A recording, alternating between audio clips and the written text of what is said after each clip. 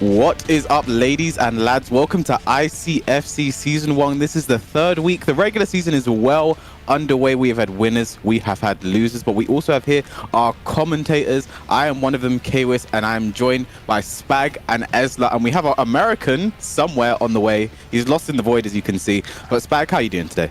I'm doing good, man. I'm doing good. ICFC, I'm excited. You know, more European high-level Tekken. Obviously taking a bit of a step back from commentary, a little bit here and there, but I'm excited to be on today. I've got energy. I'm gassed, man. I'm gassed. And we've broken a bit of tradition in ICFC. We've always had two Englishmen, the American and an Irishman, but we've been replaced by a Scotsman today. Ezla, how are you doing today? I'm alright, man. I'm joined obviously by Anakin, who's fallen to the dark side, so that means we're the light side, so that's how we've made this decision. Sorry to hear that you're actually Darth Kwis for the day. It's just canon, though, isn't it? It's just canon, you know. Anakin to the... Actually, it says Akakin anyway, so it's fine. It's not even Anakin. It's not even the Anakin. But yeah, I mean, looking today, so we were just looking at the brackets before ICFC. That is looking very, very stacked once again. I actually am pleasantly surprised at how many of the top players are consistently entering this tournament because they realize that it's something other than the amazing prizes that they have to win, but it's mainly about the pride of being able to win this league and get the points on the table and show that you're among the elite when it comes to European competitive Tekken. Yeah, I mean, that's not what it's about for me, because I'm also competing again. I don't care about any of that. All I want to do is beat Kalak. I've made my intentions very clear when it comes to these tournaments. All I want is to beat Kalak. I don't care where I place. He's not even in my pool today, so if I want to play him, I have to get out of my pool and make it to top 8. So I've got a bit of a task ahead of me. But yeah, it is something to really look forward to. You know, all these big players like, you know, Doug, Eddie's come back. And we've had some surprises like Akuma Man. Or I think it's Akuma, and PiKa was trolling us last week, but it's Akuma, not Akuman. He was a huge surprise, you know, beating Eddie. You know, someone who we normally expect to be winning a lot of these tournaments. You know, Eddie went out early. We have a lot of big names here today. Sephi's come back. Obviously, Kalak, our reigning champion right now. You know, he's won the past 2 weeks. No one's been able to. He's like, the only time he's lost is in grand finals. He always gets a bracket reset. But other than that, he is currently undefeated within the regular brackets of ICFC since the regular season has begun. Yeah, it's super interesting because we've had some really consistent players in the ICFC. In the Asia one that just happened, we've had Pinya, who was the defending champion, who got to grand finals once again. Chanel ended up taking it.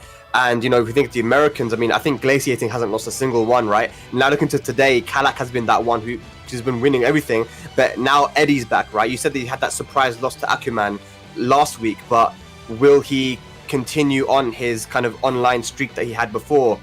Today, will he finally get another one on the board? That's interesting for me to find out. I mean, you mentioned that, but Akuman is actually in his path today. You know, before Eddie even gets to win his final of his pool, he has to take on Akuman again. So it's just that thing of where he has to, if he wants to make it out and show that he's one of the best, he has to beat someone who's previously taken him down. So these are just the storylines that are weaving in throughout these ICFCs.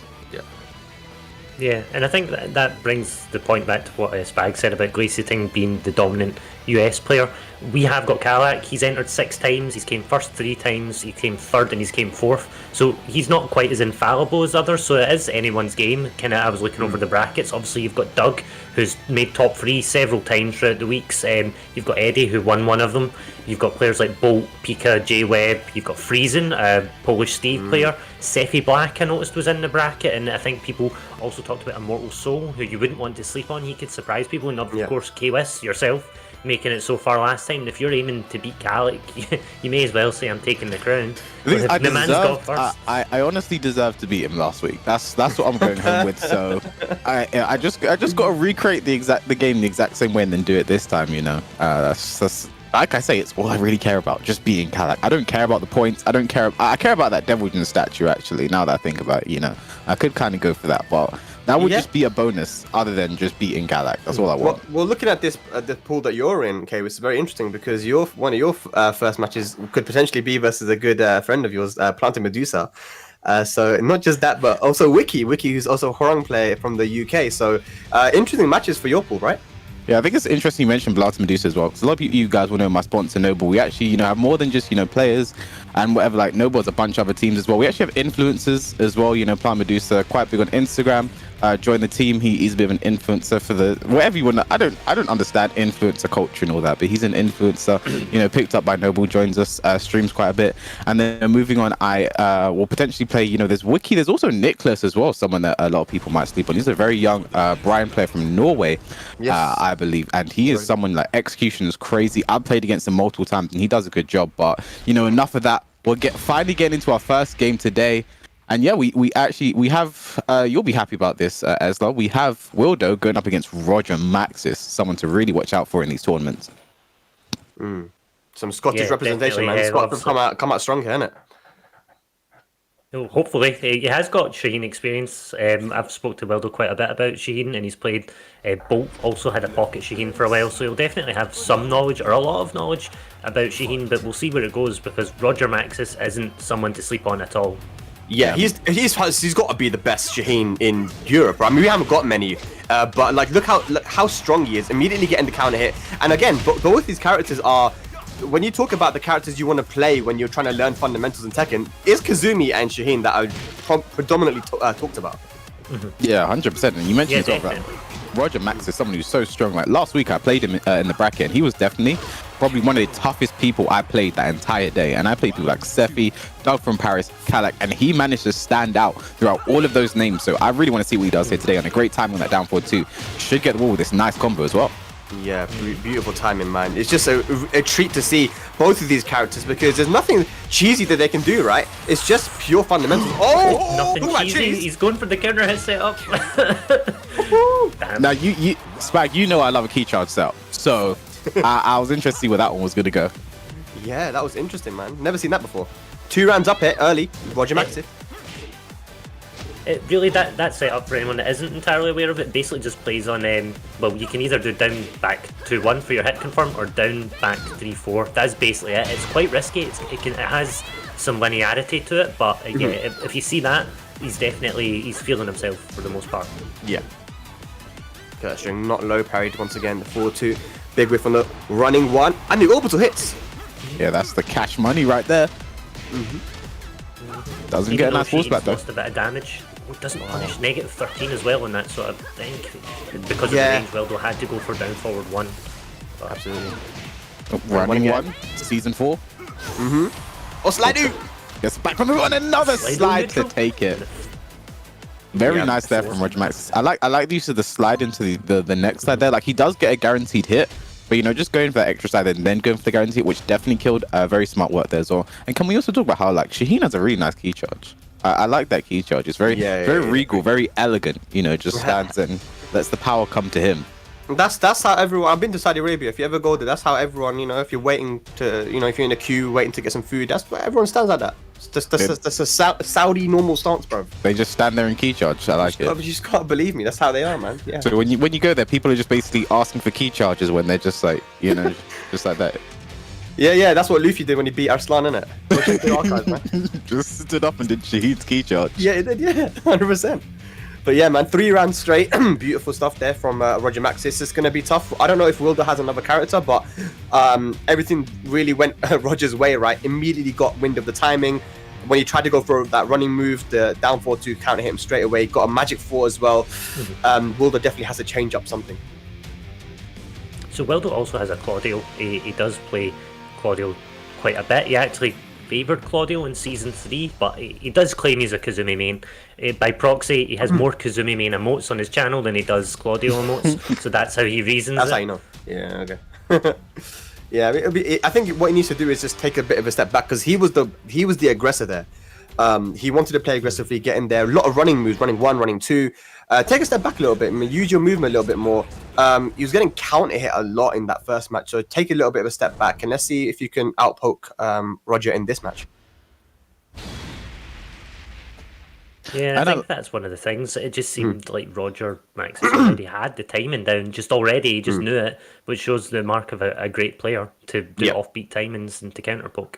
Yeah, and I like this decision. Doesn't switch characters, doesn't go for anything, just goes for a stage pick. Mishima Dojo, one of the normal stages in the game. The walls aren't really that unfaithful, but You know, this is technically home for Kazumi. Actually, isn't this where Kazumi died? Well, that's not looking good for Wildo if that's the case, bro. Yeah. But here we go, match 4. Gets the wall though. Stomp into the down. Nice break on the throw there from RogerMaxis. Running one. Season 4, running one again. Yeah. A plus on block, high. Doesn't challenge after down forward 3. That is -9. Ooh, what's the command grab? This is looking a lot better for Wildo here, man. Can he get his first round on the board? Wildo's timing. Okay, no punishment 1+2, but nice block on the slide. Gets the float. Nice. Yeah, nice. Well, Wildo's finally on the board here. And I think it's one of the points that kind of calling back to what Spag said. Both of these characters are very refined toolkits and very kind of small compact toolkits, and once one of them takes the lead, it can often feel like a very insurmountable hill to climb back up. They feel quite honest for the most part. Well, Kazumi's more honest now than she was in Season 1 at the very least. Yeah, for sure. But yeah, they both have the tools that you need to win, man. Like, you know, it's completely down to how your opponent's playing. That's what I love about both of these characters, right? Is that the adaptations that you can make are just, you know, they're there if you as long as you can identify them. That was a very nice down forward 2 really well. A very nice down forward 2 time there from RogerMaxis as well. Gets the has a huge life lead right now, but Wildo trying to make that comeback. Ooh.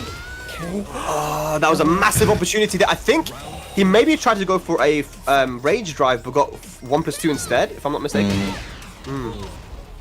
Here come those running 2s though. There's the slide. Yeah, Wildo, you don't want to get too aggressive again. Don't make the same mistake you made in the first match. Ooh, drops that combo. Very unfortunate. No punish. Doesn't punish. Oh, nice. That's some RogerMaxis does that very well. Yeah. Does something safe into a duck, confirms the whiff, and hits that while setting 3-3. It is 13 frames and gives a lot of damage, especially with back to the wall. There's a slide, and that should be there with the new guaranteed hit. That's some Season 3 stuff right there. Yeah, RogerMaxis now on set point to take the first match of ICFC EU Week 3. Wildo fighting back though. Oh, that down forward 2 timing is so good for RogerMaxis. Going to get the wall as well with this combo. Yeah. Trying to get that wall bounce. Running 2. Things looking really good right now for RogerMaxis. Can Wildo get his back away from the wall? Down back 2-1. Not going to be dead, but it's going to be very close. The slide. Finished it the same way as he finished it in match number 1. RogerMaxis taking it 2-0 over Wildo in our first match of ICFC Week 3. Man, that was great. Yeah, again, the down 4-2 timing. I like the first round went to Wildo. Remember that the second round, when it went to Roger, Wildo went back to how he was playing in the first match, which was just really aggressively using a lot of running moves.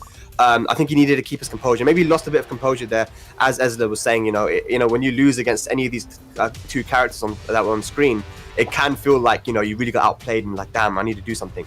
But yeah, that's something for Wildo to look back on. And he's not out of the tournament, of course, double elimination. But yeah, Roger will move on. Yeah, and the thing is, if you do want to help out, as RogerMaxis moves on, you do want to help him out later on, he might get a share of that prize pool. And if you want to add to that prize pool, you can use promo code ICFCEUS1W3 for a free $50, 50 cents. Sorry, not 50, that'd be a lot. That'd be a bit too much. That'd be a bit too much. But a free 50-cent donation to the prize pool, or you can contribute real money. And people who can see already using the code. I see Ezra using the code right there. Really wants to help out those players, so make sure you guys do that. And you're just a lovely human being if you do it, you know. Did I say Lego Eddie? Don't expose my bias, right? What the hell? We have Eddie fans in the chat. How do you feel about that one, Anakin? Yeah, nothing. Exactly. Yeah. Yeah. That's how disappointed Anakin is in me. I'm sorry, Anakin. It's tiny technical difficulties. He will be with us later on, and if not, like the thing is, it's just like we're amazing as well, right? You don't need Anakin. You know, us 3 are great. So you don't need him. But if he does join us, hopefully soon. But yeah, that was a good first game. You know, this is the thing about these ICFCs in Europe. Like, even though that's like the first game, that's a round 1 game, that's still some high quality talent. You know, RogerMaxis is someone who is, I think, is someone who's going to come very, very far very soon, because, you know, the way he plays, strong fundamentals, you know, like the timings and the down forward 2s, and he's just a terror to play against, and someone who I think will make a name for himself very, very soon. But you know who he reminds me of? He reminds me of Kane and Trench. You know why? Because At Boday's tournament, only the best. This was in like last year, 2020. And me and Roger actually spoke quite a lot. He's a very talkative person, very much like Kane as well. You can see the passion that they have for the game, with how much they talk about it and how the enthusiasm they have when they speak about Tekken. Kane is the same. Kane was exactly the same, you know, back in Tekken Tag 2, and we all know where he ended up becoming, what kind of a player he became, you know, finalist for Tekken World Tour, and you know, just one of the best players, if not the best player in the UK, right? So RogerMaxis could very easily become #1 in Italy, man, if he keeps on going the way he's going. Yeah, 100%. And the thing is, that's no small feat as well, considering what a competitive region Italy is, you know, by itself. All those top players over there, you know, Devilnin, FakePar, Daniel Madder, like the Frog. There are so many crazy players out of that region in RogerMaxis. The thing is, we mentioned this earlier, Spag. He actually, you know, plays long sets with Bode. Like, he's been training with Bode. And there's anyone you want to learn Tekken from, it is someone who has been playing this game at a high level for a very long time. Well, longer than we've been alive. Yeah. This guy's been playing Tekken, bro. That's something you really have to means respect. Bode is old. We were trying to avoid saying that. Yeah, we didn't want to say that, but... As I don't care, man. He's like, yeah, that guy's old, man. So, shout out to Bode. He's still winning tournaments, man. Come on. I guess someone has to say it. Someone had to. All right, looking at the brackets. Okay, so we have yeah, we've got some games there popping up. We're getting one more game coming up soon now. I think we're just locked and loaded. Let's see what we got. Yeah.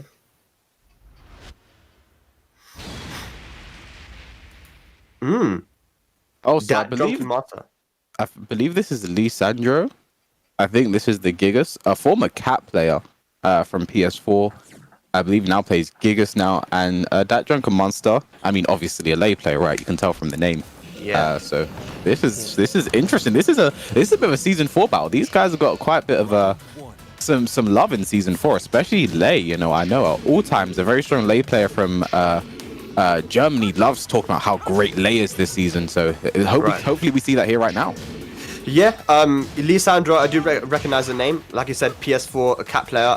Going to Gigas now. I believe he beat Sherdle last week, if I'm not mistaken, right? Yeah, that was an interesting game. Is this a custom? It looks like a Potemkin ult for Gigas. No idea. I think it might be a preset. Gigas has some of the best presets in the game. Like, they're just so creative. So this could just be a preset. That Minecraft one. Use that one. Oh my gosh. Okay. No interrupt. Good. Break on the throw. That would have killed. Oh my god. He wanted to absorb all those hits and try to get a punish, but he didn't have enough health. The Razor Rush. There we go. First round to DrunkenMaster. How's DrunkenMaster here as a true Tekken god with like 10 points? How is that possible? Did I misread that? Someone review the tapes. That doesn't feel right. Oh my god. Oh, good stuff there from Lisandro. Good answer back there. 1 round apiece in the first game. Look at the aggression here. Oh, the back 2 doesn't interrupt in time. Jumps on him. Jab. Down back 2. Nice hop kick. No respect there. And down back 2 isn't as plus as people would think that it actually is. Oh! Rage drive. This is to the wall. Is this there? I don't think so. Oh, Wow. Lay shenanigans. Just gimmicks. All of it gimmicks. Oh, he's got 320,000. Shoutouts to NBA just to accuse poor Smid of only gimmicks. That's a Only really gimmicks? Scottish Come player. on. Only gimmicks. We need Smid in ICFC, man. Show these young kids a No lesson. one needs that. No one needs that. Torturing people. Nice, good. Oh, he had a counter hit there. Back 2. What's the mix up? Goes to the mid. That's range. So how is Oh, that? gosh. Not a...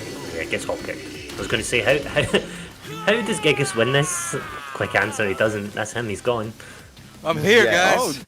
Yo! There he is. Sorry, I made There it. he is. Made it. Nah, man, my internet crashed at the worst possible time. 2 times, so I just had to sit here in my Wusa mode and just not break the table right now. But I'm excited to watch the matches, guys. It's all good, man. It's okay. It's lovely to My finally have you. apologies. You know? It's okay. Sag and Rich. I'm over here crying and shit. We forgive you on their behalf because you're one of us now. You're an honorary European right now. European. So. I get excited every Wednesday to watch these matches, just so you guys know. Like, I don't watch any of that other weak Tekken, but I tell all my friends now about the Europe Tekken. I'm telling all my friends about it. That's what's up. That's what's up. We've got Lain, Gigas. We've got a lot of diversity here, man. Yeah. That match was kind of crazy if you just saw. I mean, the Drunken Master not respecting any of Gigas' frames. He's like, nah, do you know what? I'm just going to hop kick. And if it works, it works. And it did work, right? That's EU, baby. That's how we do.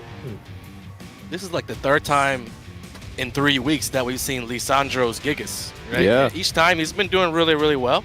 So I expect him to kind of like maybe clutch up, bounce back, and kind of, you know, maybe even make a set out of it. All right. You know what? It's actually excellent timing for you to get here, Anakin, because it's looking like I'm about to have to leave and play my game. Okay. So nice. Anakin, you take my spot. I'm gonna hop away and let you guys handle the rest of the action for a bit. Last one, bro. Okay. Yeah. You know, so this is what I was saying. What were you saying?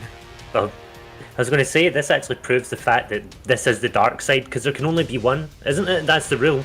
So Anakin went to the dark side and now he returned, and then K-Wiz had to go. Definitely some Sith Master shit going on here. Gotta maintain the balance in the Force. That's what I always say.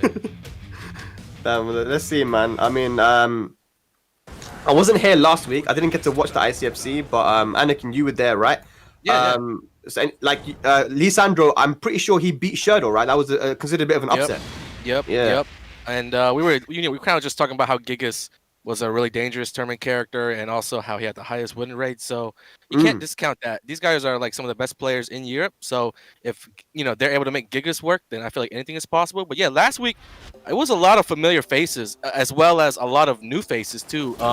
I feel like at the beginning of the day there were a lot of crazy names that we hadn't seen in the first week when we commentated together, such as like there's this Akuma player, there was the Emperor. There were a lot of guys that didn't play in the first week, and I feel like at the end of the day it was still kind of the old faces that we saw from week one. There was Doug from Paris, there was Calic, PiKa was always impressive, and of course K-Wiz did really well.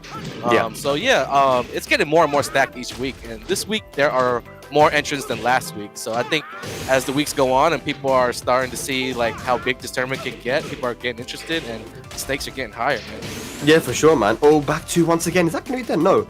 Rage available. Razor Rush. That move has been like so good versus the Gigas. Hasn't been able to deal with it, especially when he's going with that that Power Crush as well, the little roar. Yeah, so many hits and it's hard to sidestep it. And he's also ending Razor Rush. He hit confirmed it into Razor Rush low when he's seen the Power Crush as well, to make sure that he just killed the Power Crush at the very end after absorbing all the hits. Definitely, yeah. So it's just basically a free combo. Oh god, the chunk of damage there on the Razor Rush again. Nice parry though. Nice down parry. Oh no, he dropped the combo. I don't know if that was the right thing. Yeah, plus frames. Nice. Forward 2 counter hit. Super reliable. Forward 2. It's a staple for all Gigas players for keep out, long range, safe to use. It's one of the few ways that you can get combos. Yeah. And now we're finally seeing Lisandro actually interrupt Drunken Master from his strings there, using that down 4. Gigas has like a very good down 4. I like his down 4. I've been using Gigas recently. I really like his down 4. And look at that. A lot of those. Yeah. Is Eddie that bad now, Spag, that you went to Gigas? Bryce. He's fun. Look at that. Wow. Down 3 times. He really needs this round right here. For you. Wants to keep out. No play dead mix up. Wow, okay, I respect it. Run up to down 4, just finish it off. Here we go, 1 round away now, Lisandro from evening up the set. Nice hop back. Just gets out of there. Yeah. Full momentum right now. Treating him like Lisandro. Flipping him. Wow. Ooh. Nice glitch. Drunken Master, it's time. Oh! Throwing a lot out right there. That's a good hit. The question here is he going to use Rage in some way? No, not yet. Oh no, the drop. There it is.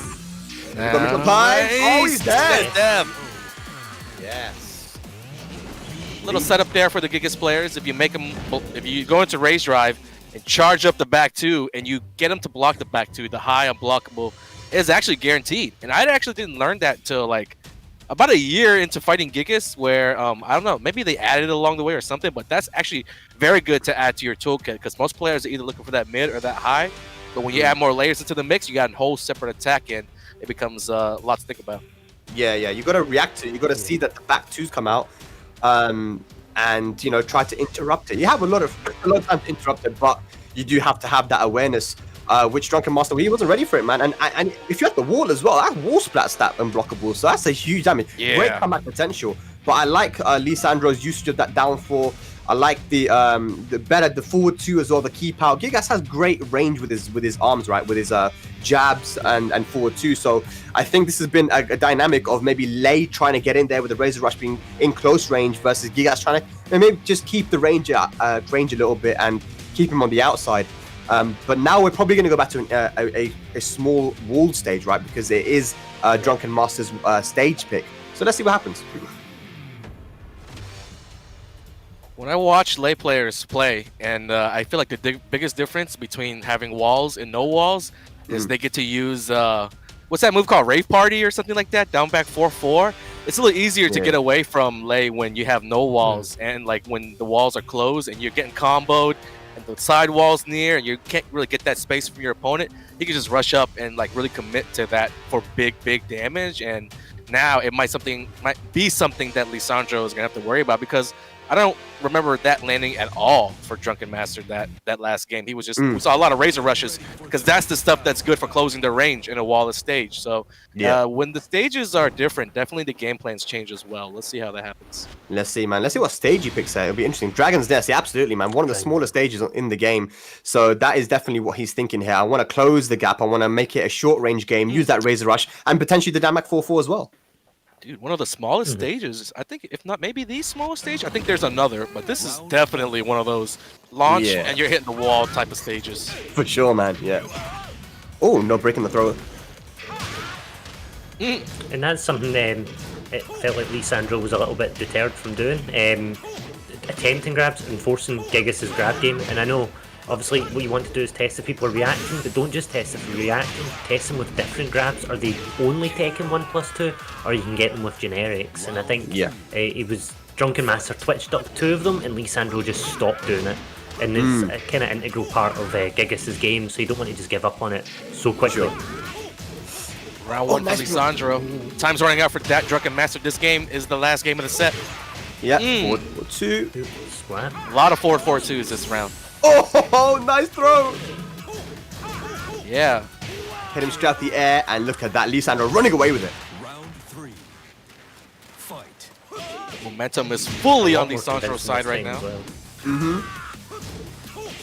Okay. Here we go. DatDrunkenmaster fighting back now. Down for 1+2. Oh, But man. there's nothing scarier than a Lei with nothing to lose. You might just see another hop kick soon. Finishes the string this time.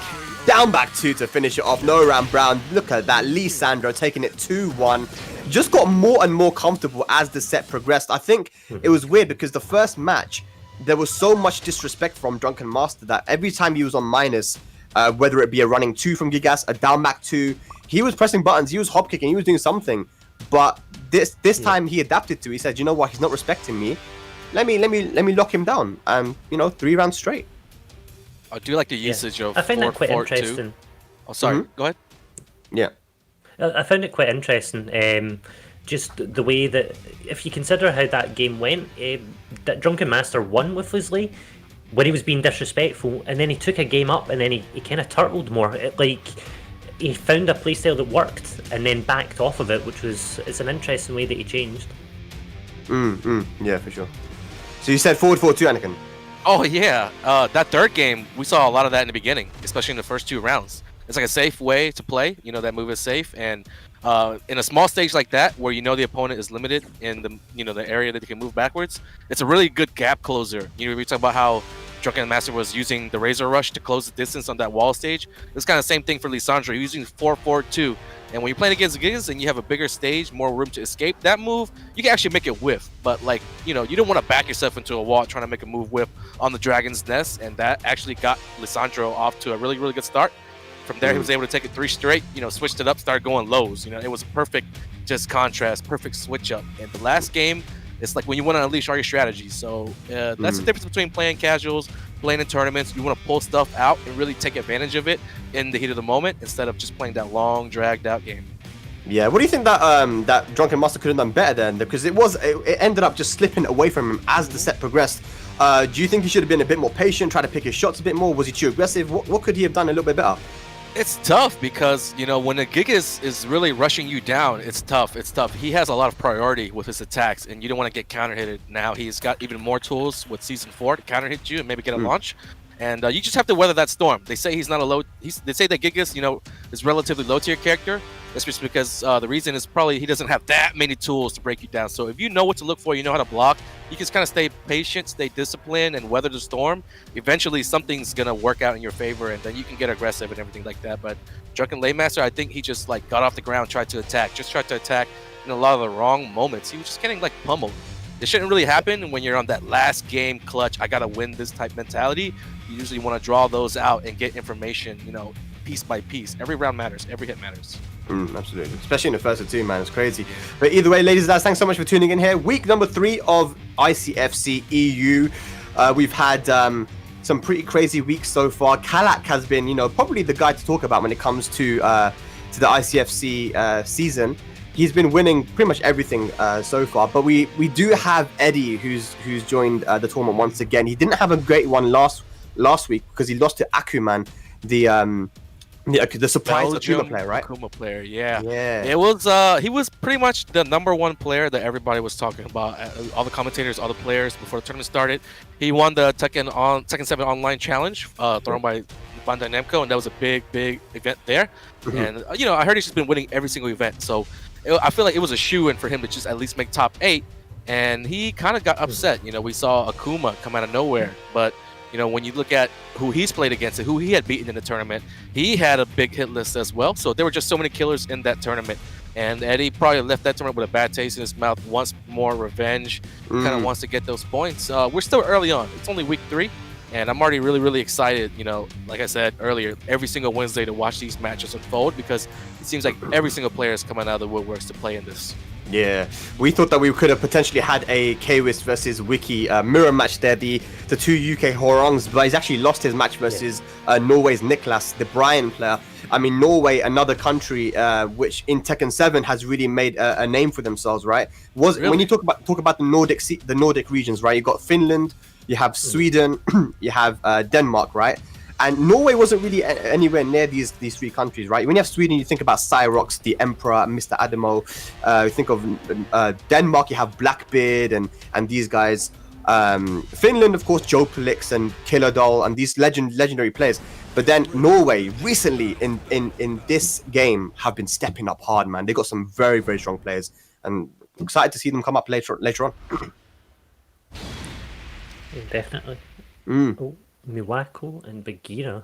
Oh gosh, Lucky Chloe versus Ling. It's gonna be, and they're both Emperor. Nice. This is gonna be good. Prime like a nice fresh matchup compared to the Geeses, the Lilies, the Mardics, the Bobs that we've been seeing. You know, we haven't really gotten much of this type of stuff. Oh no, yeah. That's the thing, though, man. I mean, a lot of diversity in this region, and it's good to see. Sometimes some of these crazy matches. We haven't seen many Lucky Chloes, man. But I mean, there's some people in the UK that are saying that Lucky Chloe is like, I don't want to say broken. This is not my words, yeah. This is people in my city here saying that this character is stupid now. She was given a new punish, right? The down forward 1-3, which is a mid-low string. So yeah, she has definitely improved in the season. This is actually the season that I've picked up Lucky Chloe for the first time, and I'm really enjoying it. You know, like when they release certain characters or when they, you know, release characters in general, it's like sometimes you get that feeling that they're a little bit incomplete and they're just missing that one or two, those 2 tools that can kind of really bring it all together and put the pieces in place. Chloe, for the longest time, I felt like was that character. But with the addition of down forward 1-3 and with the addition of being able to fake people out on that jumping low move, it's like add it with all the other buffs that she's received through season 2, 1, you know, all that. And you kind of have a more like a complete character. I feel like she can do everything, right? And breaking news at the bottom. What is this? Breaking news? Damn. Is that? I mean, that's all I. Yeah. Okay. That was just that was just a public service broadcasting test of the breaking news. This has been a test. Just yeah, sit back down. Damn, breaking news. I'm Well, looking we're just forward to gonna some point breaking news later on, man. Let's get Yeah, some breaking exactly. news, bro. The alerts are working. We gotta pop in. And these guys have How been loading much up for a bait is while. this, though? They might have desync. I'm Negan. Oh, breaking I news. don't think you are Negan, bro. Oh, Breaking news. Breaking news. Lucky Chloe versus Ling Xiaoyu can't be played.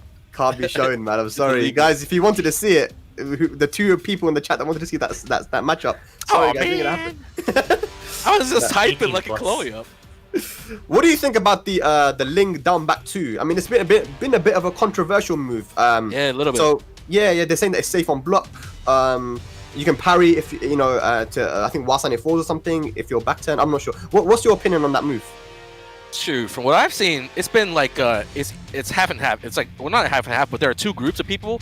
One who are super happy and pleased with the change, and then the other group is like, it's too much, you know. And it's very rare a lot of times for just one move to take one character to the top like that, because before she had that move, people weren't even looking at her, and she kind of fallen off of where she had been originally in like season 1 when everybody thought she was like a top 5 character.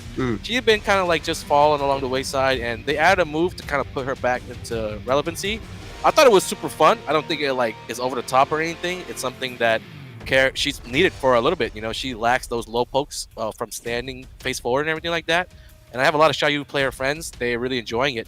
And what's weird is that a lot of them haven't even begun to incorporate the move yet, just because they're just so used to not having it. I think there's a lot of potential in that move, but definitely it fits. You know, when characters receive tools that they haven't received for a long time, it makes, you know, that community really happy, that player base really happy. So I'm really happy for those players in general.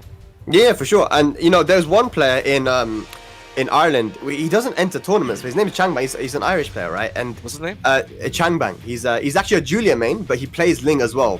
And this guy is able to do the down 4-2-1 infinite at the wall every single time. Oh yeah. And also 1+2. This is a move that kind of not many people are talking about. Underrated. Yeah, 1+2, the mid. He gets forward 4-3 because he told me that he got buffed. That now you can get forward 4-3 pickup a lot easier in this season. And consistently get 1+2 mid safe and as a launcher. Yeah, it's really I was good. watching Sodom use it with sidestep 4. He would do sidestep 4 and just sidestep 1+2, sidestep 1+2. It's like a free shot at getting a combo. And as a result, people have to just give up their ankles. Sidestep 4 is not a move you just want to give up all the time. So it's actually kind of a messed up mix-up if you think about it. And he was doing that before season 4, before they made the combo easier. So definitely 1+2. You talk about moves that are underused. Definitely. I think Ling Xiaoyu players have a lot to think about right now in season 4. So yeah. Hopefully we'll see more of them, because I remember, like you said, there were a lot of them in season 1, but they kind of fallen off now. So it'll be good to see some more. Korea, like you mentioned, Sodam. Korea has a lot of solid Ling players, man. So I just want to see some more Lings in general, man. The character is actually very entertaining to watch, because it's not a character you can just pick up and be good with. It is a specialist character. It is a character that has solid tools, but you can be very creative with. So that's always why it's entertaining to watch these inputs. Well, I don't know, I can't block Ling at the best of times. The last thing I want to see is more Lings with better tool sets. Like, all of them, every Ling you see almost plays entirely differently, because they all like to do different things. Even the way they dance to annoy you, and it is to annoy you, just doing really mad shit, and you're just like, what is this person doing? What, are they cancelling that? I don't know. Like, I think Ling's one of the few people that has some of the scariest OK as well in the game. Yeah, absolutely. But here we go, guys. The Macherino here for ICFC Europe Week 3, guys. Use the code ICFCEUS1W3 for a free 50-cent donation, guys. Let's get that prize pool as high as we possibly can. Get into that Macherino and get donating. All the prize pool, of course, the higher it goes, the more you're rewarding the players that that play in this tournament, man. So definitely get there. We've got some 50-cent donations here. Shout out to you guys. Yeah, thank you, everybody. There are a limited number of free 50-cent codes, so if you type in the chat !Macherino, you'll definitely get taken to the link where you can put in a free 50, as well as some of your own funds. If you've been enjoying the ICFC, whether it be EU, Asia, NA over the last few weeks, these guys are fighting it out for points, and also your donations as well through the form of the prize pool. So we really do appreciate everybody who's been supporting across all regions during the ICFC. And these tournaments, I feel like, have been the best ones. No offense to the other two regions. These have been the most stacked ones, like the most interesting ones to watch. So I think this is the most deserving of any of like a glorious prize pool. And I think the larger it goes up, the more motivated the rest of these cats will be to take down Kalik, because Kalik's just been kind of racking up the money a little bit, man. And when you get that underdog who gets 2 wins, 3 wins, 4 wins, tournament wins in a row under his belt, like I know everybody else gets that much hungrier. He's got a target on his head now, that Kalak, man. He's been competing. So the first time I saw that guy was 2014. It was a tournament we went to called Red Fight District in Amsterdam, and I think he came second there, or he might have won it. I'm not sure, but early on, this guy's been killing it with his Lily and his Leo. That was back in Tag 2. And you know, he's continuing on here now with Lily, a character that many people say, oh, isn't good, you know, needs buffs and this and that. He doesn't complain. He just gets down to business, man. That's what I like about Kalak. You know, he just does his thing. He just knows, and he's a solid player. He believes in himself, and he gets the job done. But here we go, guys. Another match coming up. SquishyBanana from Spain. Yeah. I was going to say, Kalak's also someone that's gained a lot of momentum as time's gone on. As people become more expert in Tekken 7, Kalak's just got better and better. But, yeah, we'll talk about him later, maybe, if he shows up. Yeah, SquishyBanana as well. I think he was 1 match away from top 8 in one of the previous ICFCs. So I know this kid, he definitely wants to keep improving. And I think he's aiming for a top 8 finish here today. Yeah. When you're almost there, you definitely think it's possible. So you're just waiting to get that chance, you know, getting a chance to showcase your game. I feel like with the way that these tournaments are stacked, it's really the luck of the brackets that really play a big part in a lot of these standings sometimes. It's all about, you know, who you're playing against that you can beat a lot of times and who you can avoid that can beat you on that given day. Yeah, definitely. That's the way it is with Europe as well. Europe many times is like that, man. You'll have that one player who can beat you a lot. Yeah. And yeah, the results have been in the past pretty inconsistent and crazy. That's why it's so entertaining to watch this region play. Grab quote. Just going to close it out. So how's he going to end it? Is he going to give him enough distance to very long first round here? Wait a minute! At the last second, we thought that SquishyBanana had it. Everybody was in their alright next round voices, but with the last second hatchet kick, now you got my attention, Salty Tears. Just saying. Good clutch there, man. Definitely living up to the name there as well, creating them though. I would be raging. And then continuing with the momentum, strong second round. SquishyBanana though, if Geese has meter, he can make it happen. For sure. Just needs that one standing 2, but is he going to be able to do it in this round? No, he will not. That is 2 rounds up now for Salty Tears. What can SquishyBanana do? And it started that's strong. That's the thing, wasn't it? Just remain composed. I think that's kind of what SquishyBanana needs to do right now. They had the first round at the very least, and it's just a little bit of a taunts. Oh, you're trying to go for the blue spark, boy. Yeah. Looking for some meter usage here. You're down. Gotta, you know, gotta trade those meters in for rounds. For sure. Oh, nice call out on the sidewalk. Oh my god, Salty Tears. Oh, the count hit as well. 2 bars of meter not used there from SquishyBanana. Just all over him. Salty Tears, beautiful stuff. Kwis, you got a bit of a smile on your face. What's up, man? I lost. He always has a bit of a smile on his face. Yeah, oh, he lost. Did you really? Yeah. Oh, man. Yeah. No way. He's speechless. I tried having a bit too much fun. And I lost. This is exactly what happened to Orange Juice as well yesterday. You got 2 pucky, you had the win, you threw it away. So yeah, it looks like I'm gonna have to make one hell of a losers run if I want to play Kalak today. But maybe today isn't the day. Maybe today just isn't my day. It's alright, man. It's alright. You can calm down now and unwind by watching some SquishyBanana Tekken now. Yeah, he's down 1-0. Let's see if he can make the comeback. Is he playing Steve or Geese? Because I know like the practice is back once. Okay. Geese, yeah. Okay. Yeah, can't believe you were influenced to losers. Shocking. Yeah, my bad. I think this means I'll be hopping in a lot more because losers run so fast, so I'll be switched in and out a bit more today. So my bad. It's all Damn. You got points though. You're sitting in pretty at the top of the standings. Yeah, I'm doing alright. You know what it is? I just wanted to play more Tekken. So Yeah. Play a go lot go more to losers as soon as possible. I can play way more Tekken, you know. Definitely, and it just makes There's that nothing run to when do you if you get when you want get. to dodge. It just makes it even better when you get second place today. You can be like, damn, you know, I mean, look how far I made it to the loser bracket.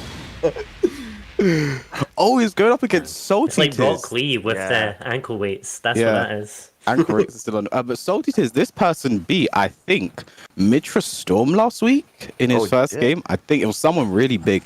So yeah, this is actually a good game. Yeah, I mean, Salty Tears was all over SquishyBanana in that first match. He really didn't let him get anything started. He ended up dying with 2.5 bars of meter as well. Wasn't able to get anything going. Let's see if SquishyBanana can bring it back here. Fight. So a bit more defensive to start this time. Just both players given a lot of space.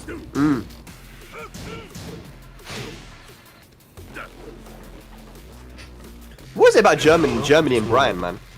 The character seems quite popular there. They love this guy, man. Yeah. Oh, doesn't get all that though. Oh, goes for the mid parry. Doesn't really punish it there. Yeah. So something that happened quite a lot in the first game that I noticed that SquishyBanana wasn't punished for too much. There was a lot of whiffed parries, a lot of them. So maybe too much in the way of reads. Counter hit though. Yeah, I mean, he's been baiting them out though. That's the thing. Salty Tears has been like baiting out those parries. He hasn't been hit by a single one of them. Seems some big damage here from SquishyBanana, leaving Salty in rage. Running one. Wake up orbital. Sidestep 3. One more hit should do it. And there it is. Nice. SquishyBanana with his first round of the set. Just in case you're wondering how much damage to kill there, it was 49. Nice while standing 3 there. Gets the wall. SquishyBanana gonna be a lot of damage. He has a bar of meter to work with as well. 71 damage combo. Beautiful.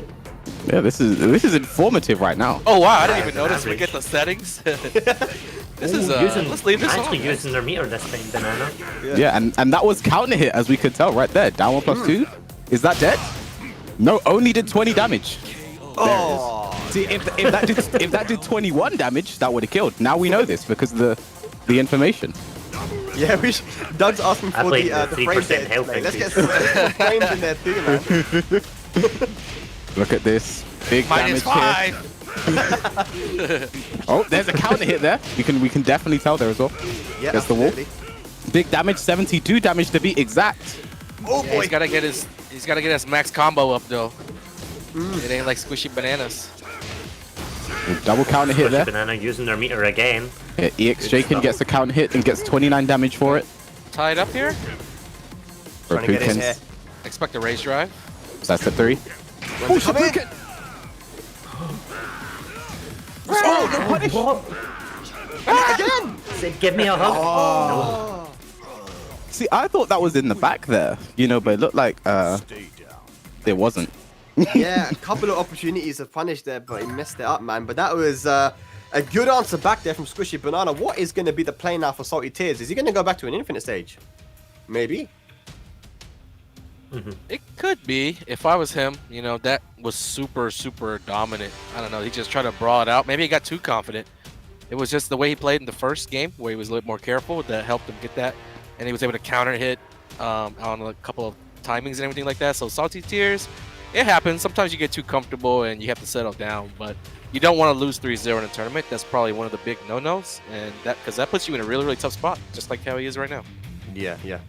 Final game coming up, man. We'll see. I mean, it's been good from SquishyBanana to answer back. I've been talking to that lad quite a bit as well. We had some games, you know, in lobbies, and I got to speak to him, and I know he's got a lot of passion. Spanish players have a lot of passion anyway, but just he's told me so many times how he wants to keep improving, and he wants to prove to himself, not to other people, but just to himself, that he's able to do what he set out to do, and that's why I'm always watching him closely to see how you know, where his journey will take him, because you know, he's a very passionate kid, man, and if you have that, then you always end up becoming a very strong player. The way we spoke about RogerMaxis, RogerMaxis is a very passionate person, and it's the same with SquishyBanana, man. So let's see what happens.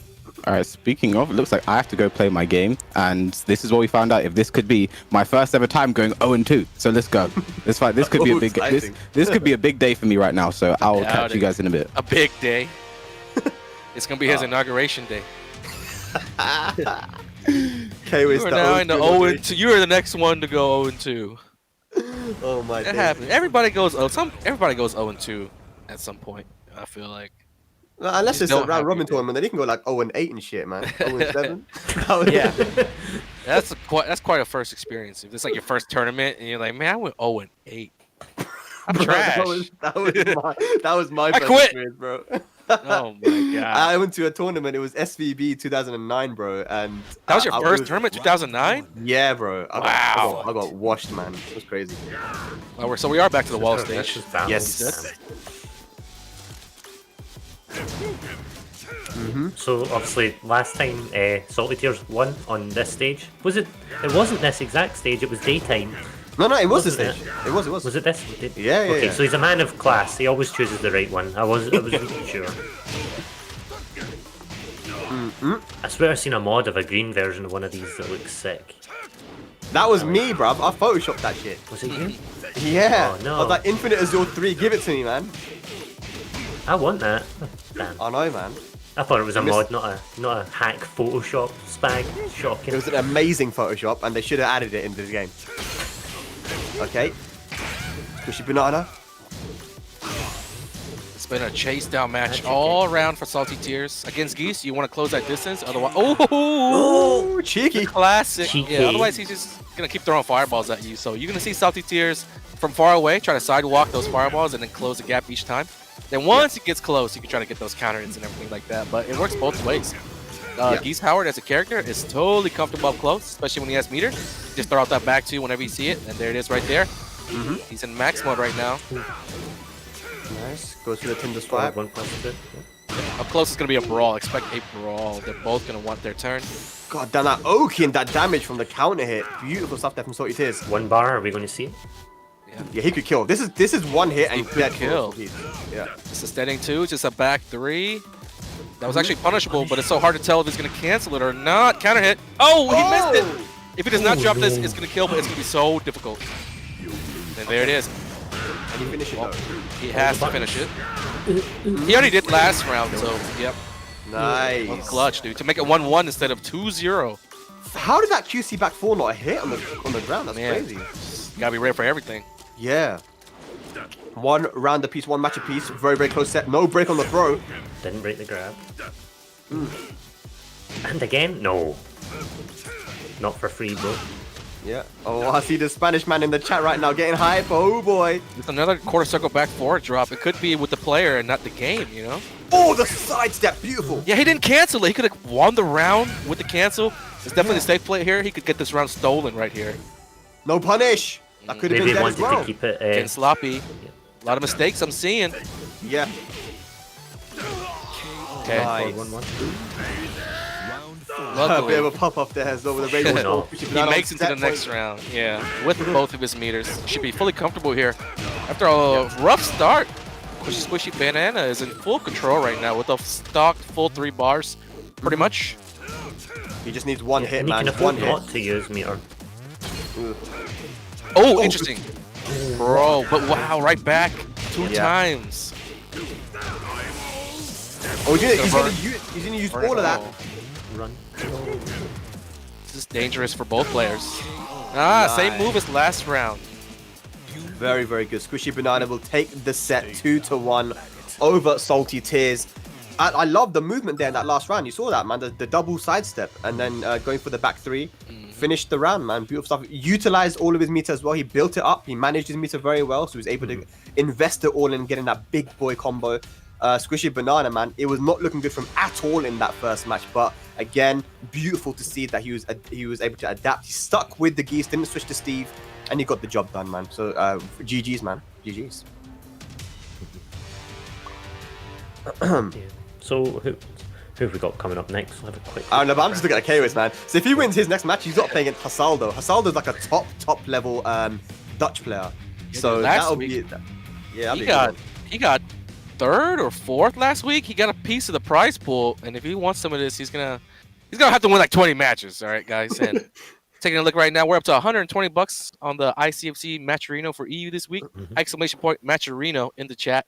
If you want that link, we have free coupon codes, free promo codes for a 50-cent donation towards the prize pool. So if all the hundreds of viewers in the chat right now took the time to click that link, !matcherino, then they would definitely be helping these players out a lot, giving them a lot more to fight for. We've been reaching a minimum of $200 each week, so I know for sure here in week 3 we're going to top that, and the night is young. We're already at 125, of course. Shout out to everybody who's been gifting those 50 cents. And, of course, a big thanks to Vasenkov, who gave a cool 5 with the message, hey, go on. Thank you, bro. I like that. I like the message. Go on. Yeah, go on. Carry on with the matches. Entertain me. Well, you don't yeah, exactly. He's sitting there with being fed grapes, throwing money in the air for the gladiators. That's sick. Yeah, man. Much appreciated, guys. So yeah, do go into the Match Arena, guys, and just contribute the 50 cents. Is, you know, a few clicks here and there. Not too much to ask. But yeah, man, it's been interesting so far. A few upsets here and there. Akuma still doing really well. The Akuma player that beat Eddie. Tetsu as well. That's going to be an interesting fight. Tetsu and Vitolic. Ireland versus Germany. So yeah, we got some good matches here. We've even got Israel in the mix, dude. Yeah. But one match that I think is coming up soon: Eddie versus imortalXsoul. That's a UK versus. Actually, that's Birmingham versus Birmingham. Yeah. That's not even UK. This is the city that I'm in right now. Yeah, this is the thing. That was also Eddie. 2 RIZE players. Well, Eddie's not RIZE no more. He's ex-RIZE, but yeah. But imortalXsoul is a Raven player who could be. He's in the mix of potential best Raven EU. He's in that mix. And we have a lot of good Ravens in this region, right? Of course, we had Tushimon, who was actually on commentary earlier for the ICFC. But not just him, but we've had like Mr. Adamo, the Phantom, you know, a lot of strong Ravens, and imortalXsoul is definitely in that mix as well. Is he like a newer player? imortalXsoul, is he like a newer guy? Yeah, he's a Tekken 7 guy, man. So yeah, it seems like there's a lot of like the changing of the guard now, because for all the characters, like who best Raven, best X character of Europe, there's usually like an old guy and a new guy, right? You know what I mean? And it's just like, it's only a matter of time before new guys take over completely, and they're representing those characters for EU. That's why it's like, it's super different from it was many, many years ago. Getting Tekken 7 boom, and a lot of new faces that we haven't gotten to see in tournaments over the years. Yeah, and you know, it was amazing to see the Tekken 7 online challenge, because the dynamic there was kind of newer player versus veteran player, and imortalXsoul actually had to play against Fergus in that, and he beat Fergus in that first to 5 set. So imortalXsoul is no joke. This is potentially best Raven in EU, and he's going up against Eddie, who, you know, Eddie's just one of our best players, man. He's been winning pretty much every online tournament. Hasn't had the best record in ICFC, but let's see if he can change that now. Birmingham versus Birmingham. I have blessed Eddie with my 50 cents, as we've seen earlier. 3-4-4. Yeah. To the wall. God, this guy gets a drop. Though. All eyes on Eddie right now. We're trying to see how this guy handles just taking a defeat. Early loss last week. Let's definitely call it early, because we're just used to this guy winning everything if we're from Europe, right? Yeah. Should be first round Eddie. That should, yeah, full damage. Yeah, there we go. Yeah, that is damage, boy. I mean, when this guy hits you, Fahkumram, it hurts, man. And it's even even his pokes hurt. They do a lot of damage. Like, I'm a big fan of down 4. Down 4 hurts like hell. It does. Look at that. Just hit 3 times. 30%. I think a big key to beating Fahkumram is just being on point with your punishes. He gives the opponent a lot of opportunities to get like somewhat chunky, meaty punishes off, and not settle for jab punishes. But when you're playing and you're in the heat of the moment, a lot of times in those -12, -13, -14 situations, if you're going for jabs instead of your character optimal punishment, you're already putting yourself a little bit behind. So if imortalXsoul is able to block these down 4s with launches, for example, etc., then definitely like he has given himself a way better chance, because he's already missed a couple punishes. Yeah, absolutely. Can this be dead though? With the right combo, clean wall spot, no sidewall. Ew. That's frames. Nice. So on the board. It's good for the mind. Yeah. Okay, Eddie. Ooh, waving in, crouch dash. Movement as well again. Little wave dash. Someone tell him this isn't Kaz. Down 4 after 1-4. Can't confirm that. Oh, doesn't interrupt the guard break there. Eddie will get some big damage. Gets a clean wall splat. Jump. What? That was layers. Did you guys see that? That was crazy. He knew. Explain to the guys what happened there at the end. All right, so they play they played before, and Eddie has gone for the jump over setup on imortalXsoul before. And in those situations, after the low jab, imortalXsoul has always done reversal, and he seemingly escapes everything that Fahkumram does. But this time he had the scrolls ready. He was like, next time, I'll be ready for that reversal. I'm going to do something that this dude would never see coming. And nobody would ever do it except your Eddie, and you know what your friend's going to do. He went for a delayed hop kick because he 100% knew the reversal was coming out. He's going to be vulnerable. It's just like the perfect storm there. Crazy. I mean, that's the thing about Eddie as well, man. He's played in so many tournaments. His nerves, you know, he's an experienced, I would say he's a veteran tournament player right at this point, right? So, you know, he's always ready, the awareness, and he's always ready for these situations, keeps calm, understood that the parry could come out here. Let me just go for a delay hop kick. I love to see it, man. First match to Eddie, but, you know, let's see what imortalXsoul does here, man. This, again, is not a player to be underestimated. He is one of the best Raven players in Europe, so let's see what he can do. But, man, it is tough to play against Fahkumram, man. It is tough. This character, you know, it's one of those things, right, where you block a down forward 1, you block a standing 3, and it's like you're kind of in a mix-up, right? And it's not, it's a dynamic that we don't really often see with characters, right? Like you know, you block a move, and it's like, damn, what's coming, you know? It's super fast-paced, makes you think on your feet a lot of times, and like you said, we're used to seeing with this move going to the next move, but with Fahkumram, it's like a never-ending sequence. Like the windows, they're there, but they're very small. You have to catch it, and imortalXsoul got caught on the wall with a couple of unblockable setups. But if I were the Raven player, you know, there were some spots in that last matchup that do give you like signs of hope.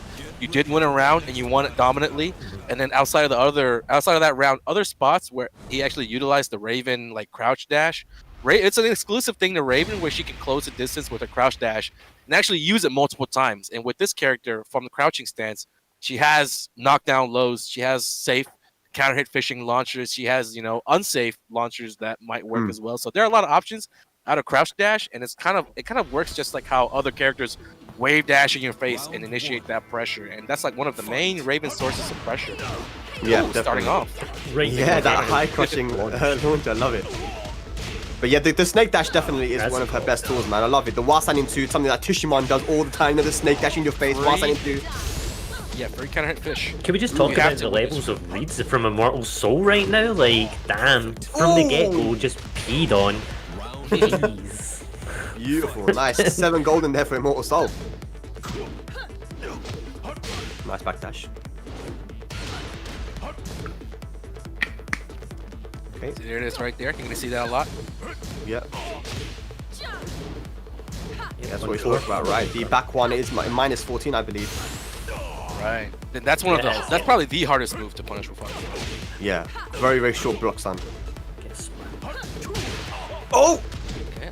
Opportunity for Nice! Soul. I didn't even know that was possible. Yeah, sidestep down 3 is you can launch. It's not easy to do though. Oh, but Eddie answering back with strings gets the round on the board. String City. Mm-hmm.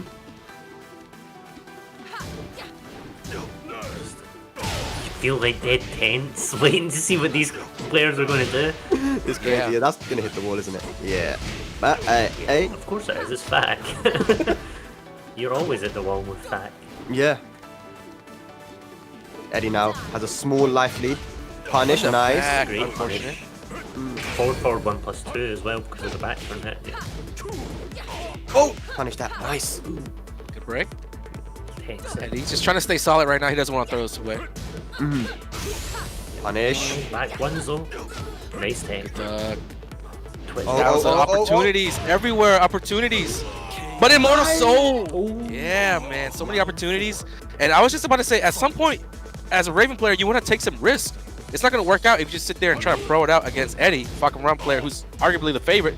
So you have to get crazy. You have to get unpredictable a little bit more. Drop punishes down 4. Yeah. And I'm saying Eddie gives you chances to punish. Like, I'm seeing a lot of down 4s, a lot of which are being blocked by imortalXsoul, but we just can't find that while standing 1. Yeah, for sure, for sure.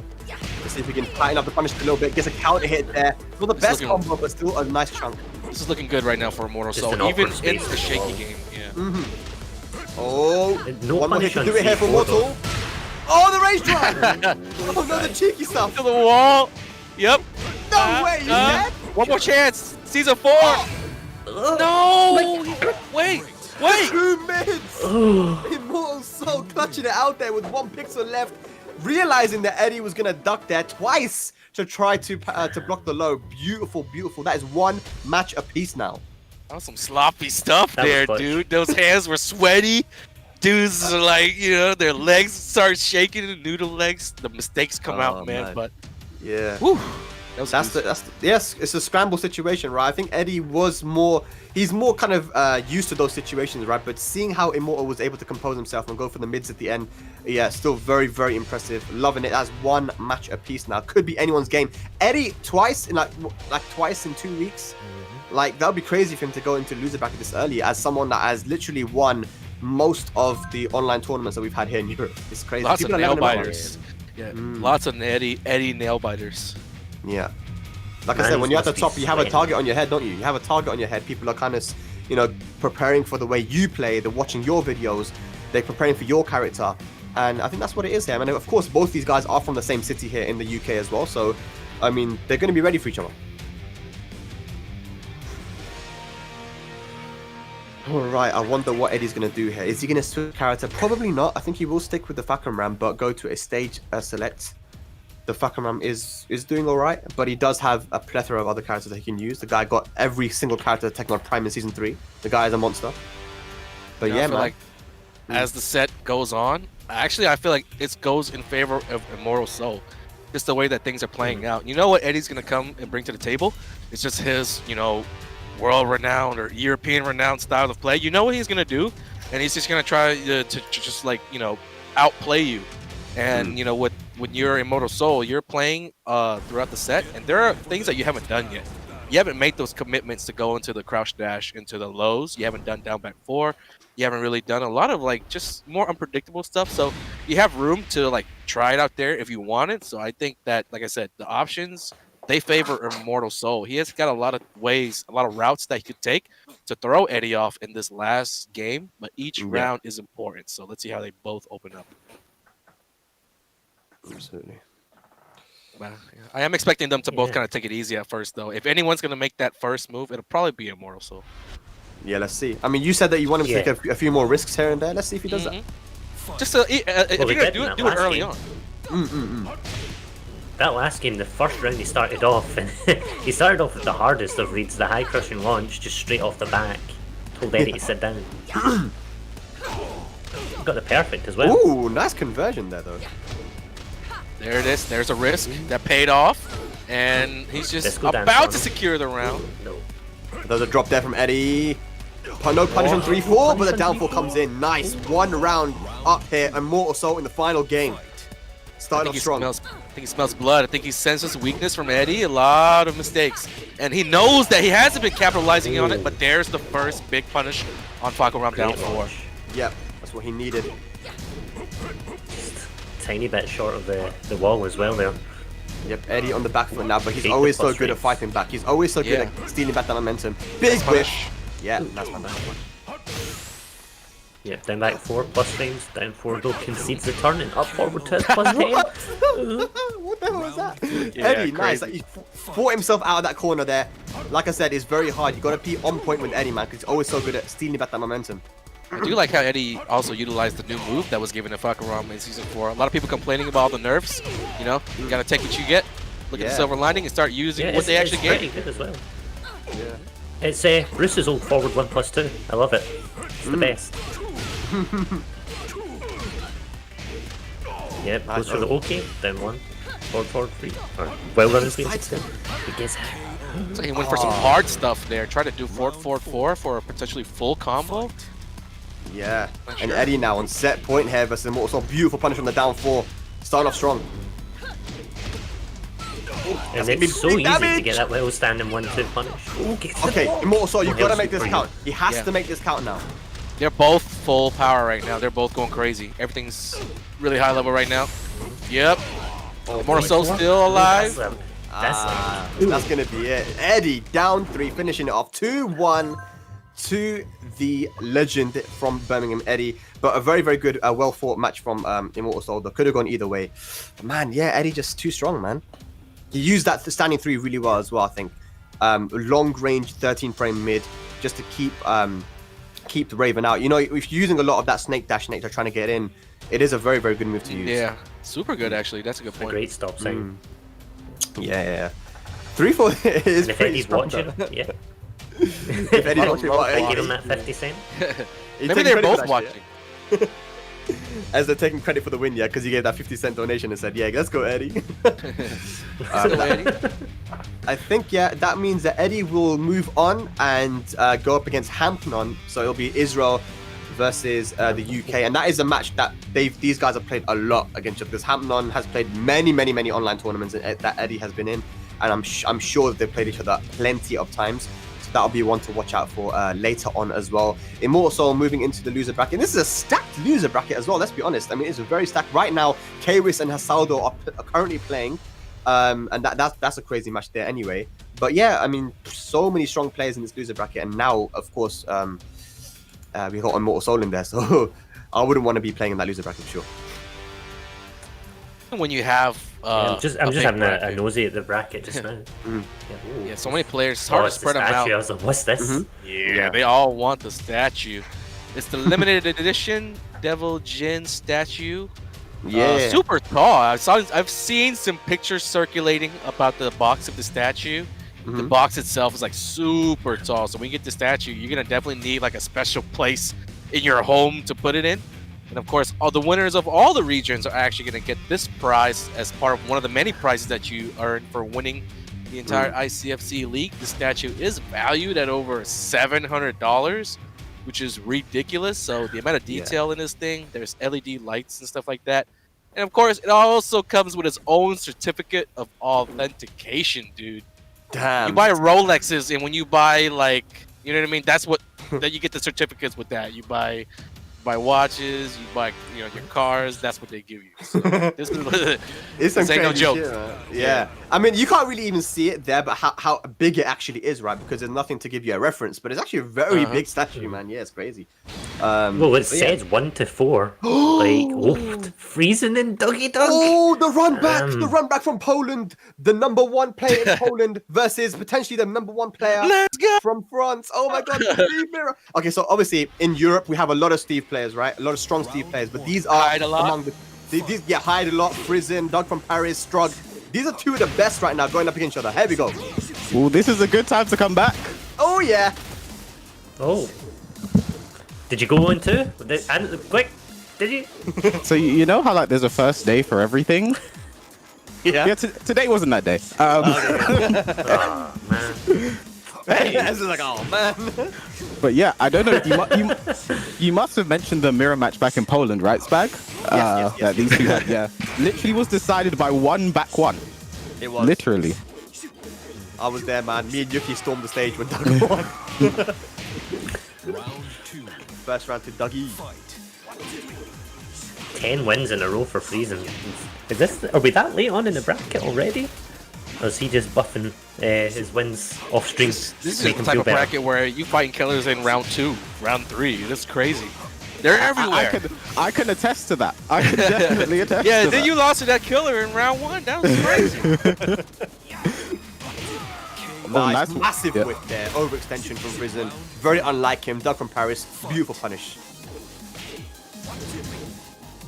Let's not kid ourselves. I think with the results from the last 2 weeks, we were just talking within the realm of ICFC and online Tekken. Doug from Paris is like the big favorite. He's been top 8, top 5. Yep, multiple times. Yeah, definitely. Yeah. One thing about Steve's tools as well. Oh, go ahead, Ezra. Go ahead.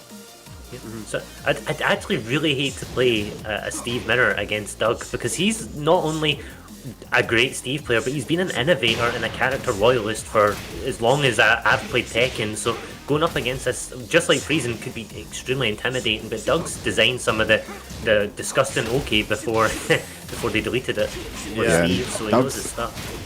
Doug's not going to drop that. One thing about this mirror match as well, as Doug takes the first game, is a lot of Steve's tools work really well against Steve. You saw that back two going under his jabs. You know, that's something that works really well in the matchup. Steve has a punch parry as well. You know, it works really bad against, you know, himself in the same matchup, because Steve is all punches. So, you know, a good start there from Doug, going down 3-0, going up 3-0, sorry, in the first game. But yeah, Frizen will most likely adapt, and we're going to have a good set here.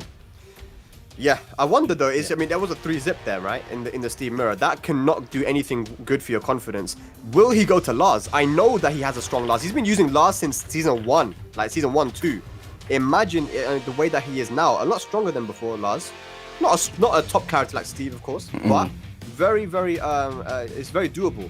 Yeah. In this matchup, I think. So let's see if he actually switches to Lars. Then. Do you want to know some Frizen trivia I discovered the other day? So, do you know Offline TV? You know the Pokimane, that group of people there, Pokimane, Disguise Toast, all them guys. Frizen actually edits videos for them. No way. Yeah, Oh, wow. I discovered this the other day. I found Frizen's YouTube channel, which had a bunch of like stream highlights from like Pokimane and friends. And blah blah blah. It was Frizen's, like the name was Frizen. It was the same profile picture. I was talking to Gosain. I was like, this isn't actually Frizen, right? Like this can't be Frizen. Like the YouTube account had like 95,000 subscribers. All these highlights. Like, this can't be Frizen. But He's ascended beyond the MGC, man. Wait, Karadolf just said in the chat, it's not his channel. It's not, but it's the same profile picture. Is it just someone stolen Frizen's identity, or did Frizen steal his identity? He stole his YouTube channel to the random guy. What's good? So Who's the real Frizen? Who's the real Frizen, bro? After this tournament, and Karadolf, we're gonna talk. I need to find out the true lore. I need to find out the lore behind this, because I'm sitting here thinking Frizen. Ooh, yeah. I think they need to. Okay. Wait, that got you excited a little bit there. Frizen is. Leeroy. I like it. I respect it, man. Do No, what you gotta do don't. to win. Shut I up, do, Spag. bro. Shut up, Spag. 95,000 subscribers and Leeroy. Let's go. Apparently, it's not him though. There's an imposter. So who is Frizen? Who existed first? That's what we need to find out. I need to know who the imposter is. I might speak to Frizen after the tournament. What's your real name? Who are you?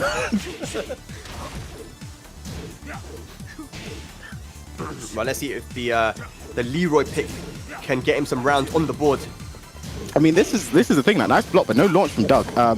Remember early on, this was a matchup. A lot of people said, Steve doesn't do too bad against Leeroy. His weave beats a lot of hermit options, and his good -14 punishments. Leeroy goes -14 a lot, so it's not too bad for Steven. Doug takes with the best round ender in the game, down 2-1.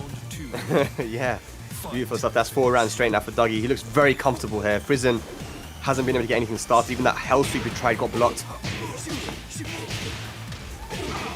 Down for 2 counter hit. Oh. And Doug is just not having it, is he? Not letting Frizen get started at all. Stonewall defense. Yeah. It's Complete just shutdown. almost impenetrable at times. He wants that win. He wants to run back against Kalik. Interesting combo. I mean, we all do. We all want that run back against Khaled. He owes a lot of I need people to run play backs. him, but- There's that down 3-2 into the back 4. Nice stuff, but no punish. Can you get around on the board now? Rage drive available for Steve. The Be win. careful. You see, Frizz's not doing anything. He's not ducking just for that reason there. Ooh. Down for Mash one. down for 1. I like it. Yeah. Okay, nice. I mean, one thing, after Steve does the rage drive, you don't see many Steve players actually like press a button after it. They don't continue that pressure, and Frizen was kind of savvy to that. Yeah. a bit more of a patient game. Oh or more, my even God. more patient, but getting the Frizen ball whiff punished running in. Steve. Found an opening. Oh, but he didn't get the full combo. Yeah, was a bit late there, but the 1-1-1 +2, big damage. One more hit's gonna take it. Nice. Oh. The 3-3 Gives him string. the F, man. Frizen almost on the board here. Going for that back 1+2 there, but Doug's not having it. That's one thing about Leeroy. You've got to play kind of frame tight because that back 1+2 is there to destroy all of your pressure. Yeah. There's that hell sweep. Still sweet. Oh, nice. The orbital. Still a long road back here, though, for Frizen. He has Rage available to make it a bit easier for him. Yeah, and Doug's back to the wall. Raise drive. What's the mix-up? Oh, No. Oh my nice. god. I love that. I love that from Doug, The only way that could have been better is if he did the Steve hop kick. That'd be sick. And But Doug nice. secures that momentum. Here we go. We're going downstairs. Nah. No. Doug's just super on side point right now. splats. Every decision he makes. Oh, Every decision. Every decision. this isn't going to be dead, but it's going to be really bad for Frizen. Oh my gosh, the poking. Oh boy, oh Forward, boy. forward 2. Oh! Ah. Nice. And Doggy gonna take it 2-0 over Frizen. Leeroy almost did it, but no cigar, man. Doug looking so strong. As Anakin said, every decision, man, just seems to work out. It was crazy. It was like a round before where he was blocking for like 10 seconds. It ultimately led up in him blocking like a raise drive or something like that. And then he knew the low was coming, so he did the jumping move. So like that discipline to just hold still there and then act. And then the next round he followed up with like 3 good guesses, like ending up with the whole string down 2-1-2. It was the best rounder, you know, what you call it, the best round ender in the game, but for a different reason that time. He caught it for the counter hit, and he just went full force with it. Yeah, very. I think Doug. I think we talk about this a lot, and I think until we see Strog on this kind of level, right, Spag, and Strog competes in these tournaments, and goes off, and we see him offline. I think until then we have to give the best Steve EU to Doug. We have to give it to him. Have to give it to him. No doubt. And I'm sure Strog will understand too. It's like it's a game where you have to prove yourself, and if you're just the best online, or you just best when behind closed doors and when no one's watching, that's a different type of good, right? But when the pressure is on, that's what really matters, and that's what everybody cares about. That's kind of like how we saw, Eddie before, like winning all these online tournaments alone, just in his room, shard, over a monitor, just, as he, works hard. And, he was winning, a lot. And then Eddie finally went offline consistently because he turned up to Versus Fight one year.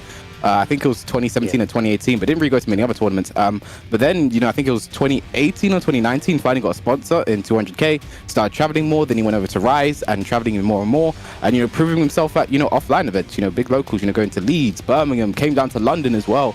And, if you're from the UK, London is... Scotland too. Yeah, been to Scotland as well. He was all over the place, right? But if you're from the UK, London is that place you just have to go, to prove yourself. And Eddie came down and, he showed himself. So, there's no doubts about him now. And I think the thing is, we talk like Strog is some new player. Apparently, he's been playing for ages. He's one of the old school guys, man. Yeah, it's from the Russians. Right? Like, he only, for us, he's only kind of revealed himself recently, but the Russian guys were telling me from 2017 that, oh yeah, we got this strong player, man. He's the best in Russia. He's an old school guy. No. He's so levels above everyone else. And of course, now we know it was this guy, innit? Nah, Spag, they're actually saying we got this Strog player. You just weren't hearing correctly. I wasn't hearing properly, man. we have this Strog player. He's kind of good. And this. I think on that note, I've got to disappear for my next game. It is a Huari mirror match against Wiki. I want to see that, man. Yeah, I want to see it. It's losers, so we don't really see the losers. I just played Hasaldo as well, right? Like the losers is crazy, absolutely crazy right now. And if I win, I've got to play Tetsu. So losers is absolutely crazy right now. do not be surprised if after this break I'm here for the rest of the day. Okay, don't be surprised, guys. But that's cool too, man. We love to have you. I miss you guys when I go. But Lining, man. Anyway, I'll catch you guys in a bit. Nice one, bro. But yeah, looking at the bracket right now, in the winners, Kalak versus Bambino currently happening. Bambino, a player that we haven't seen travel a lot, or at all, pretty much. But in Super Akuma's words, he believes that Bambino is the best player in France. Wait, I think. hold on. Did I just hear Kalak versus Bambino? And that's happening, bro. Wait, and I have to go play my game. No, it's not happening on stream, though. It's not gonna happen on stream. Never off mind. stream. Never mind then. Sometimes, sometimes you'll hear a top player say that, and sometimes they might be legit, or sometimes they're just trying to promote like the next up and coming guy from their spot, right? Or maybe it's like sometimes it's that situation where he's really, really good against you because you guys play all the time, right? But when you step out of that French territory, you fight the Germans, you fight the guys from UK, you fight the Polish. It gets kind of crazier. It's so many countries in the EU, and with it brings so many different styles. So, Super Akuma or whoever they said, that guy is supposed to be good. But when it comes to these international tournaments, that's a whole nother conversation. Yeah, that's the thing, right? So, he's from Marseille, as with Super Akuma. Super Akuma plays him a lot, and I think Bambino is very good versus Super Akuma, so he has a high opinion of him. And I do as well. Everyone in Europe knows Bambino is one of the best players, but hasn't traveled a lot. Yeah, but he hasn't traveled. Yeah, he hasn't traveled. That's the thing. So, I heard he doesn't really like traveling that much, and sometimes he can't because of his commitments at home. But he is definitely one of the best in France, and people from France will tell you that. Let's see if he's able to beat Kalak here, man. I mean, that's happening right now. Yeah, that's cool. And if he doesn't beat Kalak, I'd like to get a chance to see him play in the losers bracket. It's like more and more It's more like guys I'm seeing for the first time each week. You know what I mean? Yeah, yeah. And we're in that same pool where Kalak is playing currently. We have Crossfire, been a bit of a controversial player in recent Back at it. Going up I think he made amends with his ISP, and he got everything straight. And he put his 4G phone down. Whatever he was using. I don't know. That's what they were saying he was using to play. He was playing off his phone as a router or something. That's what I heard. Yeah. That was crazy, dude. So we're gonna see how the players feel playing against Crossfire. He's allowed back this time, but you know, I guess we give him second shots around here. Yeah, but for sure, at the end of the day, man, Crossfire is someone that gets the results offline too. You know, he is not a. Let's go Fujitora. Yeah, the second alias, yeah. Right. And I wasn't really hip to it last week because I don't really know Crossfire's roster. So I was just giving Fujitora. I was like, wow, this Fujitora guy is really good. He beat a Tekken God Marduk. Wow. I was like, they were like, what the fuck? By the end of the night, they were like, we're just missing the Lars and the Alisa. I was like, damn, he tricked me. Who from Italy is going to be using them characters, isn't it? I mean, it's only him, man. Maybe because Xeon taking the first round and he gets a nice counter hit here too. Yeah, another player that we've been following throughout the week, Xeon. Armor King is definitely one of the fan favorites just because he's a wrestler. He's got those rap darts, those fancy attacks. Yeah. Super big fan favorite. And he's not really a common character. You don't see a lot of Armor Kings now. Even JDCR gave up on him, didn't he? Yeah. So, Round 3. Makes him work though. I mean, Yeah, I like Anakin, to you see said more. that you actually saw Xeon, right? Like early on. You were telling me that you've seen this guy when he was a kid. Exactly. He was playing Armor King in Tekken 6, and like I said, when I visited France for UT around 2011, they introduced me, like the strong Italian players at the time, like Harry Potter and Bode and them. They're like, this is the kid, Xeon or whatever, and I actually got to play him. And you know, it was cool because after the main tournament, there was a team tournament, and Xeon was a guy who beat my. I had a team with the 2 Korean players that were invited, and it was one of those situations where Xeon is like, you know, he's beating the Koreans in the team tournament and everything like that. So I knew he had a bright future, and I always, like I said, I always cheer for the younger players because that's kind of how I had my background as well. I started really, really young and everything like that. So to see him still being in the game like that and everything is super, super cool because at this point he's a veteran. But against Crossfire right now, last round, Spaghetti Rip. Yeah, 2 perfects, man. Crazy stuff here. He's making a comeback now. Yeah, looked like Xeon had it. The comeback, man. single hop kick. Yeah. Oh! Jabs him out.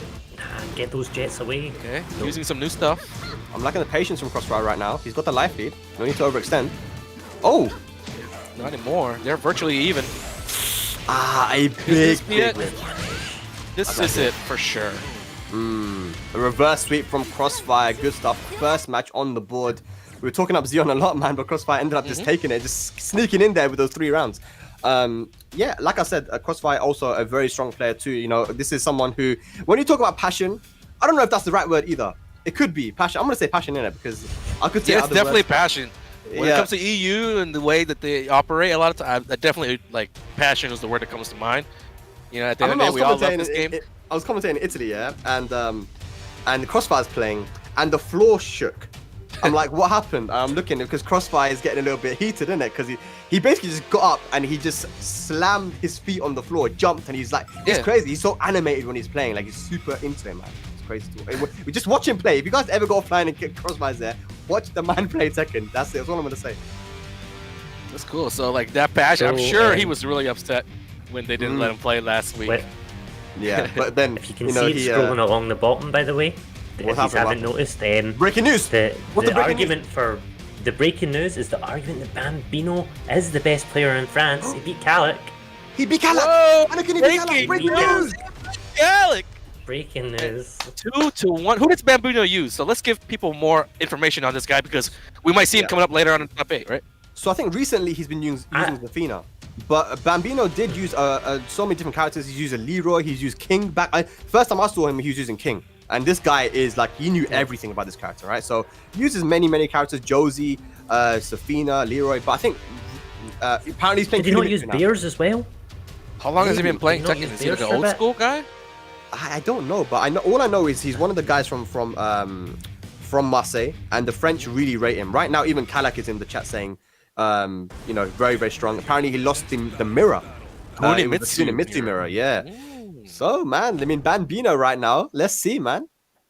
Yeah, and right now with Kalik being in the losers bracket, outside of like Grand Finals reset, this is like the most vulnerable that our champion has been in like the whole ICFC. Week 1, week 2 was pure domination. It wasn't until like the guy reset him in Grand Finals for him to wake up, pick Kunimitsu, and go back to dominating, right? But now he's in the losers bracket. He's just 1 first or 2 away from being eliminated for the first time. It's interesting stuff right now. Yeah, well, story's developing. Keep you guys updated on that for sure. He might not get any of that prize pool this week. So you better throw your 50 cents in while you can't give it to somebody else. Yeah. Just saying, exclamation point Maturino. I'm chat. Okay, man, it's been a very, very good round. As we're saying that, Xeon's already nearly lost the first round. But yeah, anything can happen in this state. Well, not now. But it could have. And that's what. Oh man, he's taking some massive risks here now, Xeon. Trying to go for them throws as well to break the floor. He has switched to this party stage. Of course, the Kings do really well on this.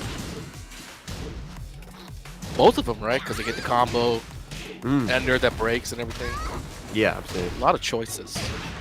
Oh, snap. Unfortunate to get a back turn break throw over the floor. Not the most optimal. Man, Crossfire's movement's been very good. Down back 3 once again. Okay. Nice. Sticks the nut in her. Xeon trying to hang in there. Doesn't want to give it up just yet. Yep. Oh, we're going down. That's final destination. Final floor here. This is going to be tough. Crossfire is always super dangerous once he gets comfortable and looks slipping. Yeah. Does whatever he wants. That's the thing, those chainsaws as well. You know, we haven't really got that many Alisas in Europe, right? Wow, just gets me right out here. But yeah, the chainsaws, you know, it does provide a bit of a knowledge gap for a lot of characters, a lot of players. And look at that, once again, using the chainsaws, realizing Xeon doesn't really know what to do here. Yeah, I think that's the same for players in the United States also. I see a lot of chainsaw shenanigans happening, and I'd be lying if I said I fully understood how it worked myself, right? And definitely there's some weak spots there. It's just so weird, you know, you don't see it every day. It's known as being not that good, but it's so dominant there. You see it again. Crossfire just in full control game 2 after making the comeback in game 1. It's like he got the reads, he got the downloads. But like you say, he's a tournament veteran. He is one of the top players in Italy, which is one of the top countries in Europe. So he'll be moving on in tournament. Yep, absolutely. And do you know what's crazy? Yeah, he's going up against Whale, and I want to talk about Whale just a little bit. Whale is an up and coming, and I think he's already up. He has up and come now. You know, he is. He already did that. He done that. Yeah, he's a top player from Denmark. The Whale has surfaced, you might say. Yeah. Nice, I like that. That's why I like it. But yeah, Whale, you know, I think you could say now he is the best player in Denmark.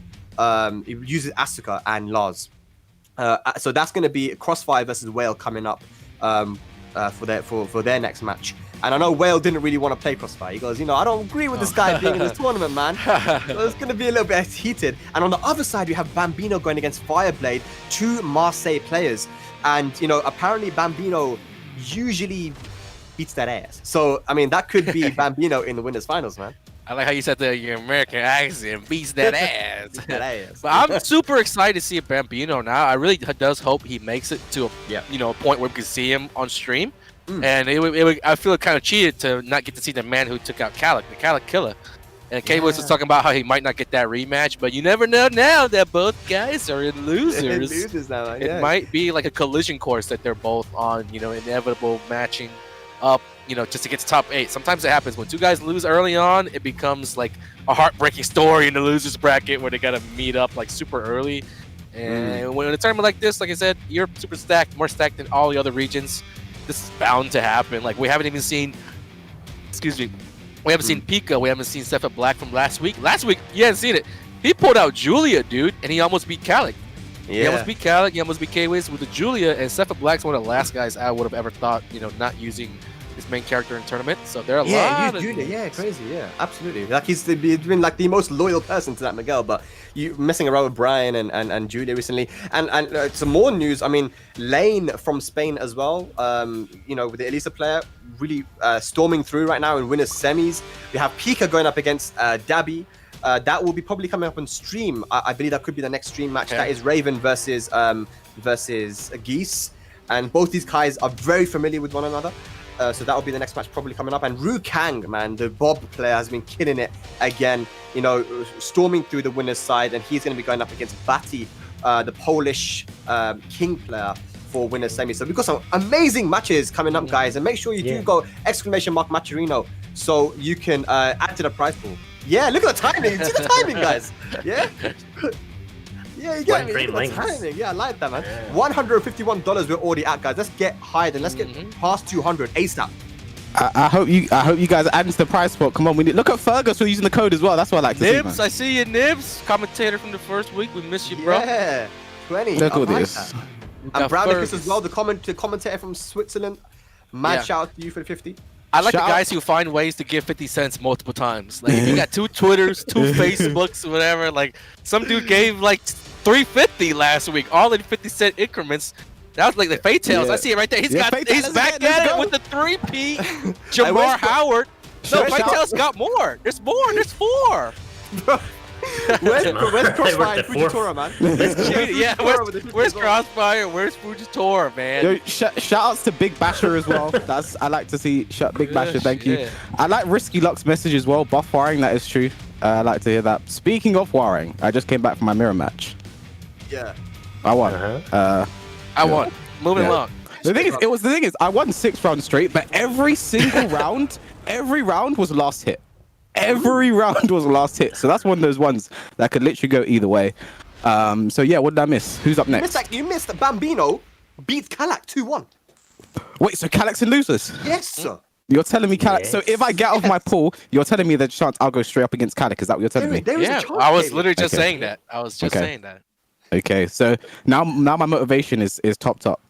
Yeah, but speaking of which, I have to go and play Tetsu now. So goodbye. Oh, okay. It's nice speaking to you. See you later, KOS. Alright, so interesting. PiKa's gone for Leo here versus Dabby's Raven. Man, everyone knows Charmander, Fate, Destiny under so many different names. Yeah, I just call him Dabby now, and that's just easy for me. There's a funny clip here of me and Versus Fine. Like, is that Dabby? Is that Dabby? And the Dabby just looks at me. He's like, yeah, blood. That's me.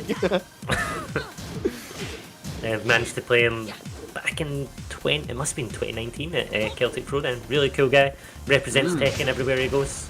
Yeah, and Salty EU as well. He's involved in that, isn't he? Have we seen PiKa use any other character but Geese? Or like, we have not.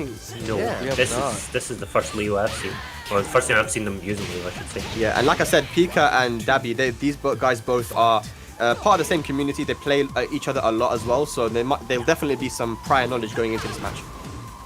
Okay. Yeah, when I see the layout, I wonder. I just wonder if he's using it, as part of like a way to hide Geese Howard for later and not really have to burn out with that character, or is it something that he's going to look to use against those guys he's been struggling with over the past couple weeks? That's something that you see when people are starting playing each other, over and over again, week after week. You see guys change their game plan a little bit, sometimes even switching characters. He's just come short of winning, you know what I mean? 3rd place, 4th place, stuff like that. So is this Leo gonna appear later on, or is this kind of like a one-off against his old friend Charmander? We'll have to see. Yeah, we'll see. It is 1-1 though in round 10, the first match. Really close. I was about to say that, and it might be that something that PiKa knows, because they do play often on online tournaments, as I mentioned, Salt EU and some similar online tournaments. So it could be a player matchup kind of deal that PiKa knows an awful lot about Destiny, but Destiny making it like this could be a 40-second perfect if Destiny plays their card right and gets like that's a long time to hold on to the full bar of health. Yeah, everything went his way, man. The 1-1-4 into back turn throw mix up. I mean, Raven, man, that 1-1-4 is a very good addition to her armory. Yeah, and I really like PiKa's outfit choice. It's quite a regal outfit for Leo. Oh, sweet bag, no launch. PiKa's not working out right now. Definitely, he probably want to just have some fun with his buddy. And the plan is like coming back to bite him in the ass right now. He's gonna insta-pick that Geese Howard when we see that next game. Go straight to Geese player. Unless. Wait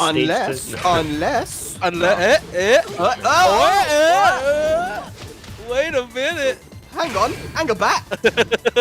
Oh boy. No, you can't do that. You can't do it with that. Not that move, right? Yeah, bro, you did so well. You're making the comeback, and he did that. He just threw it in the garbage. But yeah, that was almost a good comeback. Do you reckon he's gonna switch to Geese? What are we thinking, lads? Pretty sure. Like, he's got a reputation to uphold, Definitely. right? As a 2-time finalist in the top 8, looking to make it 3 for 3. You don't want to go in a loser's bracket. If you're Cadillac, you don't want to go lose. No matter how good you are, you don't want to go in a loser's bracket. It's just like anything can happen there.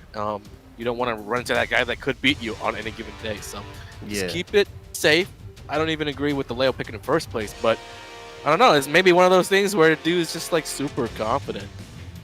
Yeah, I mean, we've been seeing Geese players, like there's Hamplon as well from Israel, and he uses Geese. He's a young player like PiKa, and, you know, going more towards like these more conventional Tekken characters because they want to prove that they don't have to, they're not getting carried. Oh, yeah, I forgot Geese. about that. That whole, I gotta prove I know how to play Tekken thing, right? Yeah. So maybe there's some elements of that in play as well. I'm not saying anything. I rate both. Yeah, like, right. You know, It's the wrong people who make those complaints a lot of times, and you find yourself winding up trying to like appease the wrong crowd. It's like the scrubs that don't know what they're talking about. That'll say stuff like, "Oh, you get carried by Geese, you get carried by Akuma, Super Akuma." It's like the players that know Tekken actually do give up the respect and the credit. So yeah, you don't even need to worry about those guys a lot of times. Yeah, pick that Geese and let's see what happens, man. He's not gonna be able to switch stage though. That's the thing. He's gonna have to go random if he does go for a character switch. But either way, Dabby, we'll go give credit to him. He's playing well, man. I like the duck at the end down the string, and he punished perfectly. He's got the setups as well. The 1-1-4 wall ender at the wall into back turn mix-ups. The Ravens. Oh, I mean, I've had experience versus Raven a lot. One of my training partners, Mr. Adamo, one of the best Ravens in EU. I've played him a lot, and even got to play against Tishimon while he was here in Europe as well. There's a lot of Europeans have had to practice versus Raven because they know the threat is always there in tournament of someone like Tishimon, right? I think it's a character that's underused, but very interesting to watch. Very interesting and very strong. Yeah. I mean, do you guys have any? What Raven players you got in America? Anakin? We have. I'm trying to think right now. Out of the Raven players, I have to come up with somewhere else. It's gonna be mean to them to not know. But I can't think of any right now. Who are the Raven? Sorry to put you on the spot, man. But it's I can't think of any like. I'm going from region to region to region to region. Oh, there's one in Houston, Texas, but he's kind of like more of like a Tekken 7 player, online guy who really hasn't proved. Out of all the Raven players, I don't think any of them have really proven themselves in tournaments. We do have El Negro. I know you remember him. He's originally from Venezuela. He actually lives in the United States now, but he rocks a lot of other characters. So there aren't too many Raven loyalists right now. You got like Congo Jack, but he's been MIA for a while. So I think definitely an underrated character. Sometimes if you want character experience, you're gonna have to pick it up and find it for yourself. You know what I mean? That's the disadvantage that you face when you don't live in like a region that's rich with character diversity and everything like that. So like for a lot of the top players in America, they've had to just kind of learn on their own and everything like that. Yeah. That's the thing. It's just always interesting to see what kind of characters are picked in regions. You know, even if you look at Pakistan is not a region where you traditionally get many Mishima players. But if you go to Korea, it's hard to have like everybody all accounted for, and that's why I think Japan and Korea, they have so many players, and not only that, they have them on a high enough level to where you're getting really, really good experience that applies to some of the best players when you do go out there and play in these tournaments, right? That's the one thing that they do have. They have the strong player base and the skills to back it up at the same time.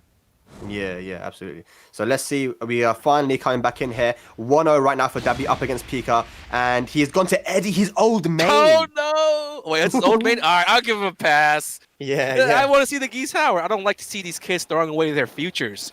You know what I mean? Yeah, I don't want to see him go to lose brackets. He made a dumb decision last week. Calic made some super stupid mistake, and then he ended up giving away like multiple games in the tournament. It's just you don't want to see these mistakes happen because, you know, right now they're fighting for the best player in Europe though, but there's a greater task ahead.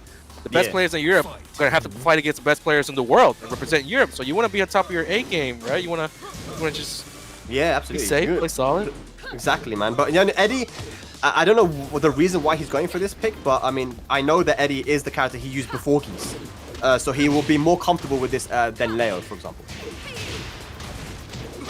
Although having said that, I'll play this match quite a bit. And having said that, back to the usual ass whoopings. Man, okay, that was a very, very solid round for Dabby. You know what? PiKa said, I want to fight Calic. He said, I want to go lose, bracket man. I can't leave you, baby.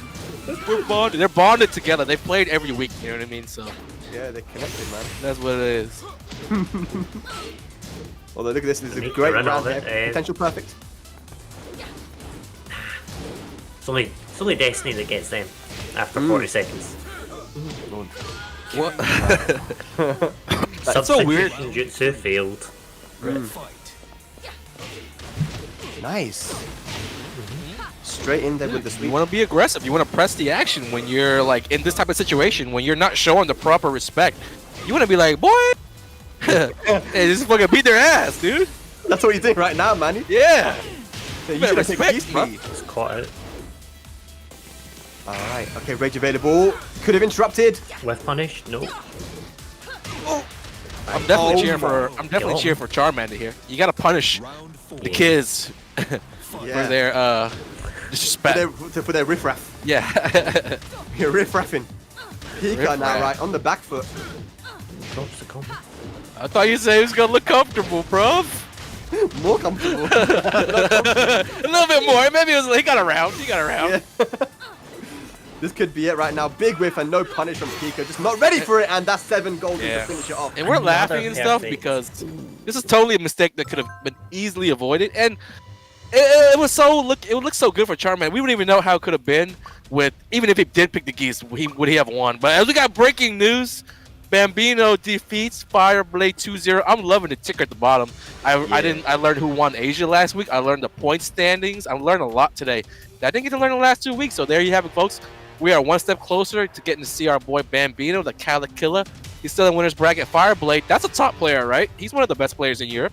Yeah, no, Fireblade is a very good gym player. But again, from Marseille, Bambino, you know, he's got experience versus Kalak. He's got experience versus a lot of experience versus Fireblade. That's for sure. I know that for a fact.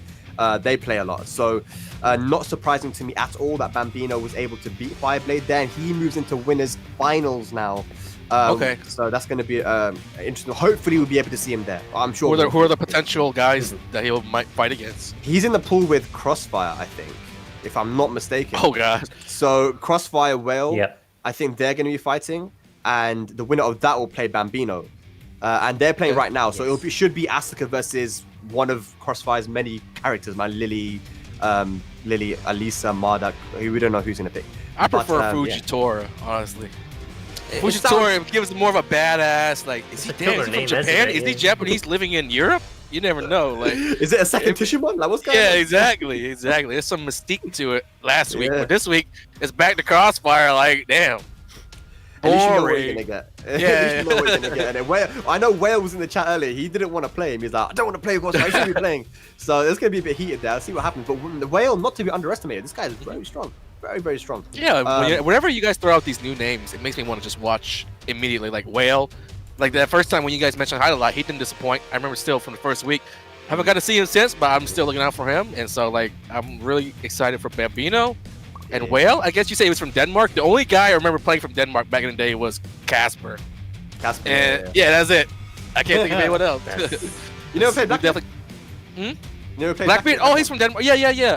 Definitely. I've chilled. Well, he was in Atlanta actually, I believe. So I chilled with him randomly a lot. He's Yeah. pretty cool. Yeah. Super funny guy. Yeah. Missed that He had guy. a first to 5 with Pork Chop, didn't he, when he was in Atlanta? Yeah, they did the mirror match, didn't they? Back in final round. That was played in the Blast from the Past, like every time. But yeah, it looks like Whale's in the chat right now. I don't know what's happening. We're waiting for some breaking We news. need some man. breaking news. Yeah. Breaking news. Ticker. Where's that, man? But yeah, ladies and lads, thanks so much once again for tuning in, man. Remember to go into the Match Arena link that you see in the chat for the free 50-cent donation. The code is there for you guys to copy and paste. There we go. Oh, we're at finally 2? got plus 2 times. That was Let's quick. go. Gotta give it up for the guys Shout out to who Shen gave the Gaming. big chunks. Yeah, Shen I- Gaming. Yes, man, like Shen Gaming from Manchester, the legend UIU designer. Thank you so much. $30 from him and Kershaw with a beautiful 25 buckaroos. Let's keep this going. This is what Tekken needs right now. Infinitely thankful. Man, like Kershaw. Yeah, we are thankful for Kershaw's 25 bucks. Thank you. Hope you guys are all enjoying the show for sure. And again, we do have a limited number of promo codes, but if you haven't used it yet, definitely get your ass on there. ! Matcherino in the chat. We've already topped, I believe, the first week's total for the prize pool. and we're not even halfway there yet. The top 8 hasn't started yet, so plenty more action, probably more room for that prize pool to grow. I don't know if K West is still in the running for that prize pool, but we better get an update. Yeah, I just played Tetsu. He won. He must have won. Yeah, I won. But the thing with Tetsu, he gets so unlucky when he plays against me in tournament, because there was one round. It went to final game. There was one round. I was 1 round up. Then I did a panic power crush, and my power crush is -14. And he punished me back 2, which gets a knockdown. And then because I delayed my get up, he got a pickup with up forward 3+4 into a full combo. And then he dropped the rage art at the end, and that would have killed me. But yeah, Tetsu, man. he just gets really unlucky against me. But that's someone who I liken very much like RogerMaxis, who like this is someone who is going to blow up very soon. Like very soon, because him, RogerMaxis, there's a lot of these young guns. I see imortalXsoul as well. A lot of these young guns that are just gonna blow up very soon because You're they a are young just gun crazy. too, though. Yeah, you're talking like Kung Fu Kobe's got the young guns. Like the difference is that I've been competing offline for a bit. People know who I am at this point, so I don't the need, American people. How do people know who I am? Damn. I don't need. obviously people know who I am in it. Man's on YouTube.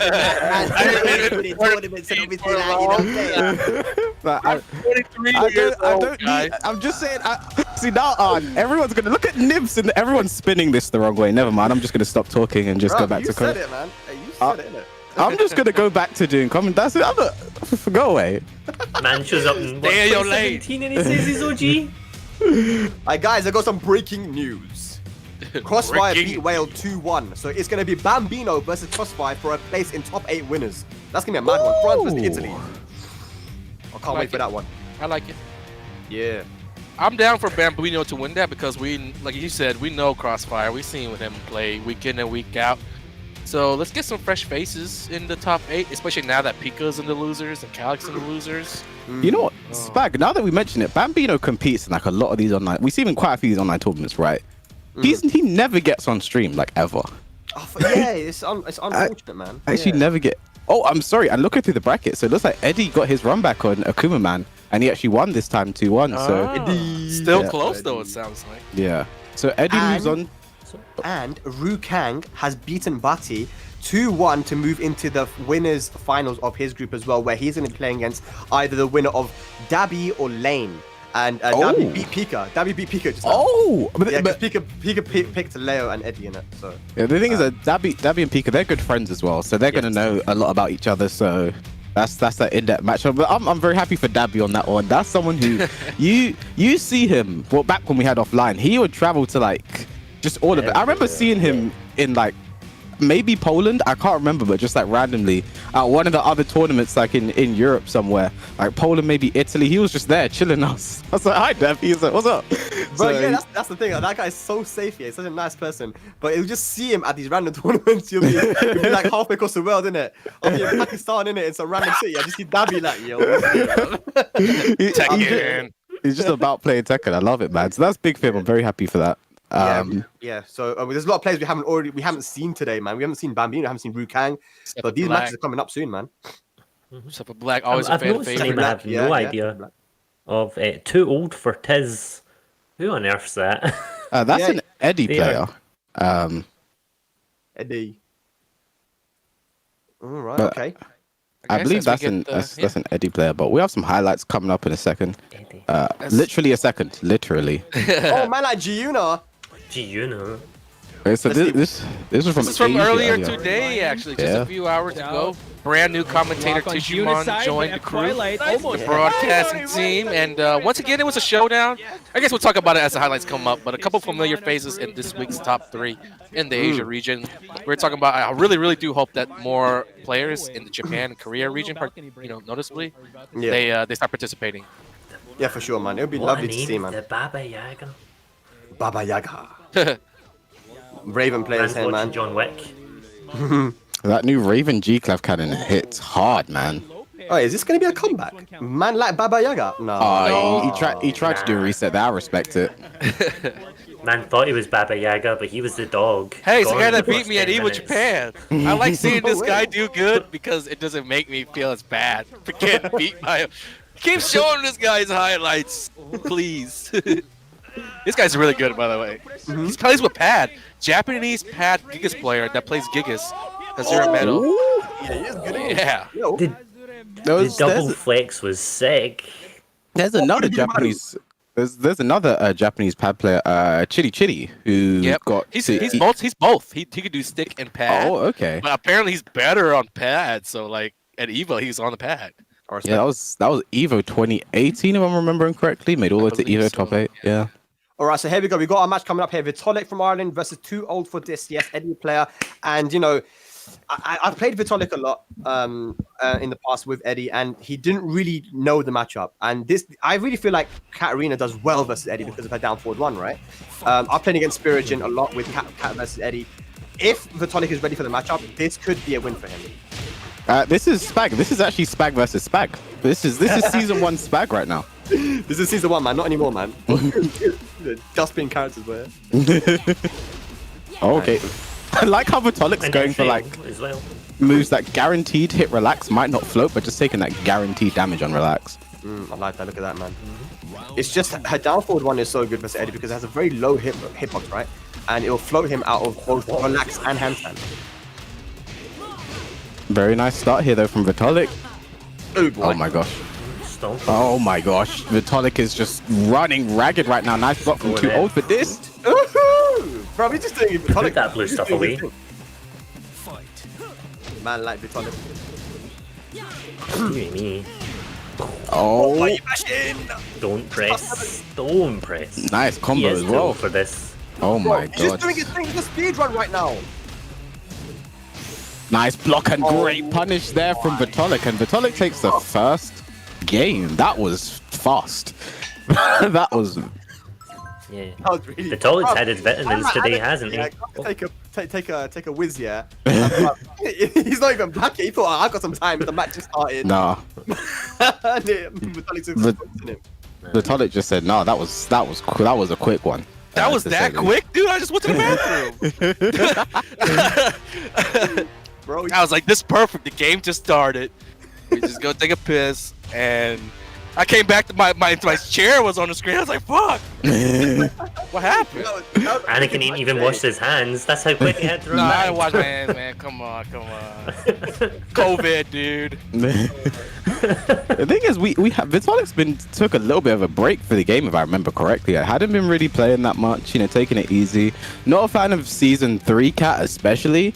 So he just kind of just like, you know, took things easy, took things chill, and now he's back better than ever. He actually beat Tetsu to get to this point, so you know he's definitely looking really good right now. And if he does win this, I believe he goes on to the winners final of the pool to play Eddie. Yep. Oh, that's gonna be a good one. Vitolic versus Eddie. I like that. But let's see if we can get this next match. That was very quick. That was. So yeah. Here's the thing. If you believe in Vitolic and you want him to beat Eddie, you probably need to use the Matcherino code. I've already spirit bombed Eddie with my 50 cent. So Ireland needs to put their money where their mouth is. I seen Murderous Nilo. He's already donated 50 cents, so everyone else can do that to make sure Vitolic's incentivized to win and beat Eddie. Man. I see you guys in the chat. I see the Irish, man. Get in there. Let's get the Matcherino. Get in there, man. Yeah. Yes, and let's hope that, you know, Vitolic can push even further, man. Because hey, we gotta get some Irish dubs in here, because this weekend there's gonna be one Irish guy getting knocked out, man. You know what I'm saying? I don't know. Ooh. That's what I'm gonna say. Ooh. So that's how you're gonna say? That's how I was gonna say. That's what I'm gonna say. Right, here we go. Yeah, sticky with the Eddie here. I mean, like I said, it is a tough matchup for Eddie. The down forward one of Katarina can cause a lot of issues. She has great punishes for even the forward 4. Yeah, let's see if he can answer back here. That was a very quick first match. And Vitolic's whiff punishing was also incredibly on point. Like, finger on the hop kick button at all times. Yeah. But not there. He just gets hit. Straight for the wall too. Yep. By the way, I just Running gave 50 cents. That's literally how quick it takes. Yeah. 15. I was surprised. I was like, damn, Essler's right. I gotta do my part. And that was all it took, guys. So just FYI, you haven't done it yet, shame on you. Shame on you. Spaghetti rip. Oh! Nice block. Yeah, nice block and punish there from Vitolic. Should break this wall here. Yep, to the next one. Yep. Oh, look at this. Great combo there. Yeah. Oh, and catches him. Oh, went for something a bit too spicy, and it's looking like he's going to pay for it now. Oh, can he finish it? Oh, the unbreakable throw. You got to duck that. It's a fight. Oh, great patience. Is Sidewall going to... No. It's over. Sidewall just... No, yeah. This is another speed run. Yeah, momentum is completely flipped right now. Yeah. Yeah, those Driving running through. threes, man. It is reactable, but man, if you're pressing buttons, you're gonna get counter hit. And look at that. Uh-oh.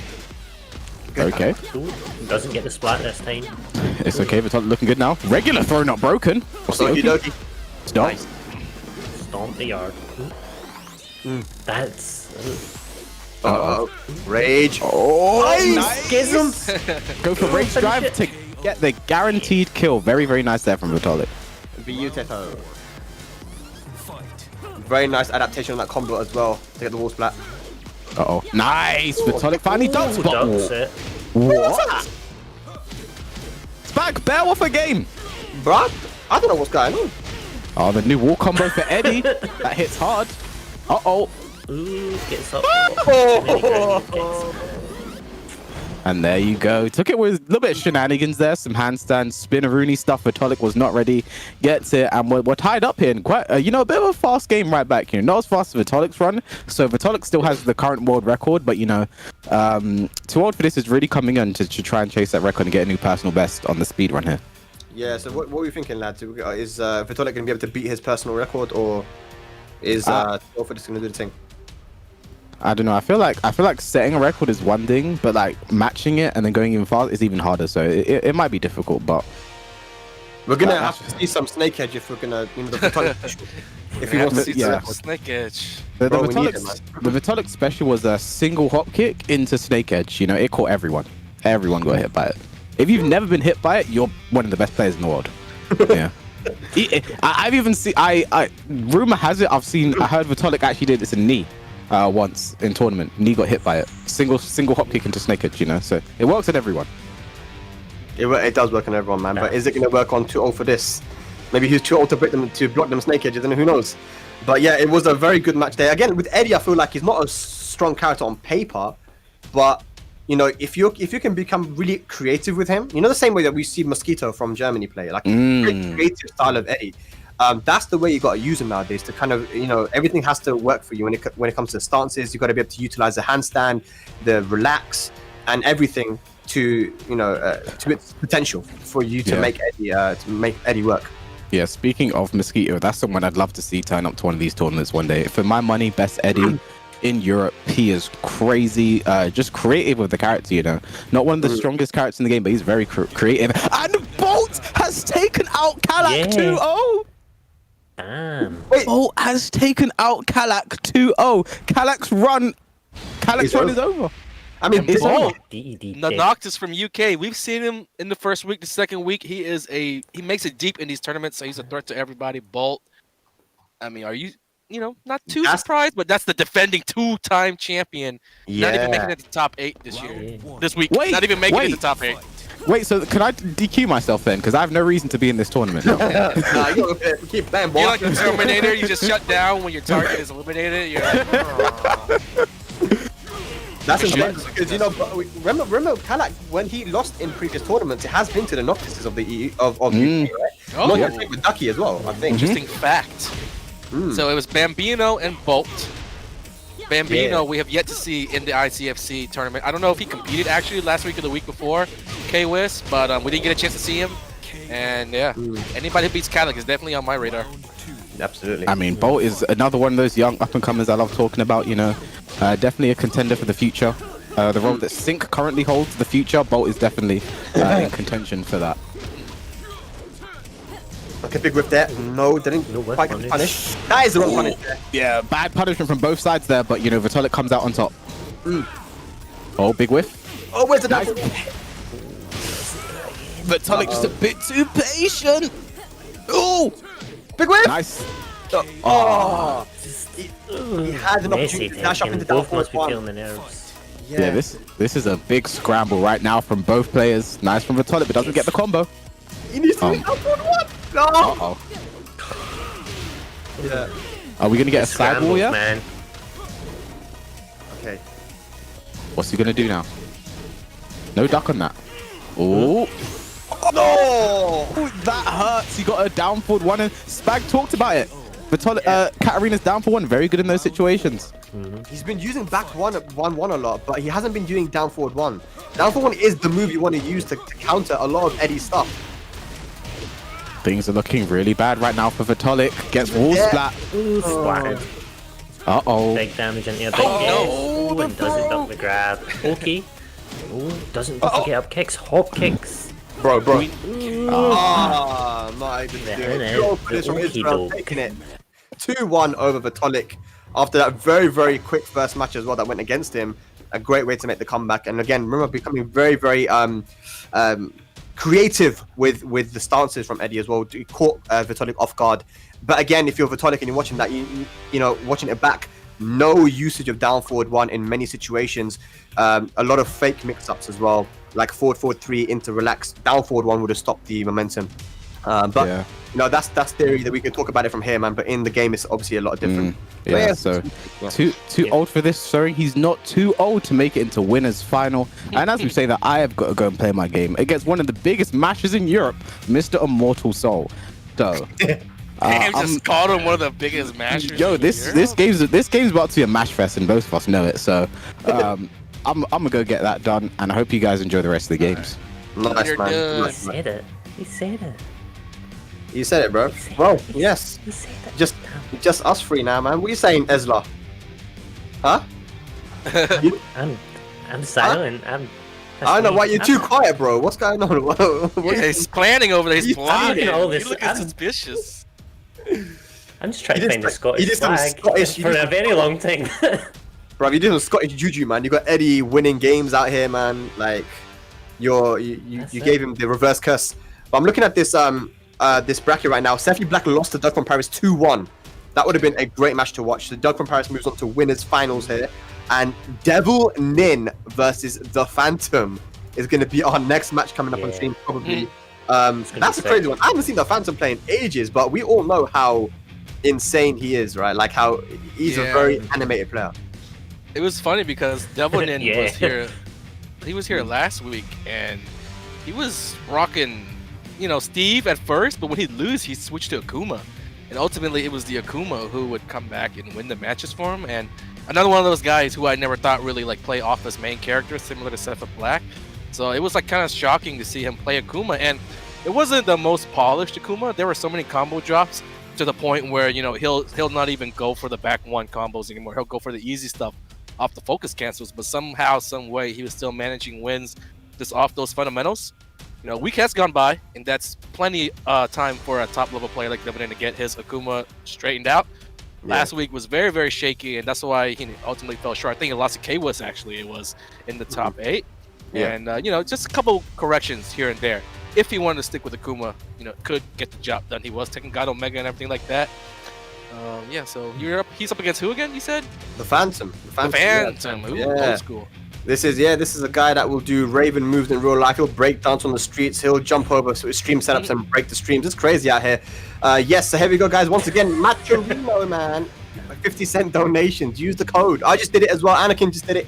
It's very, very easy to do, guys. Sign in, do the thing. Look at that. He's highlighted it as well. Click that button. Click that contribute button. So I'm gonna tell you how to do it since I did it. You click the contribute button underneath. Yeah. And you sign in under the many options. I just signed in under Twitch because I'm already logged into Twitch. Copy the promo code, put the promo code in, and that's that, dude. Like, it's literally like 3 steps. It's so easy, man. But like, here we go. We got Phantom versus Devilnin is going for Steve now instead of the Akuma. I like this, man, because this is the character that I'm used to seeing Devilnin play. It's weird. Like, I would have never thought he switched, but he opened up with Steve, and if it looked like if the going was like rough, then he would switch, right? And right now, I think you said we were still in winner's bracket, so it might not be like the pressure might not be on yet. You know what's crazy, Devilnin. Apparently, his parents don't know that he's a competitive Tekken player, and he would go to tournaments and they had no idea about it. This man's he's so cool, and he's a pianist as well. Apparently, he plays on the piano. That's super cool. That's one of the things I wanted to do when I was younger, but I suck. So the end. The end. That's the end of that story. That's a very short story. I play Tekken instead. Oh man. It's not so bad. All right, here we go. Phantom. So this is the third different, like, high-level European Raven that we have seen today, right? It started with immortalXsoul. Then we saw, I can't remember, it was Charmander. Beat PiKa, and now it's the Phantom. And we were talking about how, like, there's a bit of a changing in the guard. Everywhere you look, there's, like, for all the guys that played a certain character, there's the old guys and the new guys. And the Phantom is one of those new guys. We saw some young guys earlier. Let's see how the old school rocks this character for a little bit. Yeah. Oh, nice. Hits him right out the backsway. And the Phantom has a very unique style of Raven as well. Because he's a very unique person. Yes. Definitely plays with his personality, man. It reflects in the gameplay. Yeah. Phantom as well. I feel like Phantom he always takes really interesting risks. Like, it's hard to describe, but as you said, it plays into his character really well. So he's going to throw a pad at you at the end of one of the rounds. Yeah. Devilnin looking very solid here, looking comfortable. Oh, nice sidestep into block. And remember, Devilnin, this is someone that's probably played against Tishimon quite a lot. Oh, yeah. Back when he was in Italy. Yeah. Tishimon was the Raven when he stayed in Europe as well, so... Yeah, literally. You're going to get all that and more. Okay, nice. QCF4 there, gonna go to the wall. A big boy damage, 114 into back turn. What's the mix up? Goes for the sweep. Nice punish. That's what the Phantom needed. He had a really good start. He just needs to handle his business, close out this round. Otherwise, mentally, he's gonna be so ruined to have like his one shot at finding an opening in this game just completely shut down at the end by Devilnin. That's really gonna suck going into game 2 if he was not able to win this. And it looks like Devilnin. Opportunities missed, but still he's in the game with a double O. Yes, sir. And that's a classic. Yeah. It's a little Raven staple. Always a possibility there after the down back 3. She's a full crouch. You still gotta guess them. Yeah. That down did a lot of damage at the end there, man. Okay. So I think it's down back 3. The jumping low. Yeah, the jumping low. So obviously Phantom is Italian. Does he have him and Devilnin had a lot of offline play together? I know the Phantom goes to quite a lot of Italian offline tournaments when he could as well. Yeah, obviously he's living in the UK, representing UK here, but yeah, he is Italian. I thought he's from Italy. Yeah, I thought he was originally from. Yeah, he is Italian, so I'm sure they played a lot as well. So it's one thing about the Phantom is that because he has such a unique style, he can put you off with his timing and his move choices. But Devilnin looks like he's quite comfortable here. He knows what to look out for. He's been sidestepping well. Having said that, though, it is a final round here. Let's see if Phantom can finish it. Yeah, and it's went down from Phantom lost the first 2 rounds, so he's making the adjustments in real time and making them incredibly quick. Okay, 1-1, doesn't finish it. Big, oh, nice hits him at the air. He tried to convert off the airborne, but there was too much. He tried to do a too slow of a move. Yeah. Unfortunate trade there for Devilnin. He was probably looking to close it out there. He gives Phantom an opening. The float, no conversion, so mistakes from both sides. Oh my god, right under and uses rage drive as well. He's gonna have to use it. The whiff. Man, mistakes. No. What a down forward 2. Did that beat Raven's jab? That looks crazy. But yes, Devilnin will close it out and prevent the reverse sweep. Good first game, and I don't think Phantom is not the Phantom is not going to pick any other. It's crazy. He knows the hand signs, bro. He knows the hand signs and everything. He does the moves. I remember one time he beat, I think he beat Asim out versus fighting, in 2017. Man did up forward 4-4. He did the move up forward. That's not an easy move to do. What the? Bro, he didn't just do the up forward 4. He did the 4-4, bro. He did both of them. It sounds crazy. And you can't call him Phantom. That's what I make this mistake a lot. He looked at me like, it's the Phantom. I'm like, oh, okay, it's the Phantom. He gets serious. You can't say Phantom, guys. I'm telling you guys, if you ever meet spot on. Yeah, can't say a Phantom. It has to be the Phantom. He's very serious about that. But yeah, he is down 1-0 here, and he's probably going to go to an infinite edge. And this is something that I've seen a change from the Phantom around 2018, I would say 2019. I don't know. Like, he used to be very aggressive, then he changed to being more of a passive player. He liked to go to the infinite stage, used up forward 4. And other keep out moves just to keep you out. And it was a change that he made in his playstyle, which put a lot of UK players off. It's like, what the hell? The Phantom's completely changed his playstyle here, but Let's see if he goes here. I haven't seen him play in a very long time, so I'm interested to see if he's still going to go to that infinite stage. Honestly, I feel like when it comes to the Phantom, I feel like we've seen the best of him in Tekken 6 and just earlier Tekken. So trying to just struggling to find that old glory, those old reactions and skills and everything like that. But he's definitely still always a threat, just because he has all the knowledge, all those experience years under his belt. What's up, Famous? Yeah. What's up, bruh? I just feel like my motivation's gone now that Kalak's out. You know, I'm just not a fan. But you're still in, though, innit? You gotta keep going. Oh no, I won, of course. But yeah, I'm just. I already knew that. I just feel like my motivation. Oh, actually, my next game is Akuma Man, so that's a big game. And Ooh, it's like watching two celebrities fight in celebrity boxing. It's like, damn, I commentated with this guy, but this other guy came out last week and beat Eddie. This shit's crazy. So it's like a super fight. They call it a super fight. That's going to be a good game, and apparently I have to go and play that now. Never mind. So I'll see you guys later. Damn. Thanks for the update, bruv. Yeah, no problem. That's all I'm here for. We need the picture-in-picture. We gotta have that second setup. So we're adding things to the stream. We're adding the ticker. We're adding things. Let's get that picture-in-picture when we want to see K-Wiz play on the side. The K-Wiz cam. K-Wiz cam. So, Phantom, it says the Phantom Guinea. Is Guinea some weak stuff as well? Probably, bruv. I don't know. I ain't no weeb. I just know Ghanaian. Yun's super. I ain't no weeb. I don't think it's that. Nice punish. Perfect there. Do not let the Phantom hear you say that, bro. Have you seen the size of his hand and the size of your head, bro? His hand and the size of your head. With the up 4-4-4, bro. And as you said it, he goes with up 4-4, but Devilnin gonna finish it with the wild side 1-2. Beautiful. Ooh, caught on this time. He blocks it down back 3. Notice how, you know, the Phantom did go to the infinite stage, playing a bit patient here. Big chunk of damage. Ooh. Just feeling them out with the jabs as well. I feel like the Phantom needs to take a little bit more of an offensive approach here, but what Super Akuma, when he was talking about how he likes to play against Steve, was saying he likes to dash in and block Steve and then take the advantage after Steve loses his turn. So it'd be interesting to see if that's what Phantom's trying to do with this kind of stutter jabs as he moves in. It's a very interesting statement. Steve losing his turn. That is, I'm gonna have to research that. I have to look into that. It wasn't me. It was Steve can it was lose Super his Akuma. Steve can lose his turn. Well. Oh, try to punish. Nice back. The movement right after. Oh no way! No. Plenty of time left. Uh-oh. Hold these pluses. Nice. The slow-mo. Yeah, goes for the backswing off the running 2. Oh, gets hit by the last hit of the string. I really wish we would see Devilnin Steve more, man. Looking very, very good here. Yeah, it was just like last week. Well, I don't know. Maybe he was just off with the Steve. Maybe his combos were on point, but he had to go off of this character a lot last week. Right. Crouches. Doesn't get.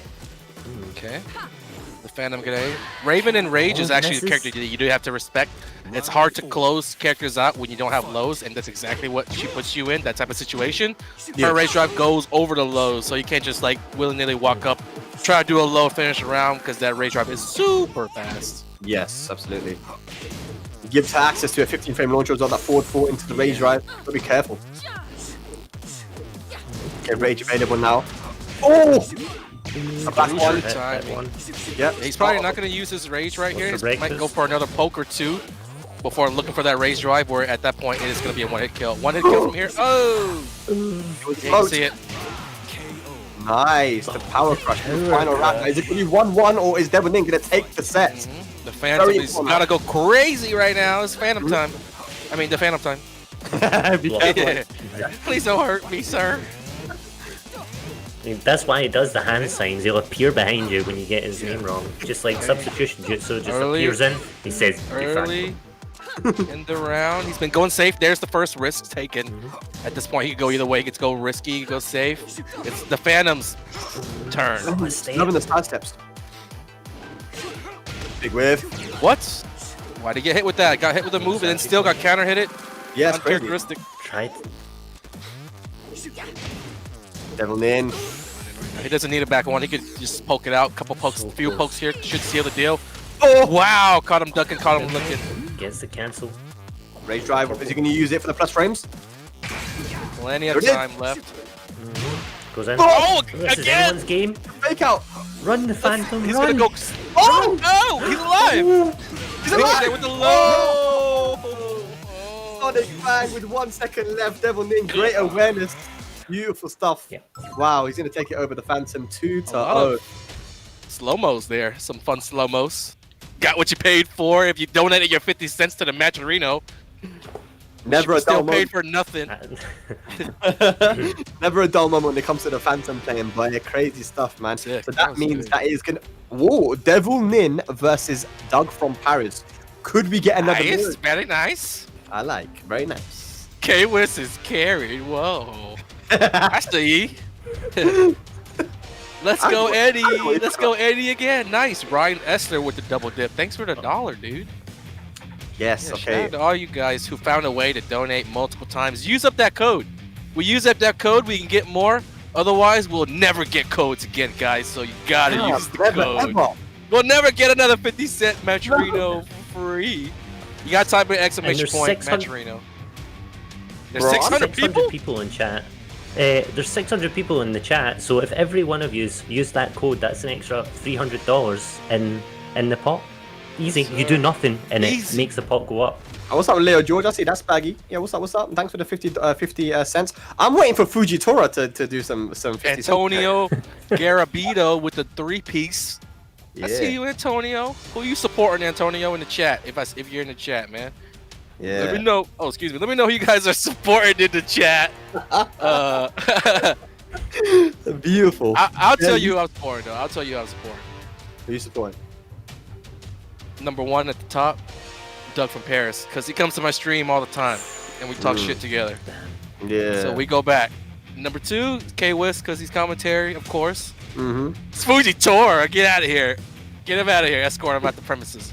Anyways, yeah, number 1, definitely Doug from Paris. I'm a big fan. I love Steve, too. And then K-Wiss. And then number 3, I don't know. I was about to ask you guys earlier, like, where the Jack players at, dude? I've been here 3 weeks now. I haven't seen a Jack player. I was about to say right now, Sephi Black is playing against Dante right now in the loser bracket. Okay. That is a Jack player from Birmingham as well, so he's part of the same city as immortalXsoul and Eddie. Very, very strong player. He actually beat Gunny in the mirror match at an offline tournament in 2019. This guy is definitely one of the best. Yeah, what the hell's Goody been at, dude? Actually, I don't France is know. pretty strong. I forgot about Goody. I actually Kalik haven't and all these seen other guys. Just, Yeah. yeah. I don't Yeah. know. I don't know where Gunny has been. I need to ask if anyone knows. He doesn't play Doesn't anymore? play anymore? What? No way. I don't know. Maybe he'll Anyways. be back later on. Maybe he's kind of lost, burnt out a little bit because he was grinding the game before, man. But either way, Dante, one of the best, if not the best Jack player in Europe. Okay. So he's He might be killing- my number 3, yeah. Yeah. Let's see if Hopefully he he can. makes it. DJ Vu, Hard. also in the bracket, drowned Oh, quite yes. quickly, but he's a big Jack player. Well, he plays a Bog and Bob, but he also plays Jack. Boggin- He is Where is he right now? He's dead, Ah, DED, gone. But yeah, he's a big Anakin fan from what I remember when I Who, first Dante? started playing Tekken back in the day. He used Is to that play Jackpot Dante? No, right? No, Jack player. That's he other didn't play Jack. No, that's the Swedish Yeah. guy. Okay, Yeah, okay. We've got very interesting matches happening in the losers bracket right now. We've got Whale versus Bolt. So Whale, who lost the Crossfire 2-1, he's playing against Bolt right now. So that's going to be Asuka, probably Asuka Lars versus the Noctis. And of course, Bolt beats Kalak 2-0, man. Crazy stuff there. So we'll see what happens there in that match. In the winners of that pool is Bambino Crossfire, which I'm hoping will be coming up very, very shortly. That is going to be on stream. Okay. Interested to see if there's going to be Bambino using Kunimitsu, because I know he plays so many different characters. He's just a very strong fundamental player, and if you ever talk to Super Akuma, he'll just have all the right words, all the songs of praises for Bambino, man. I mean, it is the guy from Marseille. He considers him to be number 1 in the region, right? So yeah, we'll see. I agree to everything that Spag just said. Where'd you come from? I'm just here. I'm here, man. You know. You saying, bro? It just popped up. Yeah, I had a good game with Akuma, man. won it 2-0, but he's You can tell. really You can good, tell man. when K-Wiz won the match. I know how to tell. I'll tell you guys. I know how to tell when he comes in all like- cool. He tries to make it look like he lost. He's like, Next time, I'm just gonna come in and Akuma just like, sucks. I I'm want just- 2-0. throw my That's pad him. across. Yeah. But yeah, no, He's so like, I that just was told him I've been about a while. He forfeited. He knows who I am. Next. but yeah, very good Commentator showing. chemistry. Oh yeah, is Super Akuma in? I was just about to say. Nah, he's I'm assuming not. he didn't enter this week. No, Right? He's not competing this week. But yeah, Akuma man, definitely someone who really shocked us last week. So, you know, I assume he'll be back next week to have another big performance. So that's someone to really keep an eye on. I'm a fan, and I remember it was last week. He was really a big fan too. Danarai. He's talking about making merch and shit. I was like, damn, dude, calm down. Yeah, Sam Ding as well. They love that guy, man. Oh yeah, So it was Sam the Ding that was talking Yeah. about it. Yeah. they definitely got to come back for this guy. Yeah. All right, that's interesting. You're gonna have to play against Vitolic next, huh? Curious. It's gonna be fun, man. Fun game. Do I? Oh yeah. Oh, me and Vitolic have history, man. When we play, we just mash. You know, it's no defense, just vibes, just mashing. That's all it is when we play. So that'll definitely be fun. Akuman says, Kairis, No, mentally, I it's was just dead because of my loss versus Eddie. That happens. That was me last week when I lost to Kalak. I was mentally defeated. So it happens. But it was definitely a good showing. And someone I'd like to play later on down the line as well. So that's like this is the Belgian scene is something we don't really see much of them, right? Like only really PiKa's turned up in these tournaments and putting a good show. PiKa's like 18 or something. So super young. Back in the day, Belgium had strong players, man. Neo Ninja, Jin the Best. Jin the Best was one of, even now, the guy is very strong, but he was one of the top guys in Europe. G-Star, like these guys, they're strong players in Belgium. But now the new school coming up, Yeah. man like G-Star, you know what I'm saying? But yeah, man, they had some strong players in Belgium. This is what I love about commentating with Spag, like, because if I don't know something or whatever, I'll say something. Spag will come out with some lore from 50 years ago. Like 50 years ago, this man he made a secret with a witch, a secret deal with a witch, and that's why he's so good now. That's why he always delay hop kicks this way, because of the. He invented the wheel. That's how. Wait, What's up with Daniel Mallow? You gotta go? I think I have to play my game now. Hold on. Play your game. Don't get DQ'd in it. Okay. I will DQ you. DQ on the I will street. DQ you. You don't understand. The thing is, I'm just upset that Kalak's gone. So this is depressed Wiss. Oh, Rukang's. Rukang Lain. Oh, I okay. want to watch this game, but I can't keep Vitolic waiting. So Yeah, go and play Vitolic, man. Have fun. Don't get naked. Okay, so Actually, yeah. I feel like the first thing to say about we talked about the statue, we talked about the Maturino and everything, but another piece of the prize that all winners from all three regions are getting is the hand painted canvas oil painting by Rukang's father. Yes. So on that picture, we'll probably show it in a second, but like Yo, he had what? that kick-ass Yeah. Bob painting that his father made, and the winner is going to receive a painting of the stage of the character's choice. So that's really cool stuff. You guys will know it when you see it, how cool it is. But Very, that's very not part of the cool, prize. Rukang's dad's a painter? That's sick. Yeah. Yeah. He painted the Bob Pit painting for him for Christmas. Yeah, and people were very impressed by it. And Rukang's dad loves to paint. He just enjoys it so much, and now he's got an opportunity to provide prizes for people for ICFC, man. Great stuff. That's sick. That's really sick. Yeah. Oh, good punish, Lain. I was just watching like a highlight of Rukang doing a bunch of hell sweeps because we had to vote on like the best moments from the Tekken Online tour last year. Yeah. And one of the best moments was like him making a comeback on some dude by doing a million hell sweeps. I definitely voted for that. The Pez Charlie versus Rukang. Yeah. That was I remember that. Hella voted for that one. Yeah. That shit was good. Yeah, that's the thing about Rukang is that even if he has a pixel of health left, he doesn't lose his confidence. He'll just know that there is still the opportunity to get the job done, and he'll calculate, he'll do what he has to do to get the job done. He does it very often. Again, this is someone that's beaten people like Nobi in tournament at Master events. This is crazy. In Dubai, he put him into losers, man. Rukang is a veteran player in the UK. Yes. So those are the players that like. If I'm right, Oh, sorry. Go ahead. Sorry, he often went to Dubai, didn't he, as well, quite regularly, and got to play against Al. I'm sure remember that from the Tag 2 days at the very least. He went to Dubai and played Al, didn't he? Yeah, it was the same tournament where Arslan beat Knee for the first time. He regularly go to that tournament there and play against you guys. Hey, what's up with this other guy though? Yeah. Anyways, what's up with this guy? Enough about King. Yeah, so this is a player from Barcelona. Grinds out the game as well a lot. Plays like tons of lobbies. Alisa, of course, a very strong character, but he knows how to utilize her to her potential, right? And I feel like we see a lot more Alisa these days as well. Yeah. But to stand out as a good Alisa just means that bit more if people know who you are and that you're grinding it out. So it's a good shit for me. For sure, man. Look at that, man. One more hit can do it. The low parry. Lain taking over Rukan. We were just singing songs of praises for Rukan the whole time, but Lain doing the thing. And there it is, guys. Mario, Rukan, and his father. And there's a painting that he painted for him for Christmas. And Rukan's father will be providing prizes for the winners. A oil paint. Their own custom painting, basically. Yeah, of a Tekken stage. What would you pick? What would be your Tekken stage, Anakin? If they would let me go back to previous Tekkens, I would love to maybe have like the arena, like the Tekken 4 arena was one of my favorite stages of all time. As a kid, playing Tekken in the arcades, I was like 12, 13 years old, 11 years old at times. So that was a big part of my childhood. Just remembering that song being played in the arcade, just blaring. It was super loud in there, you know what I mean? So you only hear certain select sounds, distinct sounds of your local arcade. I'm sure everybody has those sounds. So that was just what played a lot. I would love that stage. And then Tekken 7, I really like Brimstone and Fire. I don't know. It's weird. What about you? Yeah, I don't know. I like Brimstone and Fire as well. I think that'd be a cool one. Apparently, they're not.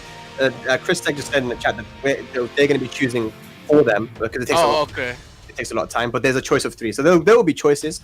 Steffi Black is just gonna give him a raid. Does that mean he lost his match versus Dante?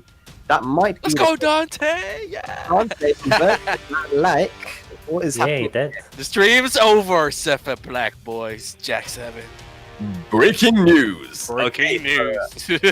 Dante has beaten Steffi Black 2-1. Good stuff to him. I wonder if Dante's using Leeroy now, because I know he's playing Leeroy a lot, but I think he might have recently gone back to Jack. Jack was the character he's been killing it. He's got to do it.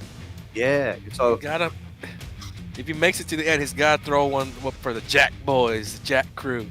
I mean, yeah, I don't know. Play what you want. You say he was playing Leeroy?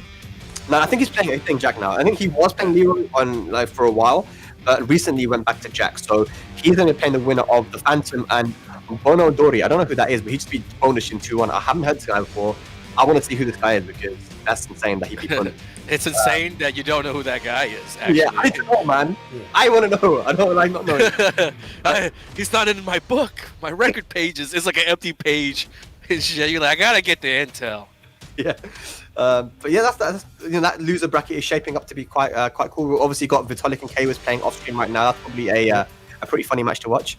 And so Rukang right now down 1-0 against Lain. And again, Lain, like I said, Barcelona player. And the Barcelona players, man, they are very, very strong. They have a lot of character diversity and strong players that have been playing for many, many, many years, veterans and new players. So Lain, one of those guys that just grinds the game, and he is a character specialist. That Alisa is his character, right? So that's why we're seeing all these cool tricks come out here. So Chris Seg also said in the chat that he'll let us know once they have something to show what stages it's going to be. So nice. Papa Kang will have some nice paintings, hopefully of Ganryu's boat and Snoop Dogg stage and the one in Holland. Those are the 3. I have secret knowledge. He's a big tag. And the music video, don't. I totally forgot, man. I forgot as well. I didn't want to rub it in everybody's face. Homie. I was in a music video with Snoop Dogg and we chilled together, guys. Damn, I didn't crazy, bro. The flex. Anyways, speaking of Spain, has Kuiper been playing at all, or? I don't think on. He told. I got tired. I can show you guys on stream, of Kuiper saying, "I hate to play online. I don't like online. No. Only offline." You know what I'm saying? So I don't know. Maybe Kuiper's been to Atlanta, so I gotta cheer for Kuiper. Yeah. Kuiper's sick, man. All right, let's go. We got to the Duke stage in Saudi Arabia. Rukang choice of stage every single time. Yeah, I like this stage. I'm actually a big fan of this stage. It was one of the first ones they showed off for Tekken 7, wasn't it, quite early on? Yeah. Nice. First round to Kang. And once again, remember, Anakin, you said that because the crouch dash 1 is definitely a massive buff, right? That is the launcher on that hit now, but in a way, it can also open up opportunities for you if you know that your opponent's right. Everybody was talking about, man, this is so overbuffed when the releases and the patch notes came out.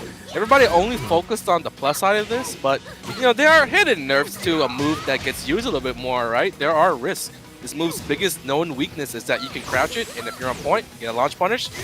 So it's not like a move that you're gonna be able to use twice as much, 3 times as much around, because the more you use something, the more opportunities, of course, you give your opponent to punish. And right now we're tied 1-1. We're not really seeing Rukang spam crouch dash 1, right? If it were that OP, like everybody was saying, he would just do that non-stop. But you still have to calculate, you still have to pick your spots, and it just works like it does in Tekken 6. And it wasn't like that move was so OP in that game either, so people were kind of overreacting.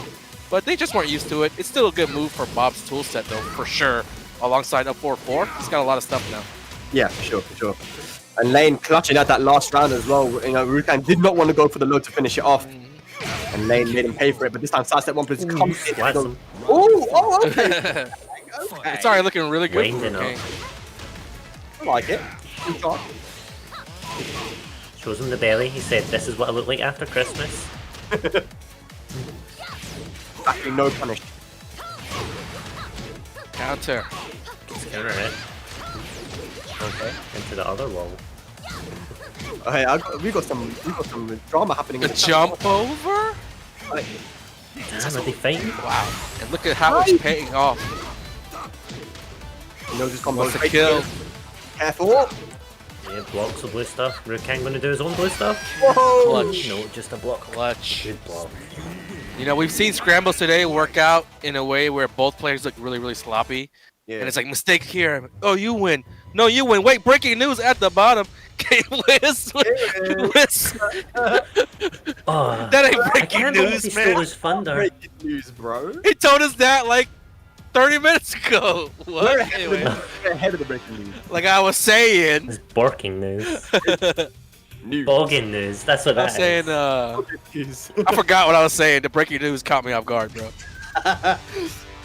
All right, yes. I mean, we got Black Kazama right now in the chat. Yeah, this is a top from Spain as well. Yeah, from the same region as Lain, and he's saying, "Vamos, yes, Rukang, vamos." What's going on, bro? This is not your. Damn. Okay, I'm not even gonna ask because I don't want to know. But man, that's kind of crazy, Black Kazama. What's going on here, man? But yeah, Rukang is cheering on your actually mans. Peruvian. He's actually Spanish speaking himself. Like obviously living in the UK. He's from London, but if you guys don't know. 1-1 right now. You know, I used to think Rukang was from Manchester because he repped the NBA for so long. Yeah. I was like, wait, he's from London? Oh, it was years ago. It was pretty funny, innit? As for a long time, Rukang was Manchester's best player, but he was from London. Say again?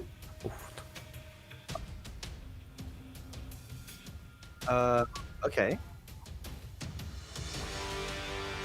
All right. Okay. So I don't know, but we're waiting for some more breaking news, innit?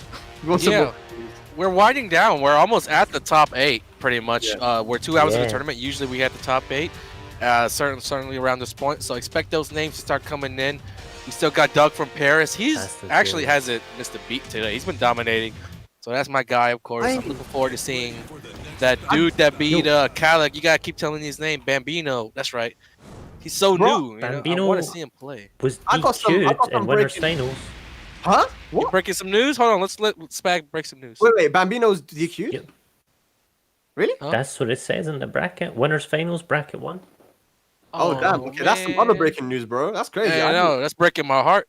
Yeah, that's breaking my heart too. We wanted to see Crossfire versus. But also, Bondori has beaten Bonus Jin and The Phantom 2-0 in a row. This is the guy that you don't know anything about, I right? don't know who he is. I don't recognize the name. But okay, cool.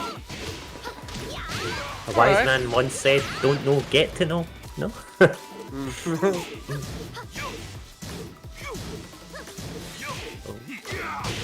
The hell, First all of us round. have been- all of us have been shocked. And again.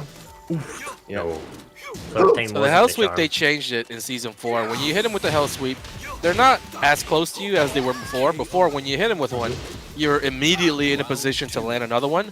As you see now, whenever Rukang is going to land a hell sweep, they're going to go spinning, flying away a little bit further than usual. So he's going to actually have to make up a lot of ground, which does leave him open to, you know, getting countered and getting attacked just for trying to close that ground. That's how that's going to play out now. Yeah. Oh, nice. Threads the needle there. Beautiful whiff punish with the hop kick. Lain gonna even at this. Actually, gonna get the life lead here in the second round. I love the use of down 2-1 as well. That's an understated buff as well to to Bob. -9 now. Oh, what we got? Careful, careful. Rage drive available. Good patience from Rukang and blocks the Lain. Great block there from Rukang, and he is 1 round away. This is the winner's final, right? So this is to get into top 8, winner's side. Yeah. Yes. Winner's fine. Oh boy. Is Lain gonna be able to man, make the he's back. comeback? Nice We'll get the update from K-Wiz, but I'm pretty sure I know what happened. There we go. That was sick. Nice. That's Lain not out yet. Alyssa's version of capital punishment going over the get up kick there. Very nice. Capital punishment. That's a good one. That's funny. Just feeling each other out. Big whip there, back one. No punish, No Rukang. punch goes for the grab though.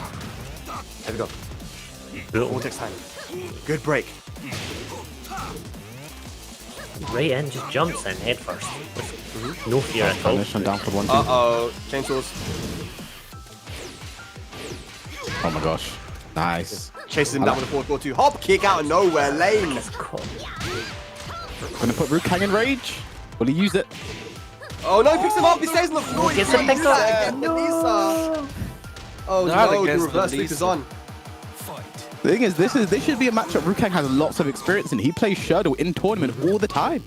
Bravo, it doesn't matter. It's Alisa, isn't it? Yeah. She's gonna shine your shoes are gonna get shined, and that's it. Exactly. Wow. And there she goes again. Oh, doesn't finish the sweep. Yeah. Now Oh, 3. big whip. Nice. Oh, gets the float. Very nice. It's And gonna be a floats combo. her. But the rage is available here. Blue stuff Lain, though. can he use it? Wake up, Blue Down Star. 4. Get her hit! One more chance for Rukang. One more chance, guys. Is he gonna spring kick? Oh! Lain with the clutch. He rushed the wake-up kick right there. Got pressured into it, man. It was crazy stuff. The thing is, that's classic Rukang, because in my head I was like, he's gonna spring kick here, and you know Lain was expecting a get up option as well, and good patience and ends it with the boot elbow. Ouch. Rukang moves into our loser side, I believe. He's not done yet. He's not done yet, right? This is Rukang we're talking about. This is Rukang. I think he panicked a little bit there because at the end of the day, he went for the low after rage drop so many times, and he did it again, the kind of no mix up. But if he had just stood there and taken the low, I mean, the mids will obviously do more damage, right? So in that situation where you had a life lead, it would have been, I mean, obviously hindsight's 2020, but maybe just standing there, just being patient, being like, I'm gonna block the mid if it comes, if the low comes, whatever, I'm not gonna die, right? So yeah, unfortunate, very unfortunate, but good stuff to Lain though. And once again, guys, the match arena has been a bit stagnant in the past couple of games, man. Guys, let's get this over 300, man. EU, man, EU ICFC week 3, guys. Get your promo codes in there, and let's get that higher as possible, high as possible. We're kind of slowly reaching the total that we had last week. $300. Yeah. And we're just $49 away. You know, we got to use up all the free codes that we can, just so they'll give us more free money. So anyone watching right now, it just takes 15 seconds. Go to the link, !match arena in the chat, and hit that contribute button that you see at the top underneath the prize pool total. And again, a big shout out to everybody who's contributed the free 50 cents, especially those who found a way to hack and do it multiple times. Yeah, I think I saw Ezla. I think I saw Ezla twice in the. Hey, Spag, what's that? Spag. I don't know what that is, to be honest. Spag, what's that? I have no idea, bro. I don't know what you're talking about. I'm not, what does that mean? What does what mean? You know what, Spag? I used to think we were friends, but you give me this real hostile attitude sometimes, and it just makes me feel like a certain type of way. So maybe I wasn't talking about Tekken, innit? Maybe I was talking about some other game. Oh wait, I just tried to use the code myself, and it's completely been used up. Nice. Ah, okay, All nice. used up. Congratulations, guys. Good Well done, well stuff. done. We got it done early before top 8 this time. We're on good pace because last week we hit 300 literally just before grand final. So if Yeah, you guys- and we cheated. We had the sponsors put in 100 that was hitbox. that was with the help of Hitbox. So It no was Hitbox cheating. help. No Hitbox help this week, and what you guys are doing fantastic. We're on pace to beat last week, so make sure you keep coming. And I think I have to play my losers final match now. So it's Who's against that? it's against Against too old for this, the Eddie player we saw earlier. Oh, you got this. Yeah, You I got spoke this. to Vitolic, and he was like, "You have to play him. Be careful of his connection." So you know, man. I'm used to that at this point. So I'll see you guys in a little bit. Nice one, man. Nice one. All right, so I got some more breaking news. Yeah, some more breaking news. You do? Yeah, got breaking news.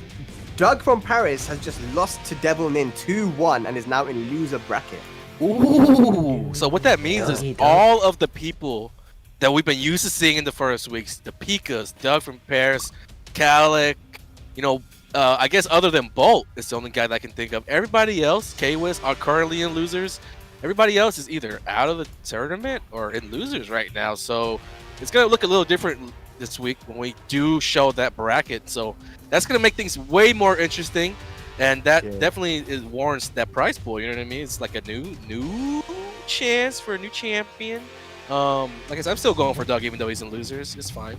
Yeah, I mean, if we're looking at the winners side of top 8 is already set now because we didn't get to see Bambino versus Crossfire because apparently Bambino got DQ'd for some reason. But so that now means that it's going to be Crossfire versus Devilnin for the first winner semis, and the second one will be Lain, who we just saw beat Rukang in that clutch moment, going up against Eddie. So we have 2 Italians, Eddydy. Spain, and Eddie made it into winners I think it's Eddie's tournament then from here on out because he's in prime position to kind of just do what he expects himself to do. For sure. I mean, like we were saying at the start of the stream, right? That Eddie is still that guy that wins online tournaments, right? He wins so many of them, even if he's like not done so well in the past few. That doesn't mean that he still isn't going to come back and just play really well and get the dub, right? So he's on course right now to do the thing.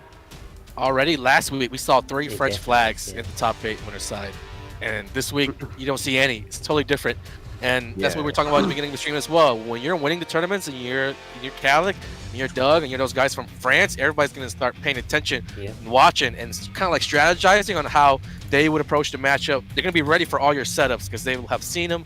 They're ready for them, so it's going to get tougher for these boys as the weeks go on. We're only in week 3 right now. We're like halfway to being halfway there, right, throughout the season. It's a very, very long circuit, so early on, the French took it. So today we might have a new champion. Eddie's looking like the guy right now. Absolutely. EU, like I said, it's so interesting out here, man. You never know. Yeah, you never know. Like the results are so. Something Fergus has always said is that one of the most stressful things that he had to do when he was competing in Tekken World Tour in Europe was that he goes he really wanted the Americans and other people to understand how stressful it is because you never know who's going to show up. Now. You know? Yeah, it's cool, man. It's fun to be a part of. And look at this, Devilnin's Akuma.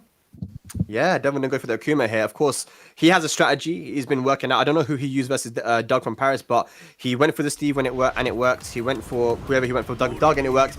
Here versus Crossfire, he's going for the Akuma, and Crossfire picking Bob. Round 1. Top 8 winners action. Let's go. Italy versus Italy. Goes for the dive kick right at the beginning. No fear. Down 4. Just sweeps him. Yeah. Nice. He won in to close the gap. Ooh, get DP. Yeah, that's one thing that you don't want to. You want to be really very careful of being too aggressive versus Akuma because you will find yourself within his optimal range, right? If you're too aggressive, too in his face, then down 3 is going to be clean hit very often. Yeah, and that's just backdash. Just a great man once said. Yeah. Just backdash. Trying to Only close we it, knew. standing free. Oh, he tried to interrupt. Okay, good Oki, Crossfire, working on the comeback. Both Nice. giving each other a bit of space. Down 3, as you said, got too close and he punished for it. Okay, 1 bar meter around. here. No dive kick system. Might try to save it though. You never know. Because no. He dropped it, but he's going to get the Reset. demon flip too. Yeah, nice. No. Italian resets. That's what that was. More layers in a lasagna. Let's go. Okay, nice. That's the Super Akuma setup there. Nice. Okay, Devilnin running away with it right now. But Crossfire, he's made so many reverse sweeps in these tournaments. Wouldn't surprise me if he was able to do it again. Doesn't use the meter to get that into that jab into a combo. Maybe wants to save it for a punish. Nope. Goes for the down 1-2. Yeah. A lot of drops there, but it doesn't matter. Devilnin still cashing in with a lot of damage. Are we gonna see Crossfire and lose a bracket? That would be crazy. Not that crazy. Man, like Fujitora. He went straight to the Akuma this time, huh? Yeah. Italian knowledge. He must know something about the matchup, or know something about Crossfire, or Fujitora. So that's a 3-round straight there. So yeah, apparently Bambino got DQ'd because of, I don't know, some sort of misunderstanding or something. I'm not sure, but hey, you always got to be on point, man. Yeah. Bambino, yeah.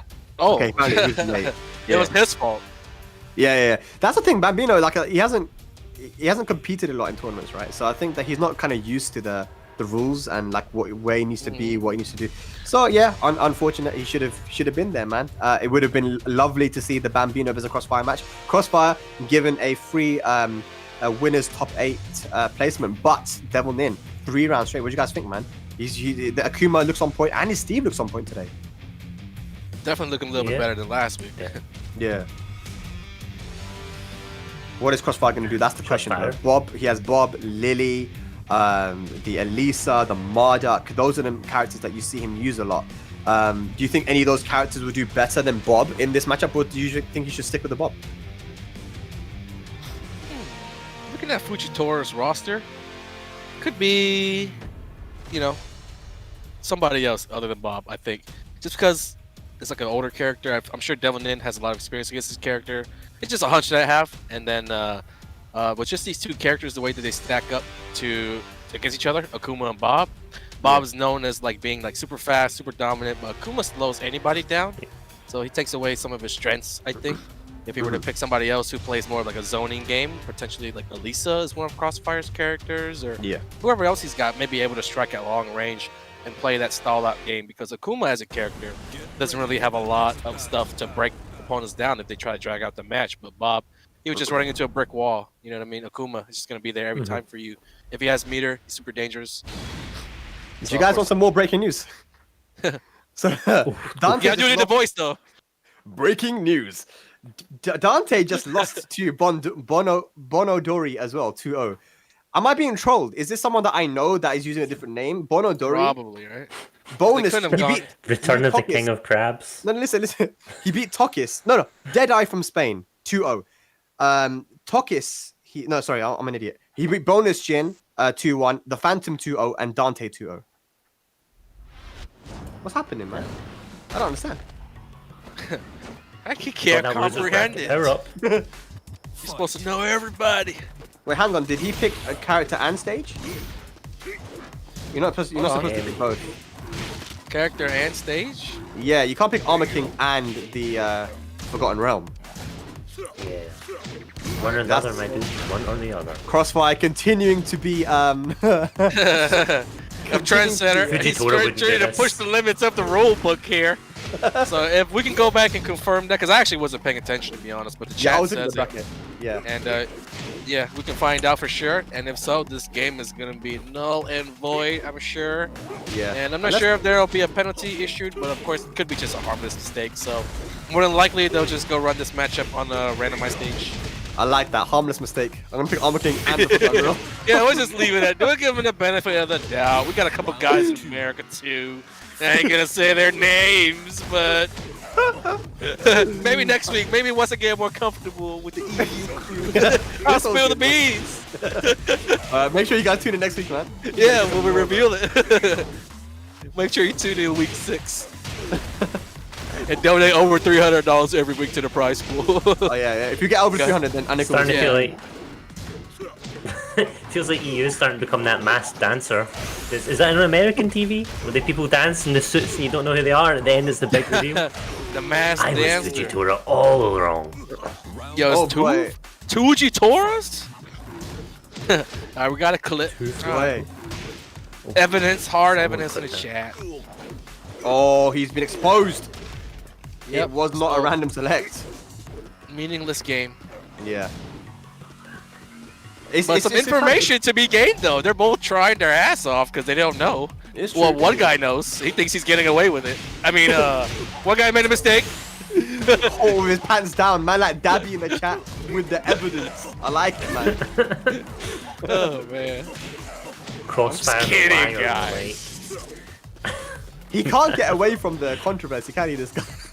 This guy's controversy king. The magnet. Yeah. 2 bars on meet ahead for Crossfire. Let's see if we can make him come back, man. So controversial, man. They gotta let him back in. You know what I mean? It's like a polarizing figure. Evidence.zip. Post in the chat. Anyways. Damn. Yeah. Man, we should analyze this kind of because they're really going at it for no reason, huh? Yeah. Oh, Nice nice punish. punish there. Yeah, yeah. Of course, that I was hope a change. Crossfire wins because then he'll be extra mad. Yeah. And Devin will be like, nice! He's sick. Yeah, I'm like, okay. He gets the extra information. Yeah. Certainly. Oh, nice. That's at 2-1. Ultimate Oh, online boy. deck. The And full is he grab. gonna get the win? Damn. The win that's not a win. Oh! Oh! Oh! Okay. Oh, see, use your meter, kids. That's what you get. You win the rounds. Shown by a true OG, Devilnin knows how to manage the meter. They do it in Street Fighter. They use the meters just to get the chip kill, you know what I mean? So if they're going beyond, they're going to those limits to get kills, do not be shy to use your meter. There was a match earlier where, can't remember the Geese player that lost, but then ended up winning because he used the meter, you know what I mean? Like, Yeah. can't remember that match, but I remember that. The SquishyBanana. Yeah, SquishyBanana. Alright, breaking news, guys. A match doesn't count. Not so breaking break. news. All for no. Right. Alright, there we go.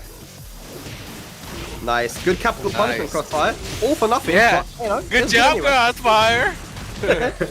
Nice, nice. It's gonna get to the end and he's Who's just gonna gonna lose say their psych. big ass streak though? Got him. Somebody's got the 10, the other guy's got the 11. Like, damn. Yeah. Oh, good block. Good block on down 3. Good block that meant nothing. Okay, Nice Armor King counter pick. You really surprised me with that one, brother. Nice Lol. Armor King. Guys, can we get some lols in the chat, please? He went Armor King into the Armor King stage. He tried to be slick with it too. And you know what's crazy? He just won a clutch match, 2 Let's seconds leave it. final Let's round. leave it in the lobby to see his reaction in the chat. No, I'm just kidding. This is probably the worst. Show the message in the lobby. Final round, 2 seconds left. Clutch punish, and he's gonna be told that match doesn't count. Oh man, I would. Man, I remember the first week we got DK'd. He was so mad in the chat he wouldn't let it go, and I felt for him because you know what I mean. As a competitor, to make it far, like you don't want to see that happen no matter what. And to be losing in that situation sucks. He's very passionate about it, so I can imagine how passionate he'll be about this one. I would pay money to see what his reaction is. Now. I'd pay money. Next week he's gonna Especially get his under Crossfire, the Lain guy wire. that just like jumps up and down and stuff, right? Yeah, K-Wiz, congratulations on your placement in top 8, man. Yeah, the thing is, yeah, when I said I lost first game just because I wanted to play more games, I wasn't joking. You know, I just wanted to play some more Tekken, and I can say that now because if I had lost, then it'd be a different thing. But I won, so I can say that now. So it is what it is. But yeah, That's a good OS. I just played a too old for this, and I found out he's only been playing Tekken for 2 years. So he said he was very happy with the top 16 performance for only playing for 2 years, and that's the thing about Tekken 7. So like we've said this a billion times now, but like there are so many like new people coming through in this game that just started in Tekken 7 and you know making waves already. So all the way from Israel as well. So it's a very, very, very it's nice to see. All right, so while you were gone, we've had a bit of controversy here, and of course, none other than Crossfire, the center of that controversy. He lost the first match quite convincingly versus Devilnin. One would say that was quite surprising, but what might not have been so surprising was Crossfire went to Armor King and then also simultaneously picked Forgotten Realm. Now, K-Wiz, can you tell the people why that is the wrong thing to do? So there is actually a rule that was introduced the 2018 or 2019 Tekken World Tour, which was if you lose, you can change character or pick stage. So if you change character, you have to do a random stage, but if you want to switch stage, you can. And it was much better because the first season of Tekken World Tour, like it had to be a new stage every single time. always random select. Win or lose, just random select, random select, random select. But now you can actually pick stage, but that is if you don't switch character. And the reason why is for something like that. Like say you lose and you're playing like Paul or something, and you're like, okay, I'm going to switch to Geese and pick Howard to stay. And it's like, GG's, the match is completely in my favor. Yes. And what happened is, in that match, it went right down to final round. These guys were playing as if it was a real match, and Crossfire clutched it with 2 seconds left. How mad on a scale from 1 to 10 do you think Crossfire is right now? 28. That's a good ass question. Minimum. How mad do you think this guy is? On a scale of 1 to 10. Minimum 28. Crazy, man. I wish I knew him. Like, I wish I'd seen some of his highlights in live, you know what I mean, to see his passion firsthand. Can we get this clip of so I could judge how mad he'd be, you know? Get the clip? Okay, so I played Crossfire, yeah? So I don't want to expose him. So I played Crossfire offline in Rome, yeah? I choked versus him in the winners side, and I was like, oh yeah, GG's, man. He ran around the entire room because he was so hyped that he beat me. And then we played in the loser bracket. I got the run back, and I was beating him so badly. He was using Bob and Alisa. He switched to Bob in the final match, and I had like a massive life lead, and he puts his pad down and he looks behind him during the match, and he's screaming to his guys, his friends behind him, and they're like, and then Blackbeard and Fergus are with me, and they're like, don't move, just stay there, and then he just runs up to me, just crouch dash 2 and loses, and then he just walked. But yeah, he's a very he's a very passionate person. I have another Crossfire story. In Poland 2019, he played Fergus, and I think this was to get into top 32 or something, or top 16. This was an important match in loser's side, and Crossfire was playing Bob, and Fergus was playing Katarina, and then I think Fergus did down forward 1 into Snake Edge, and Crossfire jabbed. So the Snake Edge won, and that is literally what killed Crossfire. And I've never seen a man's soul like disappear from his body fast enough in that one moment. Like, and his wait, what? Wait, he switched character again. Nah. Hey, what? You know what that was? That's the old LimeWire bait where you think you downloaded something and it's the wrong bloody song. Dude. We don't have a rule for this. Wait, he switched characters again? No, it's too good. Is he allowed to do this? He saw this ahead of time and was like, Damn. I actually don't know if this is allowed, but I think, honestly, the ruling is going to ultimately end up being this game is also void. And he has to stick with Armor King. Because that's what makes sense, right? Because this is not in the rules. So I don't really know, but that's just what makes sense. Maximizing his money. But like, and Devilnin, if I'm Devilnin right now, I'm like, dude, what the freak, man? Why? Because technically he didn't pick stage this time, but he'd already like shown the character he wanted to go with. He had already committed to Armor King though. That's the thing. Maybe he was like, that was too close. I wanna pick a different character. Yeah. Which is crazy because we really need a ruling on this. It's pretty big stuff if Devilnin ends up losing because of this. And it's like, ladies and lads, we are waiting on our ruling here for this match. Working on our breaking news. Versus, Devilnin, waiting on a breaking news here on Inauguration Day. Inauguration 2021. I appreciate how Devilnin's just playing though, right? Like he's just like, whatever, I'm just gonna, whatever happens. I'm gonna play said DQ his ass, just straight to it. Damn, I don't know. No, but Devilnin is like the coolest person, man. He's just like literally right now, probably chilling with a cigarette in his mouth. Honestly, Crossfire is really testing the patience of the judges and the administrators at this point because he knows it's wrong to do this. I think in his mind, and yeah. The thing is, Deep down he knows. Devilnin probably doesn't even think anything's wrong. He's like, oh, this is a fast to 3. Okay then. Right. I like Super Akuma's suggestion. It's only okay if Devilnin wins. That's a good one. So if he loses this, is it 1-1 or? Yeah, should we replay it with the Armor King? He obviously wanted to pick Armor King and play that match, that last game. You know what I mean? You can't discount that fact. This is an ICFC record for the longest first to 2. Crazy stuff. With the most matches as well. We're setting records in the 3rd week, guys. Please, Matcherino! Exclamation point, Matcherino! Yeah. While we're at it, we get to $300, guys. Just can't wait till Crossfire. Freaking Crossfire is the most controversial person in ICFC history. Yeah. I can't wait till Devilnin wins 2-3 against Crossfire. He's like the you-know-who of the EICFC. Yeah, you know who. The you-know-who just left, you know. Final round, Just final left round. off It could be Devilnin's win here, but he gets tackled. Is he gonna guess right? No, he doesn't. That's gonna be a chunk of damage. Is this gonna count? So is the ruling it only counts if Devilnin wins? Is that the ruling? I like that rule, you know. I don't know. Let's vote as a community. Let's vote as a commentator. You know, circle. Democracy. Yeah. Uh-oh. Uh-oh. Uh-oh. Uh-oh.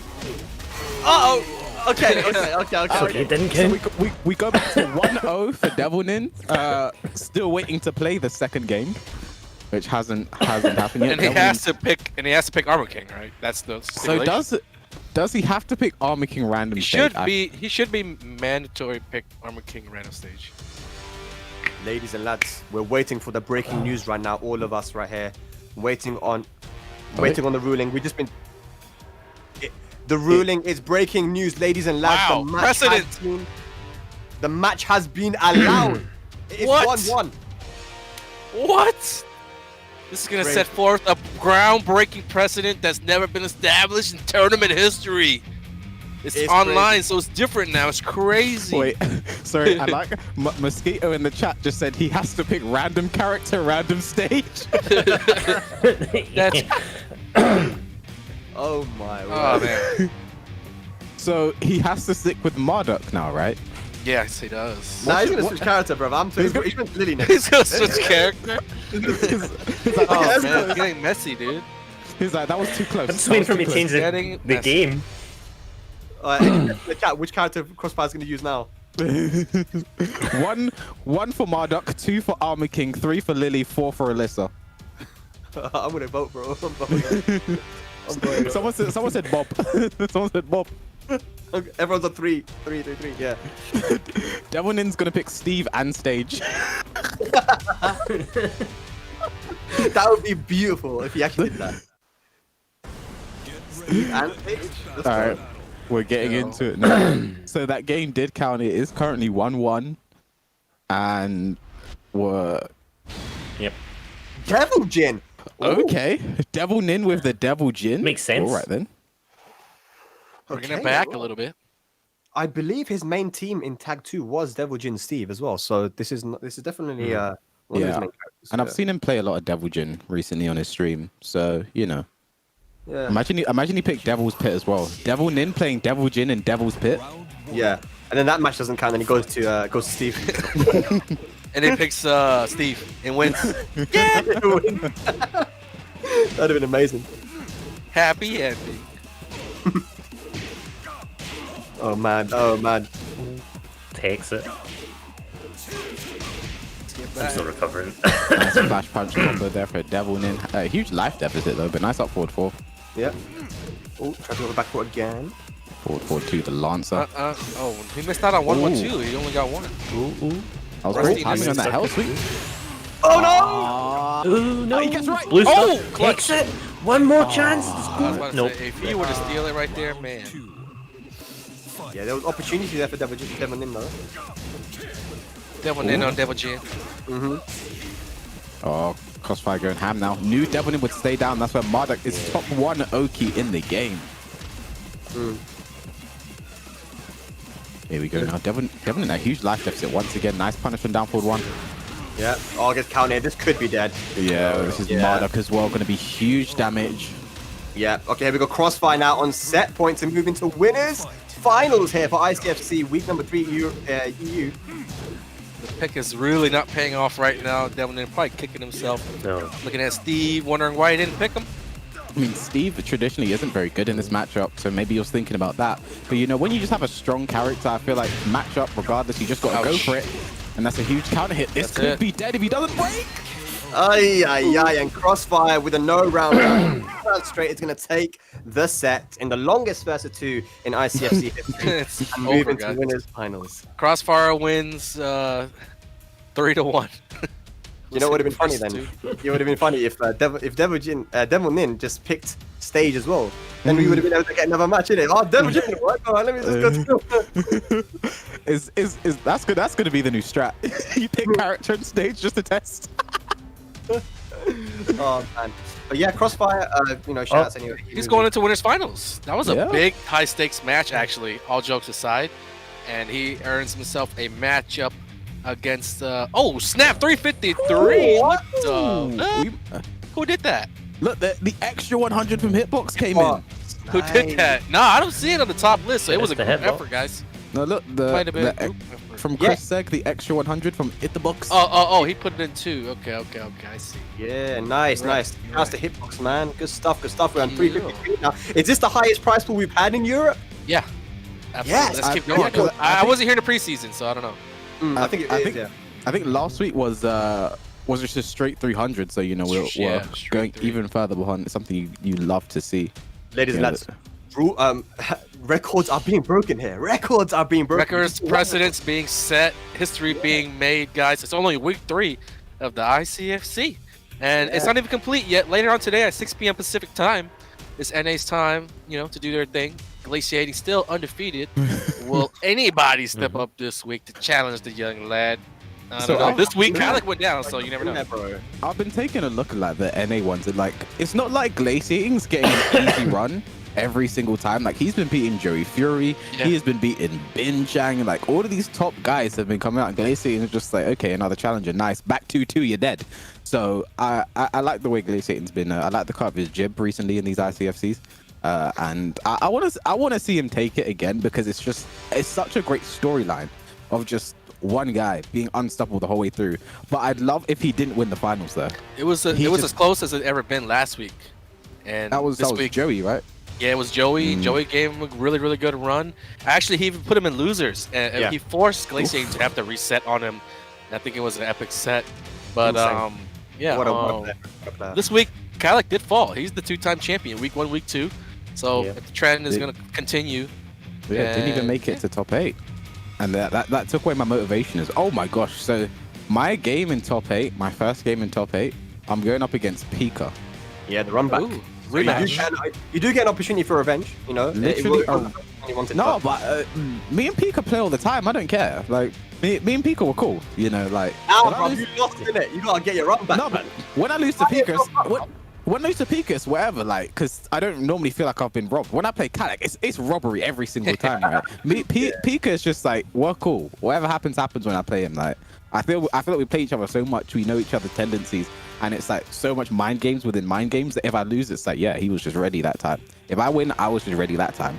So for me, that's whatever, Kalec's gone, I'm upset. What's interesting here, guys, I know a lot of you, I'm watching, we're watching the chat, guys. We know you guys are a bit heated up right now, but this is what makes for entertaining weeks of Tekken, you get me? Right now, Crossfire is unintentionally that guy that everyone wants to see lose now. He's become that story. Yeah, we finally got a villain. You've got a villain now, right? He didn't mean to do it, but now we have Eddie versus Lain as our next match coming up, the winner's semis, right? Now, if Eddie wins that, I mean, that would be a crazy one. Eddie versus Crossfire. I mean, is Eddie going to become the hero of the ICFC? And Eddie's traditionally been the villain as well, because look at his character pick right now. Like, he has traditionally been the villain. The guy with the highest Tekken prowess in the West. And while I was gone, did we find out about Frizen's YouTube channel? Did we find out if he's actually working with Offline TV or? No one voted him out, man. Because I'm going to speak to him after this tournament. That's true. Right. You can be the Columbo in that one, K-West. Start investigating. Sherlock. Have one of those big pin-up boards in my room, just like Frizen, and like pictures of Frizen and then Pokimane just linking them between each other. It doesn't make sense. I've just got a picture of like Charlie from Always Sunny in Philadelphia replaced with K-West and just loads of pictures of Frizen. All right, here we go. Eddie versus Lain. Who is going to go up against the villain Crossfire in winners finals? Oh, you see, one thing about Eddie, like he gets those running threes instantly, and that's huge pressure. And there's that jet kick. Speaking of pressure. Oh, more pressure. Speaking of pressure. Oh no, messes up there. Gets miss input. Lain has his foot in the door now. Can he? 1-1. Nice interrupt. Still got the rage. Going for Down down back back 4, four, the but- plus frames low. That standing 3-1 hurts, man. Fight. Yeah. Special, Oh, look, yeah. look at the movement there from The Eddie. I thought that movement, was the enough. confidence. Running 3, there it is. You can't Nice. nerf Eddie. That was a nice block in the down 4, but no launch. That is launch punishable low. This is the thing about Fahkumram is like he has a lot of launch punishable stuff, like his down 4, like his back 1, but that block's done so fast you're never ready to really punish it. And they're really fast as well, just as normals. That's, Yeah. it's really hard to deal with. It's a good trade-off. Oh, the second raise drive. Back 1. What a combo! Was he going to get it? Oh, Down back 4. that's... 1-1. And he used that to punish standing 3. He did it at a time where it didn't matter what the follow was going to be. He was interrupting it perfectly. Yeah, that was a great interrupt there from Lain. Looking very good right now. Really Nice low sharp parry. If you're not going to launch the down 4, might as well low parry it. Shoe shine, nice block from Eddie. Down 4. Got 1, 2. Oh, going under the Run up 3 there. plus 4. Yeah, he's trying to catch him swinging. It's got great range on it as well, 3 plus 4. Hate to get hit by it. Down forward 1. Oh, nice whip punish there from Lain. Gets the Wow, reset Lain. as well. Oh, Very it nice. stays down. Lane. Look at Lane over here. Oh, but no. Didn't kill. This could be very bad. Nice Never block count from him out. You're going to regret that. Goes for the guard break. Found an opening. Eddie backed off for just a second and immediately Lane took it. He's really, really looking sharp right now. He's on those split-second decisions. He's deciding exactly right. Yeah, looking very good now. You know, Lain is on match point right now, but just as I say that, Eddie drops the combo there. Nice hop kick from Lain. Knew some pressure was coming. Oh, Wow. Splat. This should be dead. Wow, Lain, well done. Whoa. This splat. Didn't even need to continue the combo. Just stood there and watched him die. Very good showing there from Lain in the first game. You know, we was talking about Eddie, how he's the guy, but, you know, Lain really put in a good show right now. And that was crazy because we were just spending like the first portion of that match talking about Eddie and how he was good and how he does running 3s and that. And then Lain just turned it up. There were some close rounds there where it was up in the air and anybody could have taken it, but the sharpness of Lain in those clutch situations, those scrambles where you could either, you know, you could shine or you could really collapse under the pressure. It was Lain that was ready to punish, that was ready to strike. There was one where he used the down back 3 as sort of like a get off me kind of keep out, and he gave Eddie a lot of different looks, but that was a super close match. Could have been anyone's game. Yeah, and the thing is, this wouldn't really be a surprise to you, like you've been paying attention to these tournaments, because Lain is someone who's always been just short of the top 8, you know, a lot of 9th places, losing in winners and losers finals, so, you know, making it in the winners top 8 is really big for him. It's a big win, something that he's really been needing. So let's see if he continues on this momentum right now. Like, Eddie is someone who can adapt, and he'll be ready for the next game. He was probably going to pick Brimstone and Fire. He loves that stage for some reason. I have no idea why. But we're probably going to go to Brimstone and Fire. I don't think we're going to see a character. Actually, we could see a character switch. Like, he does like Bob in this matchup. Actually, no, he likes Drag in this matchup, actually. I mean, he used to play Dragunov against Sherdle all the time. Like, he found that was a good matchup. But I don't think he's played Dragunov much this season. Doesn't really think he's that good. So Right. mainly Bob, Fahkumram, and actually Zafina from time to time from Eddie. So looking pretty good. Well, Eddie's, as you point out, has the highest Tekken prowess in the West, and he just has such a wide array of characters that he can pull at a moment's notice. He got them all to Tekken God Prime in Season 3, so he's definitely someone that knows exactly who he wants, but he did become kind of infamous for Bald Bob. So as you can see, Fergus calling for it in the chat. So we might see it as just the character he likes. Even when Bob wasn't at his best, Eddie still played Bob. Yeah, the Boulder Bob, but he's sticking with the Fahkumram and just going to the Brimstone and Fire. So yeah, someone. I'm not gonna say it. I feel like when you're this late in the tournament, it could be detrimental to like switch characters. We saw Devilnin, you know, play Steve and Akuma all day doing well. Then just all of a sudden picks one. You know, he bets it all on one game with Devil Jin, and that really backfired because he was so rusty. And Eddie has gone through this whole tournament probably playing just this one character, same as last week. And all of a sudden, if he were to switch now, it might just like be just too much for him to handle, honestly. So that's probably why he's stuck with Fahkumram. Yeah, because you kind of settle into the rhythm of your character as well, and there is something to be said that even if it isn't a good matchup, you feel that character. Doesn't hit confirm down forward 4-3 there though. A big charge like down 4 is guaranteed after that. Oh, big block and no punish, and Lain taking advantage of that with a hop kick. Going to be a nice chunk of damage here. Nice. Lain built a life lead for himself. Nice step on the down forward one. Those windows are not that big. You have to punish quickly. You were talking about it earlier. Those punishes, they're hard to get, but you have to be on point. Here's one right here that I knew he was going to get just because of how good he's playing. Lain on the ball right now. Nice block on that raise drive and punishes it. That is -12. So you can either parry it or punish it, yeah. Yeah. So good showing there from Lain. Nice knowledge. Eddie getting counter hit now. Oh, wow. Great whip punish there from Lain. Lain with all the momentum right Look now. how This isn't how convincing this is. The pressure, so much pressure. No time to think my for God, Eddie. again. That's like the 4th time he got hit with that string. This time it cost him. Eddie, I didn't donate 4 times in your name for you to go out like this, my dude. Come on. 1-1. There's the shoe shine. Wow, Lain. Eddie Lain. Eddie getting hit by everything right now. Oh, nice Everything. step on the standing 3. Chainsaws are out. Yes. Oh, nice interrupt there from Eddie. Didn't want to take 3-4. any of that nonsense. That standing 3-4 is so Mini strong. combo. Went for it. Uh-oh. Shoe Still shine. going for it. Oh, Didn't hold back at that was all. so Went for convincing. everything. Yeah, Just it was like that, was Eddie moves convincing. into our loser's side and Lain moves on to winner's final. This is huge for someone who was always stopping at that just before the top 8 spot, top 16s, you know, always losing in loser's final, and now winner's final. This is really big for Lain, and he can definitely be happy with that performance. You gotta Man, I'd think be like floating into winner's final now. And here's the bracket. You love to see it.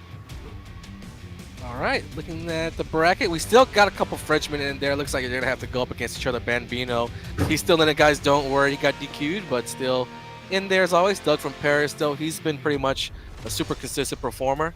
And of course, PiKa, Kwis, the run back from last week. So the bottom half of the bracket looks more familiar. You've seen these guys a couple times before. And yeah, you gotta think though, at the top half with Crossfire, Lain, and being there, was it, you know, because of Kalik not being able to make it that deep this week? Was it because of PiKa, you know, messing around, picking Leo or whatever, losing to his buddy? I mean, a lot of working parts. You mentioned this last week, Anakin. Like sometimes it's just the path you take, right? Like sometimes in these tournaments, there are people that could have obviously beaten Kalik at some point, but never got the chance to play him. So you know, maybe he's now playing those people and he's actually losing. So showing Kalik's not infallible, but there's a lot going on in these tournaments. So competitive. He definitely looked like he was unstoppable, like he was the king of Europe. Lain beat Eddie? Yeah, see, Yeah, he dominated him the second Convincingly. game. Dominated. Can't be missing these games, Spag. These are Bro, huge. I went for a piss and then I went down to get some food, man. Look, I got some very, very British food here. Look at that crumpets, boy. Oh yeah. Crumpet. You don't know about that shit, man. No, none of you guys know. Unless I don't know about wait, that. wait, Spag, you know about that stuff, yeah? Really? Whoa, whoa. I don't know about it, yeah. Oh, that's awesome, Lain. Wow, amazing. Yeah, because we'll say So Lane's trying to be the hero, Spag. He's trying to be the hero. He's trying to beat Fujitora. I'm about it. I'm backing him. I'm backing him, boy. Spain versus Italy. I'm about it. And we also have Bambino versus Doug from Paris as well. That is going to be a crazy game. Le Dog. Yeah, and the winner of that plays against Eddie, and then of course the run back from last week, or last week, was it last week? Yeah, PiKa, Kwis, and then winner of that. It plays. started off The good thing for Kwis last week, and then like one mistake just turned into 2, turned into 3. Turned into 20 and it was over. But yeah, this is interesting. If I do beat PiKa, then it's another run back against Devilnin from last week in the exact same position I played in. So it's very, very familiar, this top 8 today. I believe in the next game we're getting set up is Bambino versus Doug from Paris. Right, so Anakin's going to get a chance to see Bambino for the first time now. Bambino which never character, gets though? Oh, on stream in these tournaments as well. This time it was his fault. He was late to his match in it, so you got DQ'd. It's like the last reason you expect somebody for getting DQ'd. It's like, damn, if you make it in the far in the tournament, you should at least know how to act. How you late for an online tournament? It's not offline. You're not at a kebab shop, innit? Like, nah. Oh, sorry, man. I went to go get some food. Nah, bro. You're at home, innit? Come on. The hell, bro. But yeah, that's going to be an interesting match. Doug versus Bambino. I'm pretty sure I've seen them play before, and Doug did win that time I saw them play. Again, they're from different parts of France. Of course, the southern France, Marseille, and Paris, they're very far apart. They are very far apart. Are they like rivaling parts because they're so far apart, you think? Or I would say so. I would say that we did an exhibition for UYU. It was Marseille versus Paris. I think Paris won that one. Of course, you got like Kalak and Doug from there. And Doug from Paris. Doug from Paris. But yeah, no, they are very far apart when it comes to France. They're on almost like opposite ends, and two of the probably the strongest cities of France, right? So 100%. And you have to say, Doug from Paris and Bambino are definitely like top 4 both in France. You know, like Doug top. I think Doug's top 2 in France. You know. Well, it's hard to say because you have Kalak, Super Kuma as well, so it's very hard to say. But I think Doug's the one surviving here in the top 8. You know, Kalak went down, so Doug wins today.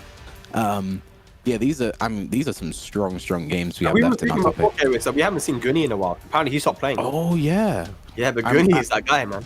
I remember playing Gunny at the start of season 4, and he was using Gigas. He played Gigas before, but you know, Gigas got some season 4 help, so maybe he wanted to try him out. But yeah, I haven't seen Gunny in a while. That's the thing. I think that's top 5. I'd say that's France's top 5. You know, Doug, Super Kuma, Kalak, Gunny, and Bambino. You know, these are the guys to really look out for from the region.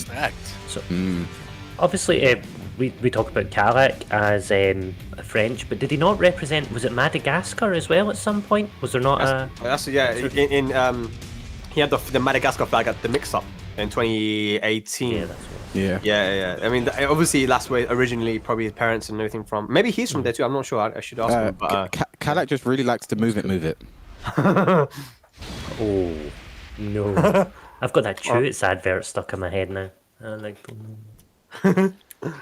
All right, Bambino versus Doug from Paris. Allez, c'est magnifique. Let's go. Yep. And if Bambino beat Kalak's Cooney and Doug struggled against Kalak's Cooney, then that should mean that Doug will struggle against Bambino's Cooney, but you never know. That's not how Tekken works, certainly, and that's just how, you know, I guess it sets the table for what we're expecting or what we're, you know, looking for in this matchup. But no, Doug from Paris doesn't care about none of that. Big lead in the first. Very different play styles, Bambino and Kalak, yeah, so let's see if Doug's going to be comfortable here. And we're still in first to 2 territory. The times where he's had to play Kalak's Cooney has been first to 3, a little bit more wiggle room, a little bit more experimentation, downloading time here, but you gotta go from the start of the first to 2s. You're on the clock. Every piece of information counts from the very first round, so Doug's very happy to get that first round, get off to a good start, because, you know, at any point I'm expecting Bambino to kind of show us why he's made it this far already. Nice counter hit there from Dougie. Okay, whiffs. Miscalculation from Doug on the extended duck. He's trying to fight his way off the wall. Nice spin around. You don't see that every day. Here comes the set. Anyone's game right here. Kunimitsu has race drive. Yep. 50 seconds left, which is plenty of time. Nice punish on the down forward. 1 on whiff. Sweet. Okay. Race drive wall bounce. Nope. But he uses the threat of that to get a secure low kick in. It's not about what you do sometimes, it's about what you don't do. So you use that to your advantage. Man, that throw is really hard to evade. She's kind of got that little deceptive animation on like the forward, I think 1+4, and then just a standard double break grab. Kind of like how Law has the step ladder throw. That's gonna be hard to break for a lot of players for a while. But Doug doing a good job here though, breaks the throw and finishes the round as well. So 1 round away here for Doug to move 1-0 up here, and he loses. Definitely now Bambino is gonna have to fight with a sense of urgency if he stays there all day. Doug's more than likely just gonna chip him out with the lows, so he's gonna make a move here. Use everything he's learned in the first 3 rounds to his advantage. I love the use of that sway as well to put the back turn mix up. It's not gonna be death, but it's gonna be close to it, and a big mix up to follow. Oh no! Oh, he broke it. He broke it. Yeah, it's hard to tell, but Doug with the defense at the end there. Kunimitsu's in back turn. She's got a lot of different options. You know, low, mid, whatever, safe, unsafe. So the duck there is just, you know, take a big risk, take a stand, and say, "I know what you're doing there, buddy." Yeah, and a good block from block and punish there from Doug to end that first round. Looking strong as always, what we expect from Doug. But Bambino, maybe we'll expect a different character. Like, I know he plays a lot of waifus. He plays Zafina. He plays a lot of the same characters as Kalak, actually. You know, the Zafina. I think he plays Lily as well. I know he plays Josie, so a bunch of characters to pick from. But maybe he wants to stick out that Kunimitsu. You know, he's seen how Kalak has done against Doug using the Kunimitsu, so maybe he is trying to emulate that kind of performance. It's hard to emulate Kalak though, because he goes based off a lot of, I feel like, on instinct. It's like he knows what you're gonna do a lot of times before you do it. So we see him do those neutral hop kicks. We see him go for those really, really big commits. So to have, you can't copy a player's instincts. You can copy their setups, their combos and everything, but you can't copy their instincts. No, absolutely, man. It's definitely a completely different style. Bambino is more reserved, not willing to take those risks and make big reads on your timing. He wants to just play clean, right? Compared to Kalak, who isn't scared to just throw out those kind of, like you mentioned, those hop kicks, knowing that you're going to come in. And he's like confident in his reads, right? Doug, though, what really separates him from the rest is his defense, right? You saw it. How many times did he block those blows and punish? He doesn't make it easy for you to open him up, man. Spag, let's just be honest about Kalak. He's just disrespectful. Let's be honest. This guy doesn't care about his opponent. He's just like, I'm just gonna throw shit out and it's gonna work. You gotta force him to care, though, innit? You gotta force him to. You gotta give him a reason to care. You get me? If you saw last week's winners final and the grand final, he was just disrespecting PiKa the whole way through. And I don't know if it was a personal thing or that's just how Kalak is. But that's just how it is. And I like Bambino. He's picked the stage here, but he skips. Why can't people just like pick the character specific state and let the intro rock? That's all I ever want to see. I don't know, bro. Piston K was off, guys. Bambino, you hear us? Fucking let the intro rock. Oh, nice in step the on back. the running three, so doesn't get a combo. A rare drop from Doug, and it's gonna cost him. Look at that. See how the tables turn when you don't do what you're supposed to do? Yep. Delays the while sending 1-1, but doesn't get the hit for it. Doug once again steps and gets Bambino's back to the wall. Only movement. Look at that, man. The combo. It's getting hairy. There's no scramble situations. Nice breaking 1+2 throw. Punish that. Yes. Raise drive. Raise drive. Raise drive. Doug's turn. There it is. Oh, going for the jump. Nice block. The call out again. Doug sidestepped like 4 different moves that round. That's the thing about Doug, like he's getting Bambino's back to the wall using only movement. But speaking of movement, great step and launch there from Bambino. Should get the wall as well. No, just doesn't really convert well. And nice use of but talking about converting, Doug from Paris there with the 3-1-1, taking it downstairs. Are we gonna get the second wall? Yes, we are. Oof. Goes for the flip combo. Bambino stays down. Knew that forward 4-2 was coming. So he just can't find what he's supposed to do. Bambino's looking for some answers, like something that sticks, something they can do, multiple times in a round that could give Doug trouble. Everything he's throwing out, Doug has been ready for it, more than ready for it. Here come those running twos. Look at the wall pressure right now. Doug with the life lead and all the pressure, but nice whip punish there from Bambino. A nice punish back from Doug.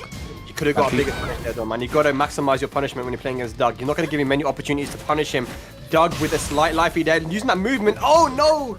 Could have got a bigger conversion there. Doesn't break the 1+2 though. That's not wow, Doug. So much damage. Okay, 4 seconds. Doug needs to go. What? Who? Oh! I think Bambino had the lead, but it didn't matter. Like Doug just needed 1 hit.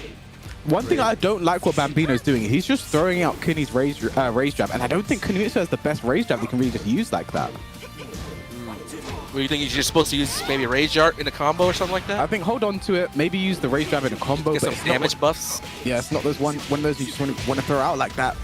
And just like that, Doug gets the wall, goes for jump over, but doesn't get anything.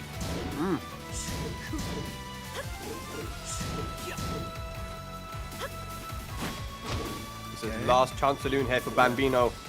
He has to win this round. This is loser's bracket as well. Oh, That's gonna do it. That's going to be it. And Bambino goes home today with 7th place. So a top 8 performance. I think this is Bambino's first ICFC in the regular season. So, a nice performance to go home with. Nothing to look down about. But yeah, good showing from both players there. But Doug is he's just on form as always. Yeah, that's all it is, man. Just Doug looking particularly impressive recently. So Bambino's run comes to an end here. Unfortunately, we didn't get to see him in the winner's side, but only him has himself to blame. But Doug's so ready, especially since he lost to Kalak's Kuni before. I think he didn't want to repeat that. Ready for the matchup.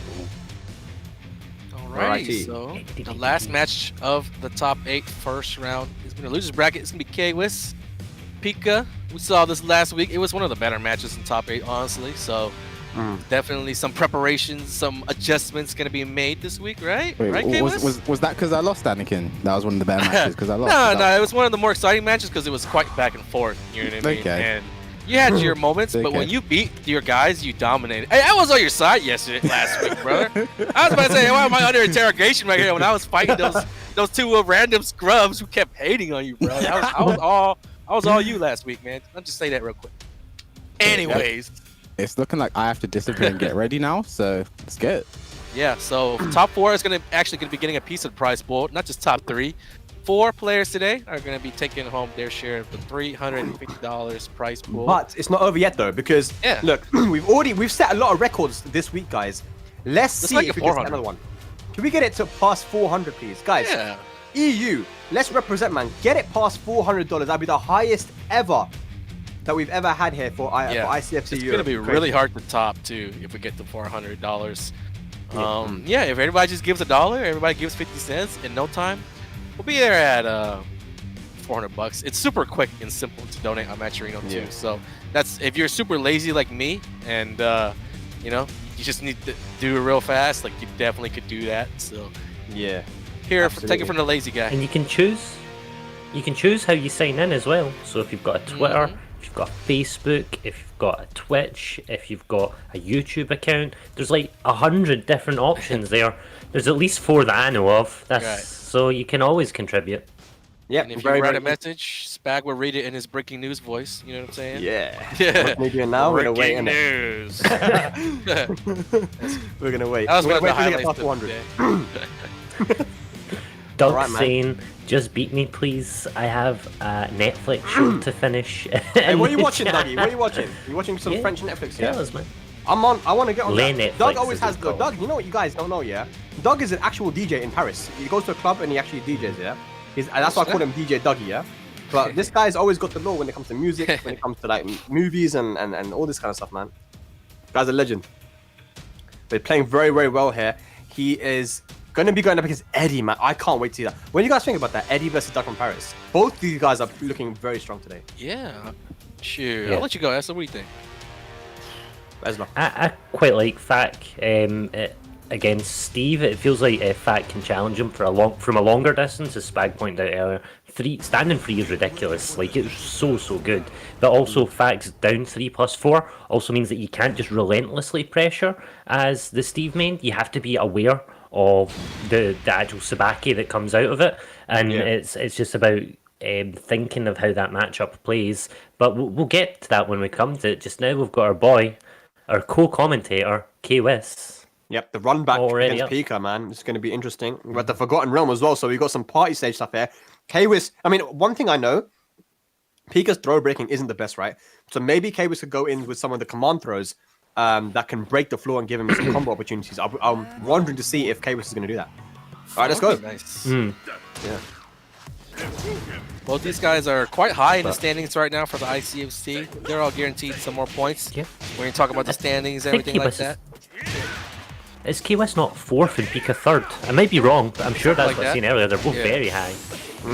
It's still early to exactly, like, you know what I mean, really pay that much attention, but I just know who's really up there, and it's these guys. Yeah. For sure. K-Wiz didn't even play in the first week. Oh, Even though you said nice. PiKa wasn't the best at breaking throws, breaks the first one we see, so impressive. Maybe he's been practicing, he knows. Hwarang, some people call him the best grappler in the game, so you have to practice for this matchup. He's got great throws, man. Okay. K-Wiss has been making a crazy Great losers throws, run great here. power crushes. Well, Quo isn't exactly underrated. Do you think people often kind of just overlook him a little bit in terms of strengths? It's What, not Hwarang? like when people talk about Hwarang. I think he's definitely underlooked a little bit. He's very, very strong. Ouch. Yeah. Talking about very, very strong. PiKa right now looking incredible here. 2 rounds up very quickly. 2 bars of meter to work with as well. No break. He got him in a counter hit. Doesn't Yeah. take. Wasn't ready for it. No break again here from PiKa. Here we go. break. Gonna get a full Full combo combo, as are we well. getting the wall? No. Oh, he finishes it. Catches That was him risky, the he did second, minus but 14. Finishes it. Yep. And that would have been back 3-2 to dead as well if he blocked it. There's a bit Oh. of 3-2 catching him out of the circle. Yeah, PiKa had multiple opportunities there to get the win, but didn't commit, man. Didn't believe. Could be A tournament bit of a nerves. rocky start, though. Catches him at a forward 1+2 to the wall. No.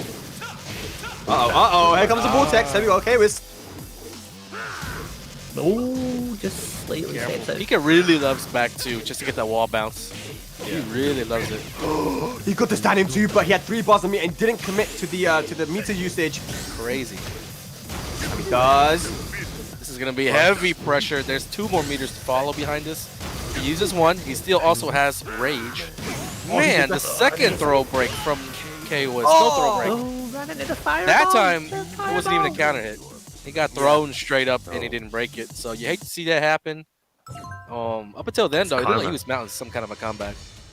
Yeah, I mean, that was a lot of investment from PiKa in that round. He used 2 bars a meter. If he had not won that round, it would have been really, really bleak for him. But he managed to finish it off. Uncharacteristic of K was actually normally very good at breaking those throws. So I wonder what we're going to do. Probably going to go to the, what's that called? The jungle stage. That's where he likes to go. Use that camo. Yeah. I remember from that. Do whatever you can, man, to get the advantage of your opponent. But PiKa looking good here, man. Is he going to be able to do the blending in with the camo for real? Huh? Blending in with the camo for real? Bro, it works, man. The jungle outpost with camo is actually quite cheap, man. Blends in with the background, bro. It's crazy. Winner of this is going to go up against Devilnin as well. And Devilnin, I believe K-Wiz played him last week as well during one of his runs. So, yeah, it's he kind of dominated him. I remember that one too. Yeah. Although, Devilnin looking a lot stronger this week, though, with that Steve and the Akuma looking a lot more on point.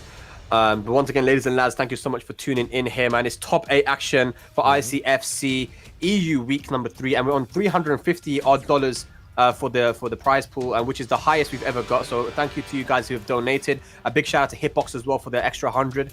And if it'll be crazy if we can get to 400, guys. It would be insane. It'd be nice.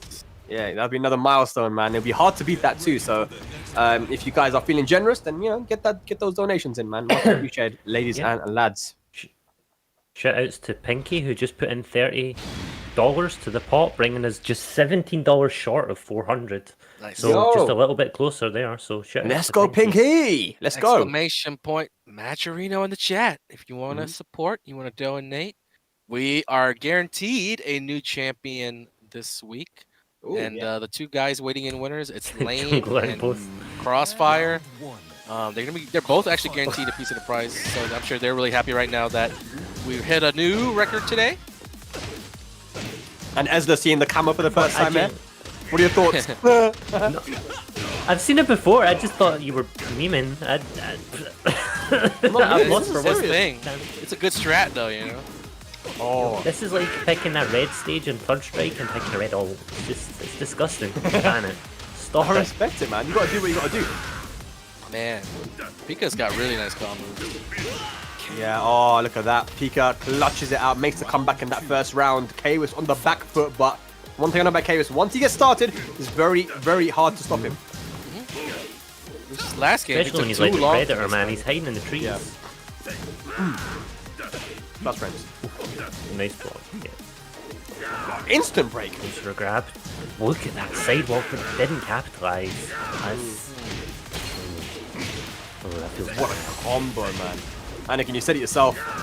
Great combo set from PiKa. He's super technical. He knows when to like sneak in an extra low jab. He knows when to re-splat. He knows when to do a lot of different things that, you know, a combo expert normally does. Yeah. Oh, the combo from K-Wiz! Oh no! Oh no! Oh, what? All that work for nothing. PiKa now on set point to once again beat K-Wiz and eliminate from the tournament. This time a little bit more convincingly. Nice. Counter hit there.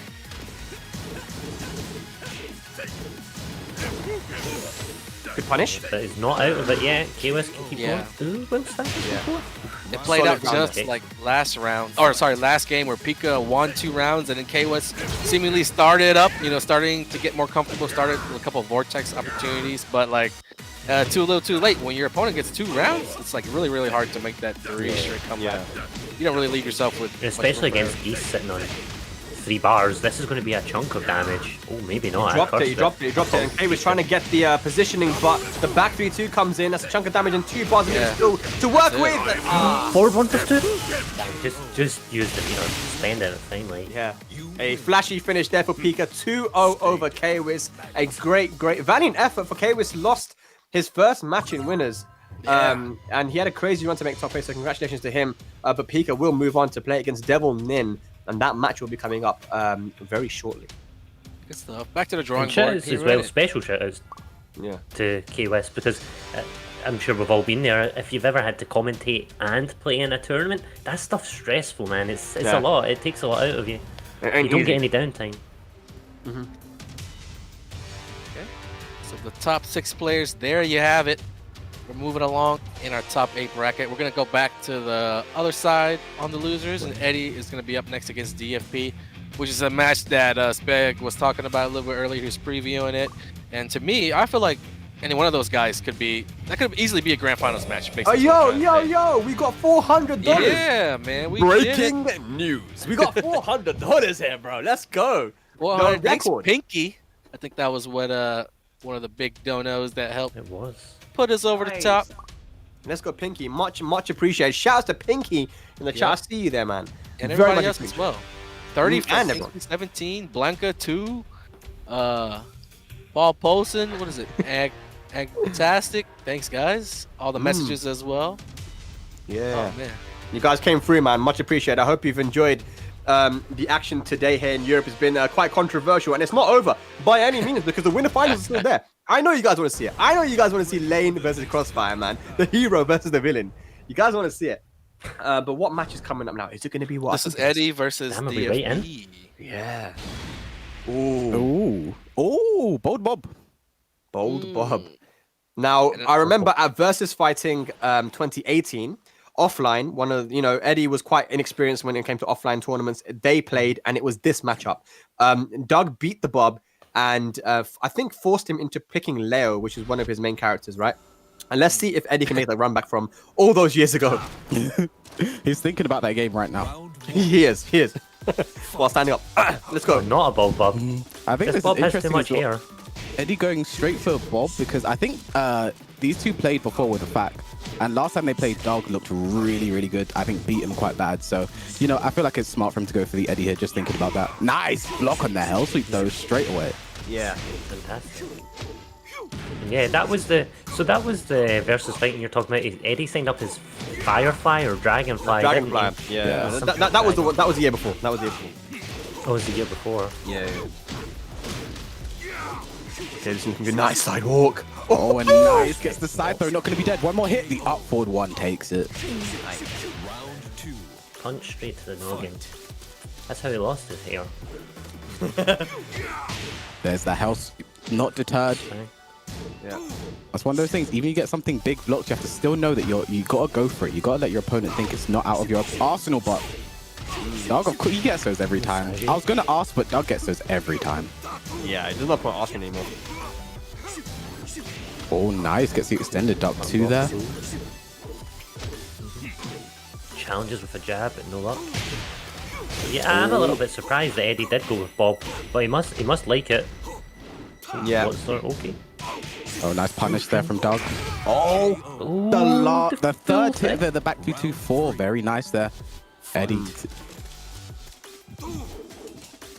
not out of it yet.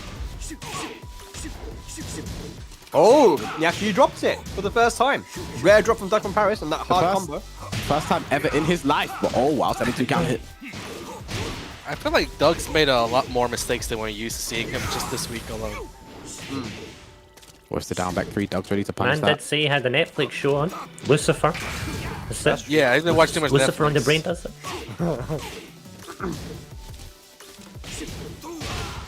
Nice, down Eddie. forward 4 ends it. Round 4. So yeah, there's definitely a reason why Eddie's using Bob here in this matchup because he's gone for it quite often versus Steve, and it's working out for him so far. Yeah, like last time, like I said, last time they played, Eddie did try the fact, and it did not work out for him. I think that was the double KO final spec. Oh yeah. Here we go now. Doug looking really good this round now. Just poked up a life lead. Nice block on the hell sweep. looks like we might go to a final. Yeah, puts Eddie in rage. Double final range. Nice punish from the Sonic Fang. Takes the plus frames. Down back 3. Oh. And yeah, that should take it there. Eddie gets hit by the flicker string. The off Final round stuff. We're I still mean, just doing first to 2. What was that? This is the kind of game you expect from Still these two, first though, to right? Yeah. Hence, yeah. Because of the no walls and everything, just the way they play. They're super tight, solid players. Yeah. Oh, Ducks is CD1, but very hard to CD1. whiff punish that. But there it is. Duck makes up for his earlier mistake. Gets it. Does the hard ender as well. The flicker jabs. Don't drop it again. Hell, sweet. Wait, Not anymore. again. Goes for the left. You thought? Completion. Very, very nice from Eddie there, and he takes the first game. Beautiful. I like it. I like it a lot. He actually realized as well that Doug does like to block lows, especially at the end of the round. So he went for that string. He blocked the low, tried to go for the punish. Second hit him. Yeah, Eddie on point. 1-0 up. Because of the fact that Doug is so good at punishing the lows and stuff, a move or like a play like that has a higher success chance of working because they'll block the low and then try to punish. So there's like a built-in backup plan on that move. So, you know, it's the little things, you know, most players would just go for a low hit where it's just one low hit and that's it. But when you know the different types of tools that you have with your character to close out rounds, you can go for that second hit insurance type of move. It's pretty cool that Eddie was able to use that as a Bob, you know, player, even though he has only been playing Fahkumram all tournament. Yeah, I mean Bob and Leo were his main characters before the Fahkumram and all that kind of stuff. So he's got a lot of wins, and even in tag 2, you know, for the majority of it, it was Bob and Leo, man, the whole way. So this is one of his main characters. He's grinding the game a lot. You see it in his Tekken prowess. I mean, does anyone have more Tekken prowess than Eddie in the West? No. Eddie literally has the highest. It's like it goes like low, high, knee, Chikarin, It's not even the West, the whole world. He's got the most in the world. No, he has the most in the West, but like it's like those guys and then Eddie, right? So okay. Yeah. Insane. Yeah, he's got the experience, man. That's impressive. What is Doug gonna do now, though? Is he gonna be turning on that Netflix, getting ready to watch the shows, or is he gonna make a comeback? I mean, episode already. I think he's probably just gonna go to a character. Sorry, it's a stage switch here. We know Doug. He probably wants some walls in play, get that nice Steve wall pressure in. So I think we'll see no surprises here when it comes to that. yeah. But sometimes switching stage doesn't work out, as I learned. Man, it was pretty rough. But it's all good, man. At least you placed above Kalak. That's not good enough. I didn't beat him. That's not good enough. The thing is as well, the end of that first game is probably like the lamest way to end the game I've ever seen in my life. Just the Rapuken just hits. Yeah. Oh no, Doug actually went for a random select here and we've got the Forgotten Realm. So we actually got a party stage here. Who do you reckon it kind of benefits more from this stage, from these two characters? I think Steve, like stuff like his Duck 1 becomes a launcher because he can convert that into forward 2. A lot of his wall combos are really good just for breaking the floor. So I think Steve is helped out a bit more, but Bob gets some nice things on this stage as well. So probably a bit more for Steve, but it's a bit even. Yeah. All right, well, let's go. Nice. Let's go. I find it a bit strange that you would even random select. Like if you're committing to your character, you would just choose the stage that you like. I mean, I think Doug just doesn't care. Yeah, that's what it is. Styling on him. Doesn't matter nice. what stage. I'm gonna win this one. Yeah, it's a statement as well, isn't it? Like if you win when it was a random select, like I beat you, and I don't care. It's not a stage thing. Oh wow. Speaking of stage-specific things, oh no. Oh, the side will save him. Raise drive, what's the mix-up here? Oh my god, that was a He's always blocking low. great duck from Doug, and the delay from Eddie, that was just excellent timing. You know, Doug's not that far off from Eddie's Tekken prowess. Is it 70,000 difference? Has Doug got a lot of secret pocket characters? Oh, he plays with a lot. Yeah, he had quite a few Tekken primes last season. Yeah. Oh, there's that down forward too. Catches him. Yeah. Does it get it? Is this Doug? The second time in his life. And you see, this is smart from Eddie, just take away those flaws straight away. I It's about denying potential as well, isn't it? As much as it is getting your max combo. God, oh my Wow, God. stage Now, specific. Sick. that's that stuff you don't see very often. Nice break on the throw there from Doug. Oh, Great that's a pick. huge misinput there. I've never seen a Steve player intentionally do down back 1+2, so that was a misinput. I wonder what it could have been though. We'll never know. Doug will actually probably tell us in the chat. Twin pistons. Twin pistons. Yeah, very nice. A nice combo as well from Eddie. Oh, nice use of the weave though. Oh, nice again? combo from Doug. Oh my god. We shouldn't be surprised, but a good combo from Doug. Oh, but there's that down back 1+2. This should be the round here for Eddie. Yes, it is. Round 4. Fight. Doug just Starts cannot with get C1. any Just round opener. That's bravery. Just straight up. Try to catch him coming in. Whiff, but the string whiff. And the Massagey whiff. Ooh. Things are not looking good for Doug right now, but he does have the life lead in this round.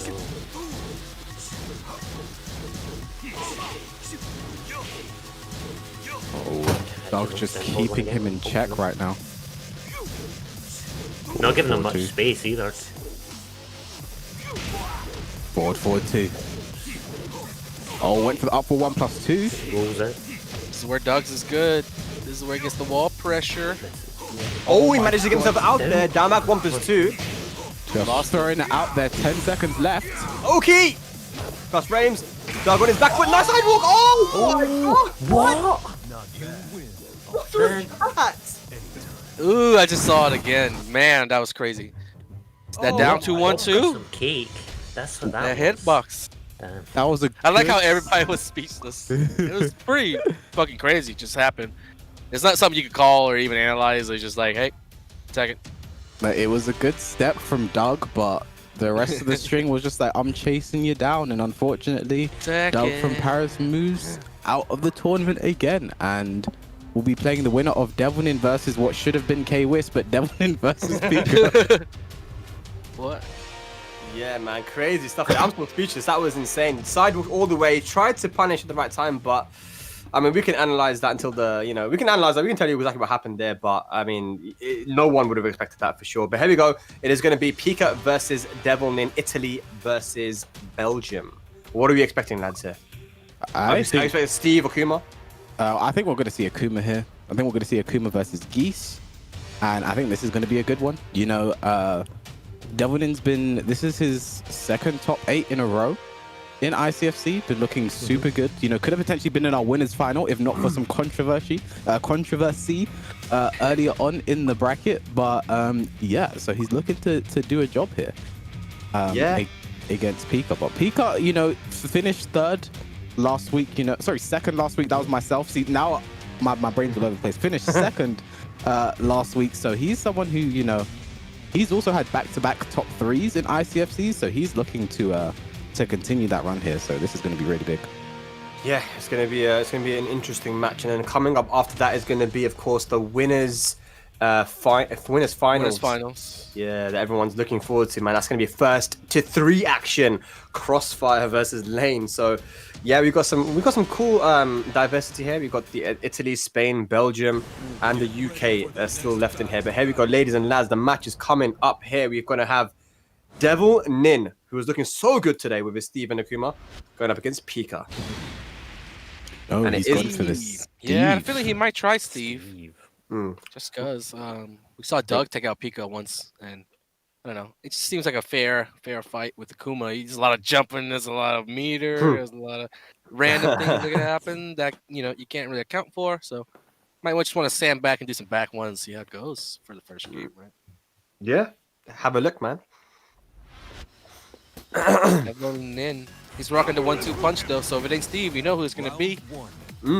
PiKa pretty much gonna stick with that Geese. Looking for his first ever ICFC win, and with Kalik at the tournament, with Doug from Paris at the tournament, could be a very real thing. We forget to mention that we're gonna finally have a brand new EU ICFC champion today. Yeah, you mentioned it. Yeah. Who's it going to be? Well, technically, That is the question, Spag. That is the question. That's true. Eddie won preseason. Yeah, but this is regular season. That don't count. It doesn't count. PiKa. Oh, down back 3-2. Like, definitely doesn't count considering like the increase in like the level of participation, right? Everybody's in it now. It's like everybody's trying to get a piece. Damn! Oh no! Oh!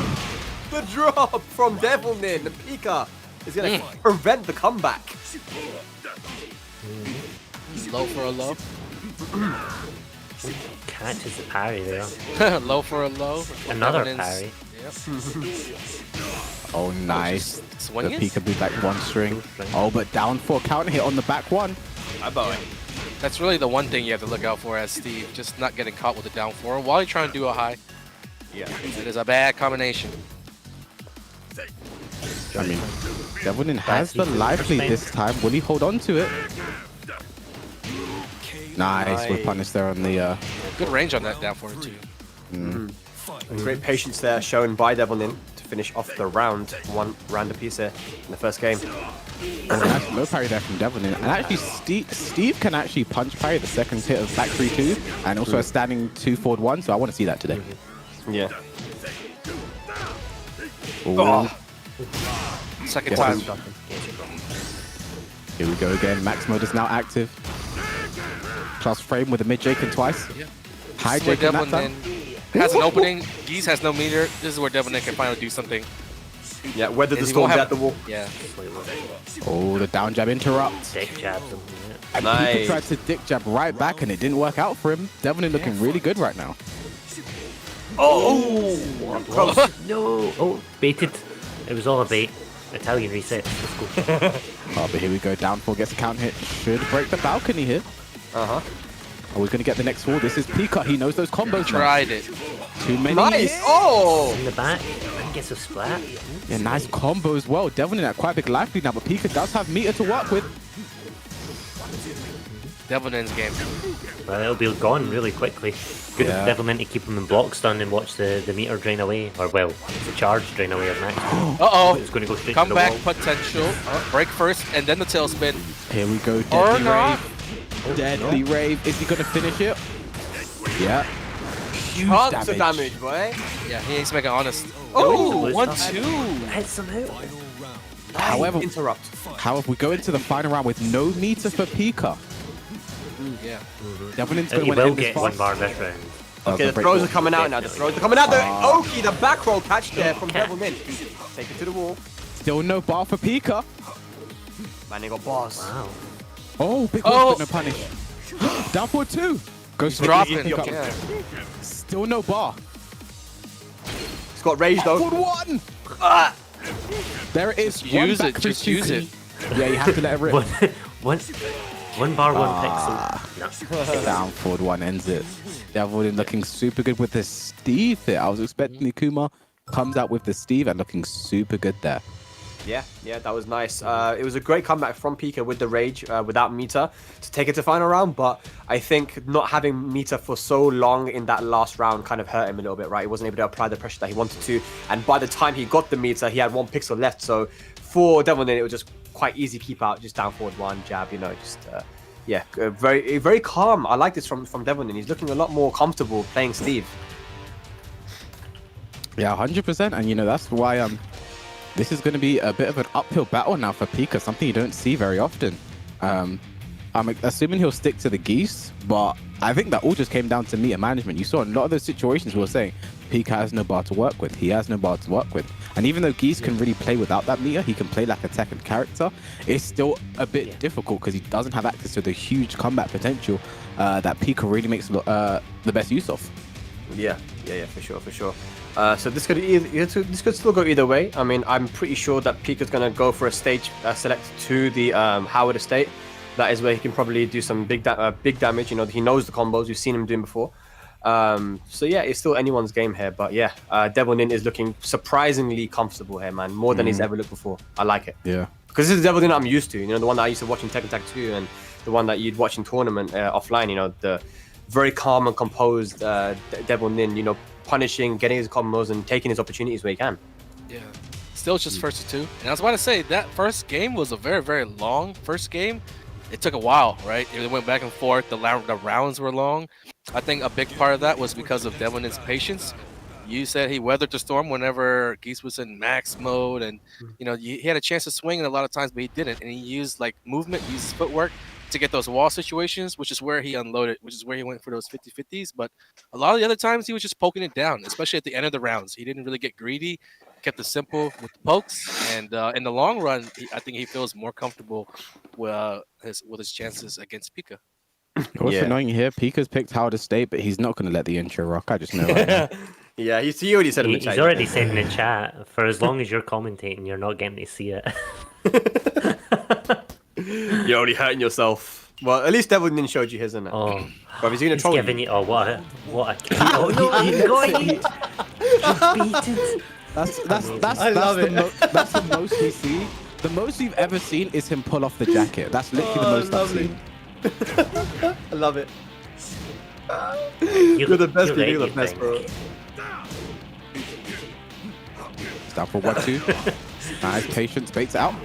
He got it. Watching Doug early and he got jealous. Oh, no punish on the 4-1+2. Oh, but gets floated out of something there. Very unfortunate for Devilnin.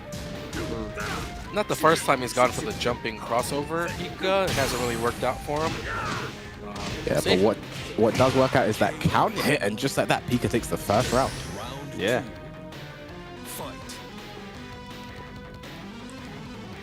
Players feeling each other out from the get-go. Just not wanting to lose, make the same mistakes they did last time. Yeah. Chops the toes. Alright, been a bit of a slow round here. Not much has happened. PiKa is sitting on a live feed. Back 3 does not confirm it. Back 3 doesn't. But does it this time? He shows that he can though. Yeah. Is he going to finally break a wall? Yep. Yeah.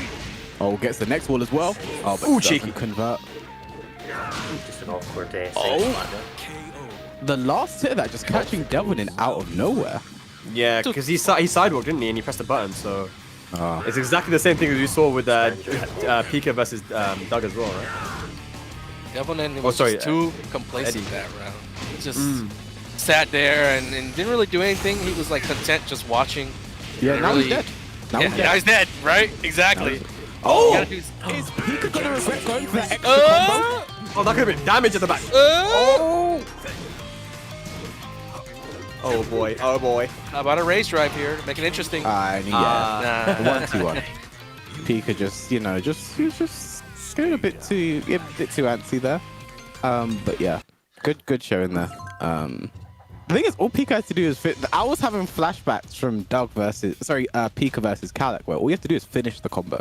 Just finish the combo and he's dead.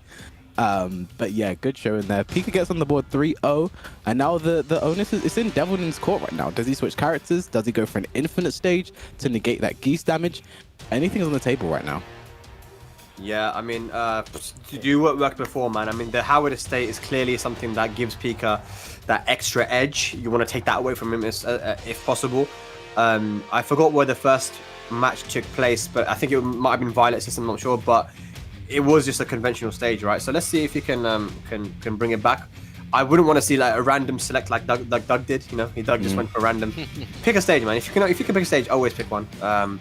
Even if it's just to get rid of the advantage that your opponent gets from either a Forgotten Realm or a Jungle Outpost or a Howard Estate, right? So it makes a difference. That's one thing I like about Tekken as well, is that the stage can make a difference, right? You don't really get that in many other games. Yeah, like some characters can actually camouflage on certain stages. A really scum strat that I see a lot of some people do, but yeah, you can actually camouflage on certain stages of certain characters. So yeah, a good showing there, PiKa. The thing is, Devilnin could, like the Steve worked first game. I think it was Jungle Outpost, the first game. So the Steve worked first game. There was walls in place. There was balcony, breakable walls, and Devilnin still managed to take the game. So. What he decides here, this is the decision he has to live and die by. Well, we'll see what he's going to do here. Devilnin versus PiKa. Losers, top 8 here. 1 match apiece. Final game coming up. It is going to be the Violet Systems for Devilnin. He's going for a very conventional pick. Yeah. Spag, are you from the future? Because you said it was Violet Systems, but it's the last game being played on Violet Systems. Are you from the future, Spag? Maybe I'm from the future. Just ask. I'll give you one question at the end of the stream. If you want to know about what happens to you in the future, yeah, I got some information, bro. Oh God. We'll find out after this. If there's one thing 2021's taught me though, is not to trust fighting game commentators that claim to come from the future. Oh boy. Okay, let's go. Alright, these two are just poking each other away now, but Devilnin's built the life lead. You don't want to get into a poke war with Steve, because that back one's ready to just shut you down. Yeah. Down 2-1. Oh, no punish there from Devilnin.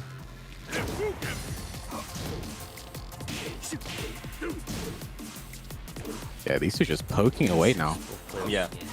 I'm liking this from Devilnin, man. So composed. So composed. Oh, nice break on the tackle as well. The original PiKa. wall bounce. What? Is that gonna hit? Is that gonna hit? Not gonna hit. It's not. No. What? It's either gonna It kinda regret that. No rage to work. Oh! That could have been death for Devilnin. Running 2+ frames. Rocket punch. Yeah. 5 He seconds. can turtle this out. He can 4, turtle this out. 3. Not anymore. Rocket punch. Now he can 1 turtle second out. left, and that's. Oh, so lucky. Geese is completely out of meter. It's gonna be a while, maybe a full round before he gets just 1 bar. Oh, that's gonna play a my part. days. For sure. Meter is not there now. PiKa's gonna be asking for a running 1 damage buff in season 5. Oh, and nice. The down 2-1-2. The counter hit. Gonna go to the wall here. Pressure, Oh, goes for the which is- manual low parry. That's one thing about PiKa. He calls out these things with parry. If it works, it's sick. If it doesn't, you look kind of dumb. Yeah. Are you calling him dumb? I can call him what I want. He beat me. I'm salty. Rage available here. Almost a bar meter. There it is. Forward 1+2. I think this could be it. If he gets to the wall and we see a deadly rave, use the He bubble tried it. He tried to carry as far as he could. Is he going to regret using that meter? If Devilnin wins this round, that's huge. It wasn't everything. Yeah, it wasn't a surefire thing that he could kill because that was a great distance to he had to wall carry. Yeah. He traded. He spent a bar just to get 1 extra hit. You know, and it definitely didn't seem like it was worth it now in hindsight. Yeah. But that's It the was thing. corner to corner rather. Yeah. Like we say, hindsight is 20/20. Okay. Almost another bar meter. There it is. Nice. The last PiKa. time 1 count hit. 1+2 throw not broken by Devilnin. Going to put him in rage here. PiKa with 1 bar to work with. These are all must-win situations right now for PiKa. He's got to play 3 rounds. Oh, punch parry. Oh, my Another one gosh. in. Oh, Trying my to gosh. break his heart. Block, no punish. Oh my god. And the delay. I know what that Nice. feels like. All right, PiKa stays alive. Stays alive here, and he has a bar and almost 2 to work with. This is looking a lot better for PiKa now. Jumps over the fireball. Don't know if that was deliberate. Just, yeah, I was jumping it a lot. Probably trying to sidewalk. You played PiKa? Oh, extended duck 2. Down Devilnin 4-2. still Now's playing the this time. slow in the No! Oh, Nice! that's okay. He punch parried the 2-forward-1. That's what I wanted to see. But oh no, this is about to be a lot of damage for PiKa. Going to get the wall as well. No, drops the combo, What? misses up the dash jab. The nerves. Okay, with the curse. What's going to happen? Big whiff, but not punish. Down back 3-2. What's That'd be it. Oh, That'd be it's He level has 2. Wait, Take it. did PiKa go for the PiKa? Did he dick jab or do the manual low parry? I don't know. I think he might have gone for the manual low parry, and if so, QCF2 simply won because of time. Like PiKa might have had the read, but just the timing was completely off. Unfortunate there. I mean, PiKa then maybe having the right read, but not enough time to work with, right? So Devilnin is going to move on to play against Edddyy in top 4. What a performance this lad has had. He has had a very, very good performance. I mean, he's been playing well in all the ICFCs, right? He's been getting good placements, but this is where we've finally seen him play like, you know, what we're more used to seeing him play, right? At that level. Lovely to see. He did good last week, even better this week, and we talked about a new champion. Who's it going to be? It's pretty much up for grabs with the 2 guys we got in winners, Lain and Crossfire. They're licking their chops right now. They're pretty much guaranteed top 3. Then you got the losers, the 2 veterans, really, who in Edddyy and Devilnin. So those guys are going to get a chance. I think when you look at this, the first thing you have to say when you look at this top 4 is just straight up diversity. You know, and there's no French player in the top 4. This might be the first time this has happened in the entirety of ICFC in Europe. So, you know, we have Spain, Italy twice, and the UK. So this is big right now. You know, but remember, Kwis. I mean, this is Europe, right? Imagine if Aston was playing and he decided he wanted to join. Imagine Kane and Trench was like, "Oh, I've got a PC now, I want to play." What if Chikimaru comes out of retirement, you know, and he jumps on, right? I mean, it's just the thing. Like, there's a lot of players around that aren't entered, or maybe the Emperor didn't play today, right? But definitely, you know what? $400, ladies and lads, you guys came through, man. That is the highest prize pool that we've had for ICFC. All the promo codes have been done, and a big shout out to Hitbox as well for the extra $100, man. Much appreciated. Yeah, good showing to everyone today. So I think one thing as well, if you look at the top 4, like, this is a top 4. Anyone can be our champion today, I think, with the way things are set up. Like, these matchups, like, I can't call it, and anyone could be our champion. But we have 4 commentators here right now. Who do we think is going to be the person out of the 4 to walk away as champion today? Let's go for it. We'll start from the top. Anakin, who's your champion today? I'm gonna go with Eddie. Safe pick, right? Esla, who's your champion today? Of course. Obviously, Spag, your champion. I'm going with Crossfire. Yeah, Yeah, and I'm not picking because I don't want to be wrong. But yeah. Damn. Nah, you got to pick. You got to pick, blood. You can't. You got to pick. I think if I had to pick someone, I'd probably go. I'd say Eddie, because he's the person who, you know, he's been that guy online, and like a lot of his major demons aren't in the tournament right now. Like well, to be honest, and he probably wants that run back on Lain at some point. So he's going to be a man on a mission until he gets that run back. So I'm going to say. Yeah. What's that? Say Eddie. Go ahead, Anakin. Now I was gonna say, like, I think like his next match might be his hardest match, since he's like the favorite player and all, he probably prefers 3 out of 5. And if he wins the next match, then he's finally in first to 3 land, first to 3 territory, and then he can start to like establish dominance or whatever he thinks he might do. So he just needs to get past like a super dangerous Devilnin in this next first 2, and then he's gonna get a chance to play extended sets against like either Lain or Crossfire. Pretty sure he doesn't care who it is as long as he gets like a longer set against them, right? Yeah. And what do you think Devilnin? Who do you think Devilnin picks here? Because, you know, he just saw Eddie beat probably the best Steve in Europe at this point. So does he go for that? Like, my Steve is different. I play Steve my way, so I'm going to show some different Steve things. Or does he, you know, go for the Akuma here? The character who's also putting a lot of work for him. Yeah, I mean, it's hard to say, man. I think that if Eddie picks the Fahkumram, he could prevent Devilnin from the opportunity to make it through into top 3. That's my so you're saying he could block his opportunity? Yeah. There are like 2 mind games at play here, because not only if Eddie goes Fahkumram, then Devilnin would want to go Akuma, right? Because Eddie lost to an Akuma last week, something like that. But does Eddie think that Devilnin would pick Steve? And if he picks Steve, then he'd want to pick Bob. But if Eddie picks Bob, then who should Devilnin pick? I mean, you say that, but Eddie got his run back on Akuma Man today and actually beat him. So, yeah, right. It was still close though, right? Yeah, it was close. It was close, but you know, Eddie showed that he can take those. So it's all up for grabs right now. Yeah, I mean, let's talk about Lain as well, man. I mean, how well has he played today to make it to top 4 and to winners of finals, man? I mean, very good stuff. He clutched it out against Kang as well. It was looking like he was down and out. The guy's just been improving every single week, man, and he's here now, has the opportunity to be the hero of ICFC, right? Everyone probably wants to see Crossfire lose, man, and he has the opportunity to actually do it, man. So yeah, a big shout out to Lain as well. Great guy too. Very staple person from the Barcelona, from the Spanish team. So looking forward to watching that match as well. So we're getting into our next game now. I'm assuming it's going to be our winners final, right? Yeah, it should be. Should be. All right. So yes, it's going to be Lain versus Crossfire. Ladies and lads, let me hear it from you guys right now in the chat. Who do you guys want to win this one? Lain or Crossfire? Let me hear it, man. Here we go. Lain versus Fujitora here. This is going to be a big one. And, you know, Bob versus Alisa. We have seen this matchup so many times in Europe. You have Shadow versus Kang. You had Kang versus Lain earlier. You had, I think Eddie picked actually Fak against him, but this is actually a match we see all the time. So let's see if Crossfire can adjust to Season 4. And get knows this Alisa. I mean, this is the character he plays as well. He mains Alisa himself, so yeah, he knows the matchup, man. Yeah, he knows. Yep, he's in this. That's a big factor as a tournament player. you cannot like try those little tricks that you would try against somebody that you do know doesn't have that experience. So that might just off the bat might force Lain to play differently. He was using chainsaws and he was going wild earlier. I don't know if they'll be able to do that against Crossfire. It's worth a shot, but you're just not as confident. I mean, that was a great step of the forward 4-2 early. I think one thing about Lain is like he is not afraid of just throwing out the hot kicks to down 4-2s, just letting things rip. But the same for Crossfire. Like these two are very, very aggressive players, and Crossfire going for a jump over that special kill. Nice punish on the belly. Combo! I like this. I like this option. Maximize damage. Just go for a rage art. Yeah.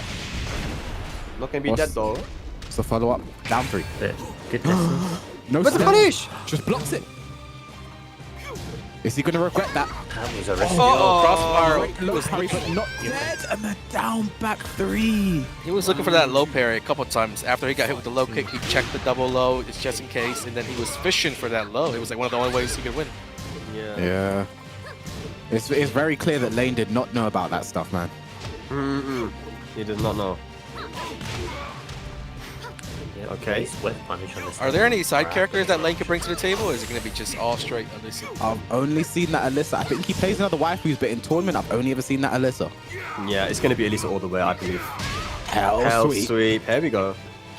Lain just stays down at the kill. What timing! Great timing there from Lain. Nice. Because this is the thing, like we mentioned earlier, Crossfire plays Alisa himself, one of his mains, but Lain plays Alisa his own way, so we're going to see a lot of different things here. Yeah, definitely, man. He has a very unique Alisa. Oh, nice! Steps the... Get that head. Excuse me? Okay. Yeah, okay. Okay. Okay. I got him. Yeah. Okay. Wow. Just roll back 3. Bro, I have no idea what happened that entire round. I don't even think Crossfire knows. And here we go, Crossfire letting things rip right now. Okay. Chainsaws. Oh. Good on Edddyy. Nice block and punish there from Crossfire, though. Like we said, he knows this matchup. Yeah. Oh! Nice. What an You didn't know about that stuff, though? What an option! He said F you reset. Oh, that jab looks way more active than it should have been, and then just the big belly takes it. The running exploder. So my prediction coming like it's, my prediction looking quite solid, isn't it? I don't know. He looks so comfortable. Like I said, you know, the thing about Crossfire, he does play quite wild, right? But at the end of the day, when you talk to him about matchups, he'll give you really, really detailed things, like very intricate things, like, oh, in this, if you do this move versus that character, she can't punish with her 13 frame, she has to go for her 11, and it's really off-putting, and you know, I use that a lot. Like just the really, really intricate things that he'll know, and the characters he uses, he knows really well, like the Lilies and the Alisas, the Marduks, and yeah, he knows those. So it's going to be quite hard for Lain to do this, but let's see. I mean, it was looking all right.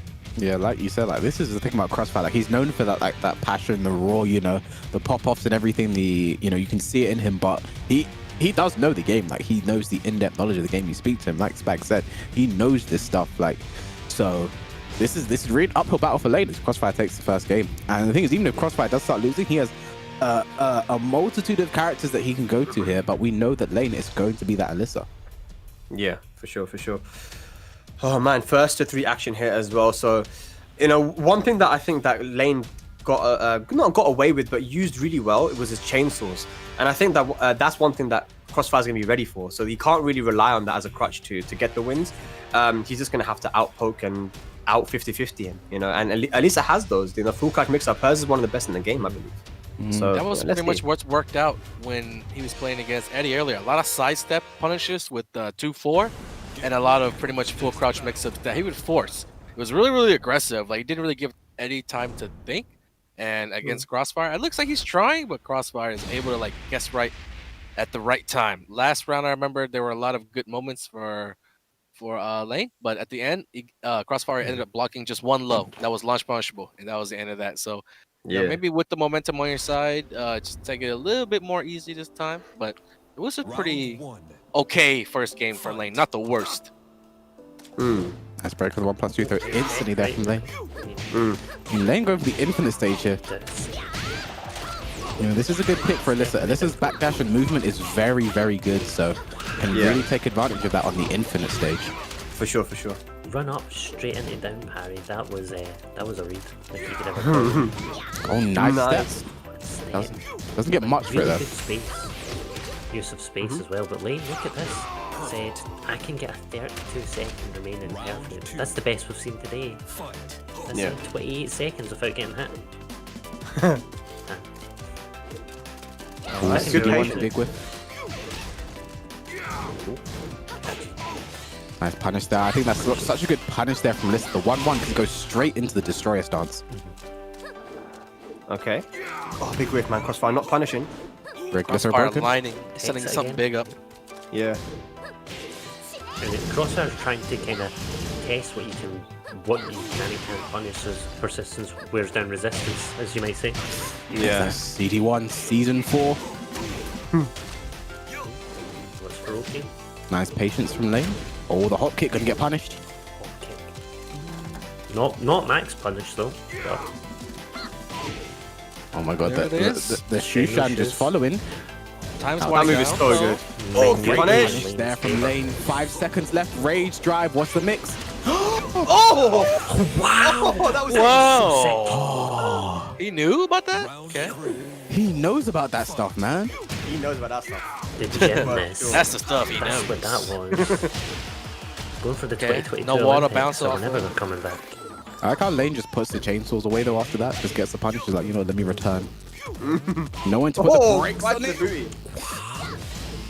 Lain is walking around him right now. Yeah, I think this is Lane's biggest problem. Like, he's getting the movement, getting the sidestep, but not capitalizing on these huge mistakes from Crossfire. But here we go, as I say, that gets a nice combo. Yep. Big chunk of damage. So what I'd like to see though, obviously Lain I think is proven right now that they have superior movement, but will Crossfire just pick a small stage and take advantage of it going forward? If they win? Oh, he might not need to, man. No tech. Wow, why not? Yeah, you have to tech roll in that situation. Wasn't aware of it. And Crossfire goes straight for that rage shot. Open up straight away with hop kick though. Start off hop kick. Hell sweet. Disgusting. Not the worst thing though, because it is going to leave him in full crash. You can only get while standing. Oh my god. Is Crossfire about to make this comeback? Spike. Oh no. Special get up. Oh. This is looking really bad, but nice step. Step down punch. Very nice from Lain. But has a huge mountain to climb. Does have rage, so extra damage available. Oh, nice. Come back to 2. Brilliant twitch duck, but no punish. Rage drive sped, no extra damage. Oh, Back to 2. oh yeah. Catch. There we go. Will Lain make this comeback? Or did I just curse him there? Yeah, you asked the question. You didn't say. I thought That it was Alisa under. face. All right, Crossfire. This is a massively important round, guys. The difference between 2-0 and 1-1, and Crossfire gets off to a very quick start going. He's already 2-0. Oh my god. Just kidding. They changed it back. Crossfire has all the tech. He can games where he wants, man. Oh, punishes the shoe No, shot. that guy was from the future. He didn't want to. He gave himself away. He got to put it in 2-0. Crossfire's gonna win. Crossfire. What? 7 golden. What a comeback there from Crossfire. Lane looked so good that game, you know. Was punishing perfectly, good steps. I mean, no, one thing that wasn't the best was, you know, when he sidestepped, got to, you know, Crossfire's back and just like jabbed or something, you know, didn't get the best of punishes. So very unfortunate, and that was a great comeback from Crossfire. Yeah, man. There were so many back You 2-2s need from to Bob see it right though, there. don't you? You can You see do hate that it. Lain made all the necessary adjustments. They done great with their punishing. They done like, and then it all just kind of falls apart, and they got completely picked apart in Yeah. the last round. Dude, Yeah. you know what's going to happen here? Crossfire's somehow going to pick Reverse stage. OCD. Somehow he's gonna pick the stage in it. Question mark is gone, boy. Oh man. He's gonna change his name halfway through as well. Fujitora makes a return, man. Like,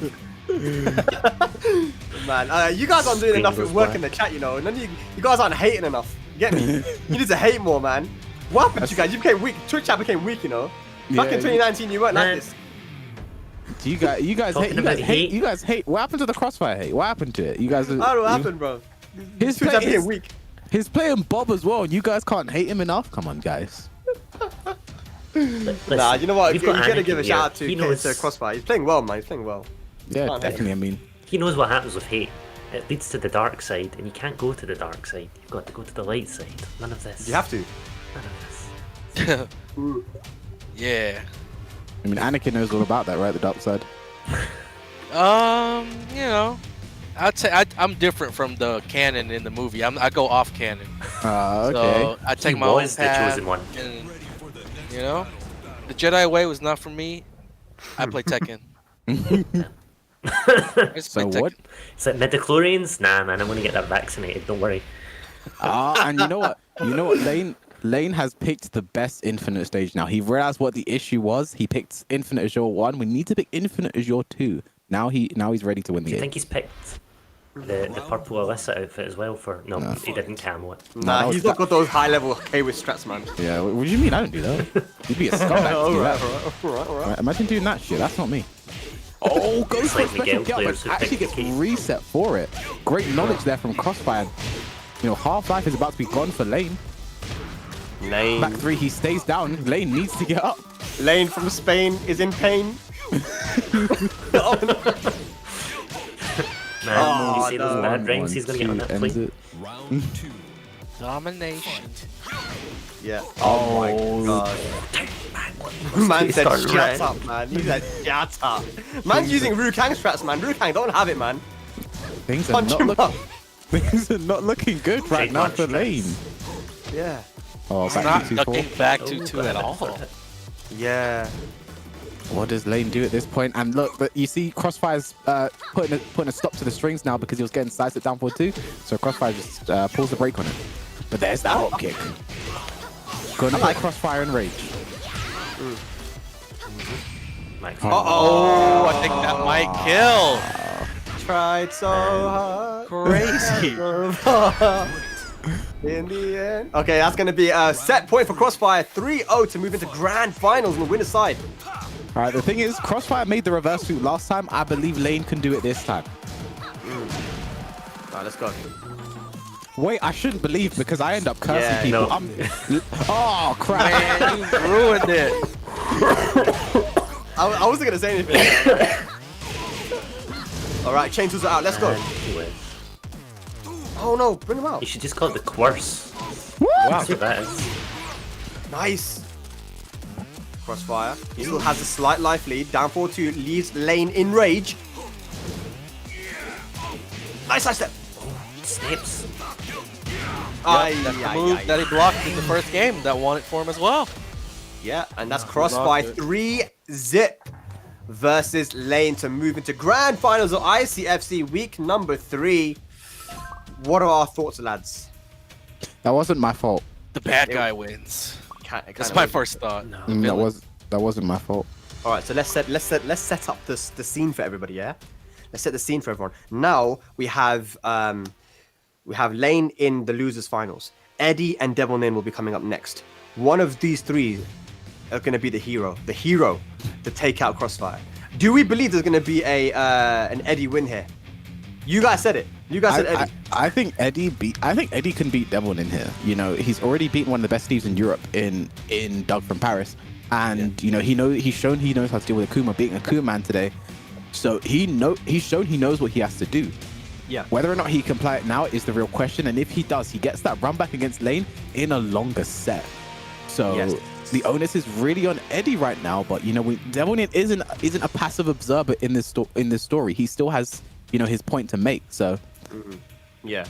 Guys, once again, the match arena is live. If you guys want to donate, it's going to be live until the end of the tournament. $400 that we've already reached, which is a record high for Europe here at week number 3, man. Crazy stuff that you guys came through, and $100 from the hitbox as well. Much appreciated to them. If you guys want to donate, all of it's going to be going towards the players. So, any more of you guys that are willing to do so, please do so. Shout out to everybody that has done so today, though. Much appreciated.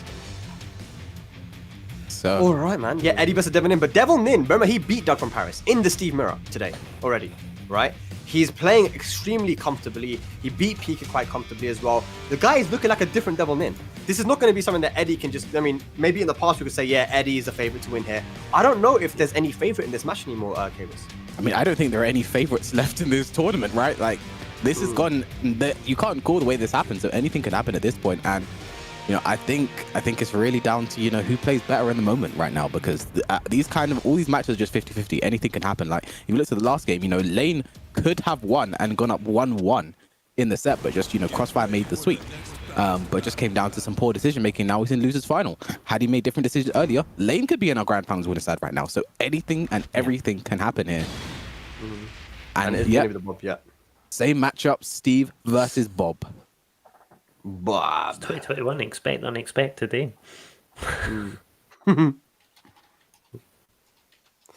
Right, here it is, guys. Who is going to be the hero to move on to play against Lain and potentially get that match versus Crossfire in the grand finals? Is it going to be Eddie, Devilnin? Let's go to our final first to two of the day. I think it's gonna go really, really different from when we saw Eddie play against Doug. Just because, like we were talking about, it's different Steve styles, different Steve timings, different countries, just styles of play in general. One thing I like as well is no, go ahead, Esla. Okay, if you know that, and Eddie will be watching, he's seen Devilnin, and he's seen that Devilnin's failed to capitalise on quite a few combos, so you'll be more willing to take bigger risks if you know you can't get punished as hard for it, which is always in your favour as a player. If you know someone doesn't know the perfect punish, if they'll always go for a 10 frame when they should be going 13, or drop really key combos, it's always in your favour in terms of a damage differential. I mean, you speak of confidence, you see that dashing there from Eddie. Nice low power as well. Like, he is brimming with confidence right now, overflowing with it. Guaranteed hits on the floor. Yes, Eddie. Here we go now. The jabs now. Devilnin just looking for a way to claw back into this round. Goes under the CD1. Oh, catches Eddie pushing buttons. Brah. Masaji. Just poking over the lows now. Hell sweet. Oh, the strings. Down back. what a block. He's not done. Sonic Fangs, raised drive. Devilnin definitely. Yeah, He that had was an serve. opportunity. Oh, but back opens up with back two now. Straight away. Yeah, there was no reason for him not to use the rage right there, man. I mean, it would have been, a mid to hit him if he pressed a button or something, or he ducked, and he would have had plus frames on block as well, right? It just came down to the final hit, and Eddie was the one getting off the ground, so he's the one that had to block. So, walk up and make him guess. I don't know, Devilnin just trying to play it safe, and as a result, he just let Eddie walk right up and do a low kick for the kill. Yeah. Oh, nice. Flicker 2 counter hit. Is this going to be the round? Yeah. First round. There we go. Devilnin on the board here. One thing as well, when Eddie dashes forward, he actually looks like he's ice skating. You ever notice that? What? That's because that's how he plays in real life, isn't it? When you watch him play in real life offline, he's ice skating. Yeah, it's crisp. I hadn't noticed, and I can't unsee it. Very Nice. 4-4-2 on the ground. 4-4-2 right back, going over the low there. Back and forth, competitive. Devilnin with the life lead now, but counter hit down forward 2. Going to be a lot of damage. Are we going to see some more ice skating? Went for a reset. 1+2. Nice break from Devilnin. He needed that. Yep. Nice step. Is that dead? No. Raise drive. What's the mix-up? Still alive. Nice. Again. Second time he's ended a round like that, and Eddie gets on our board, but Devilnin showed he came to fight today. One thing I really liked is one of the first things Eddie did was hell sweep, and Devilnin got up and immediately just pushed while standing one. He didn't want Eddie to continue any of his pressure, and he got floated for it. So very nice showing there from Devilnin, and showing he's ready to play. Like, that was not free by any stretch of the imagination. Absolutely, yeah. And the question is now, is he going to go to the Akuma, which has been looking very good for him as well. It has got him some wins in this tournament and got him to where he is. The Steve's been looking solid, but I guess you could say Eddie has found the answer to the Steve, right? Because he's beaten Doug and now he's beating Devilnin. So is it time to go to the Akuma? What do you guys think? It was a very competitive first game, and a lot of those situations played out where it was like Devilnin's lack of aggression, lack of awareness. It was kind of like his mistakes that led to Eddie getting some of these wins. So not as bad as the way that Doug went out. You know what I mean? He went out without an answer. And so if I was Devilnin, it could be either way. If you want to stick with Steve, you definitely do have to make some adjustments. So if he has to have like something different if he's going to keep the character. Otherwise, Akuma could be the answer. At the very least, you could just do sweeps and just play basic. So, and that's always going to be good no matter who you're fighting against, even if like you got Bob counter picking or whatever. Yeah. I agree. I mean, he could definitely go back in there, pick a stage that he's more comfortable with. Yeah, it was close enough to where he could stick with Steve or go to Akuma, but he does. You know, it's very, very important because it's 2 out of 3. So I don't know. It's hard. It's really hard.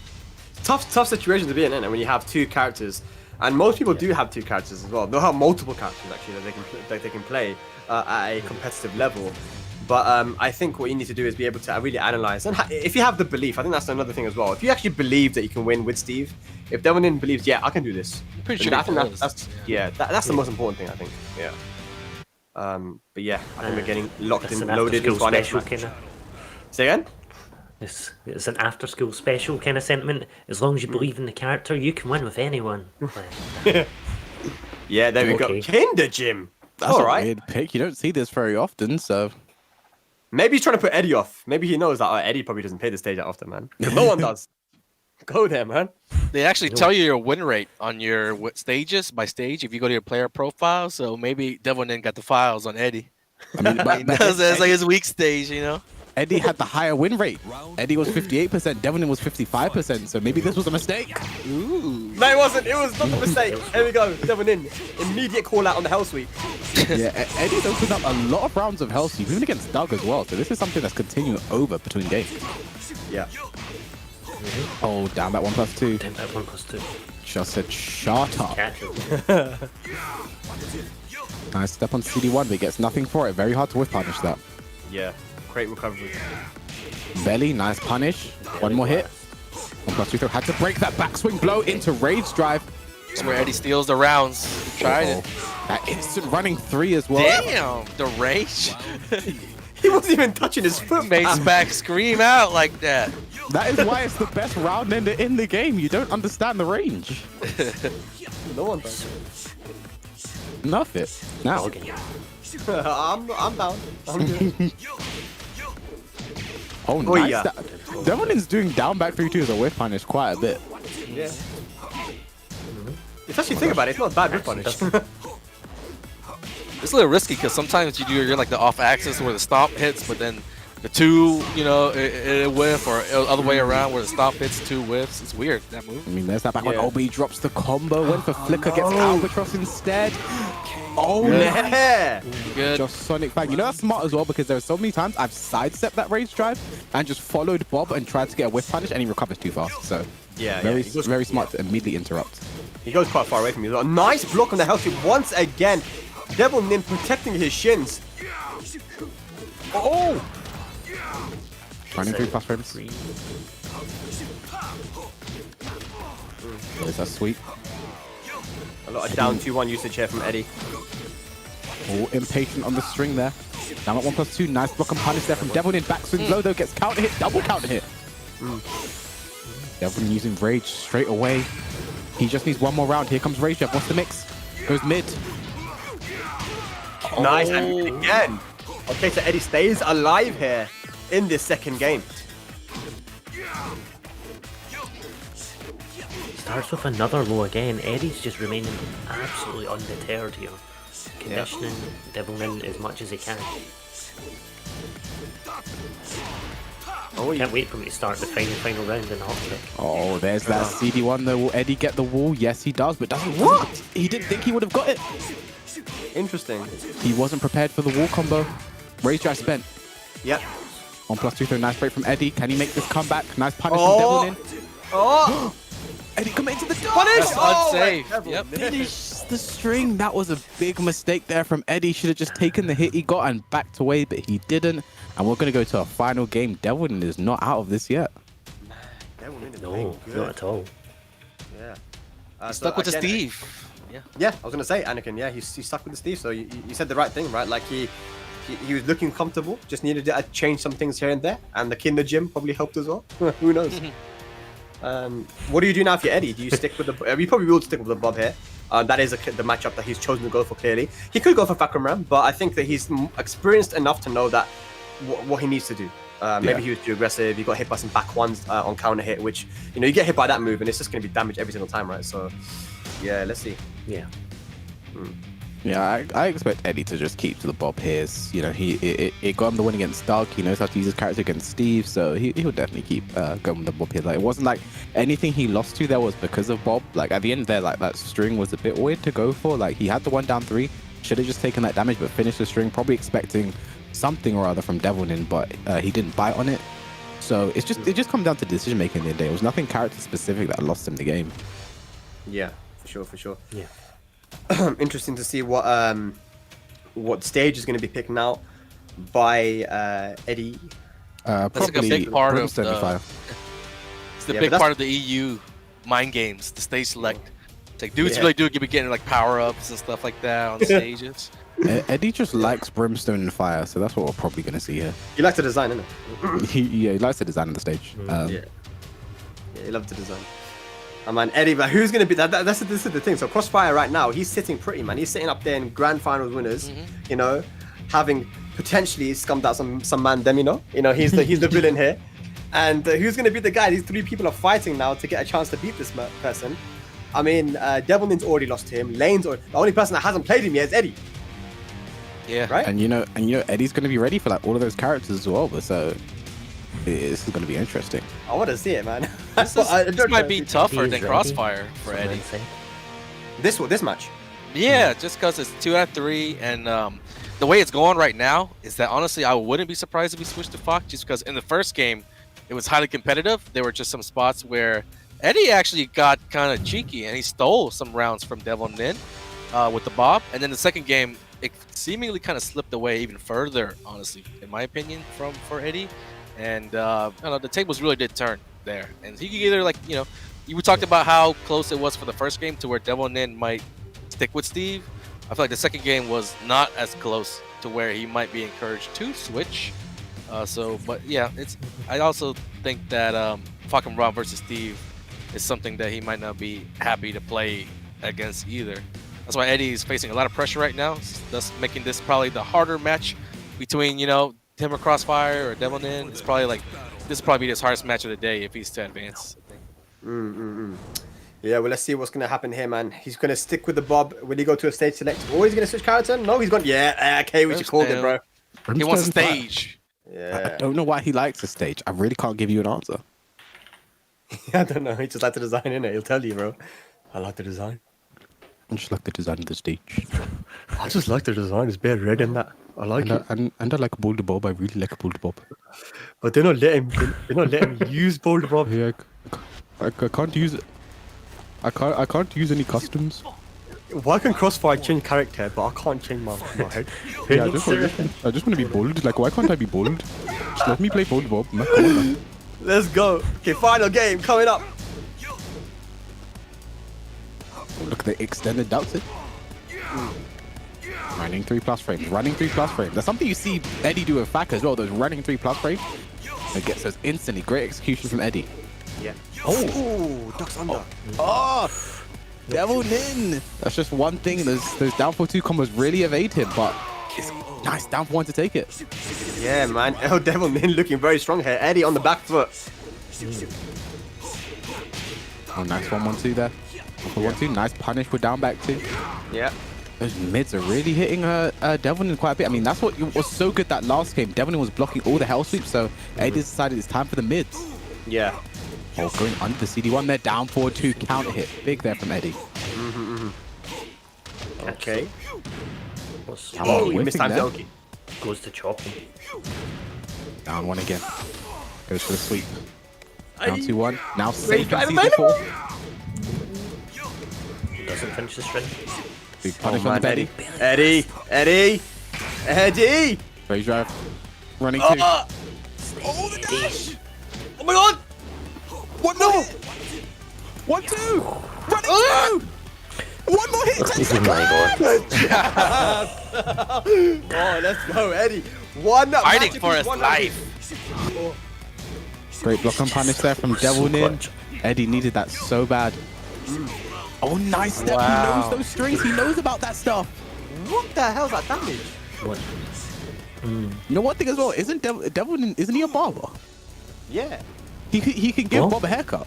Nah, he wouldn't want to do that. That's the power up, man. Bulb up. Oh, wait. Speaking of haircuts, that back one. Man, he's catching on.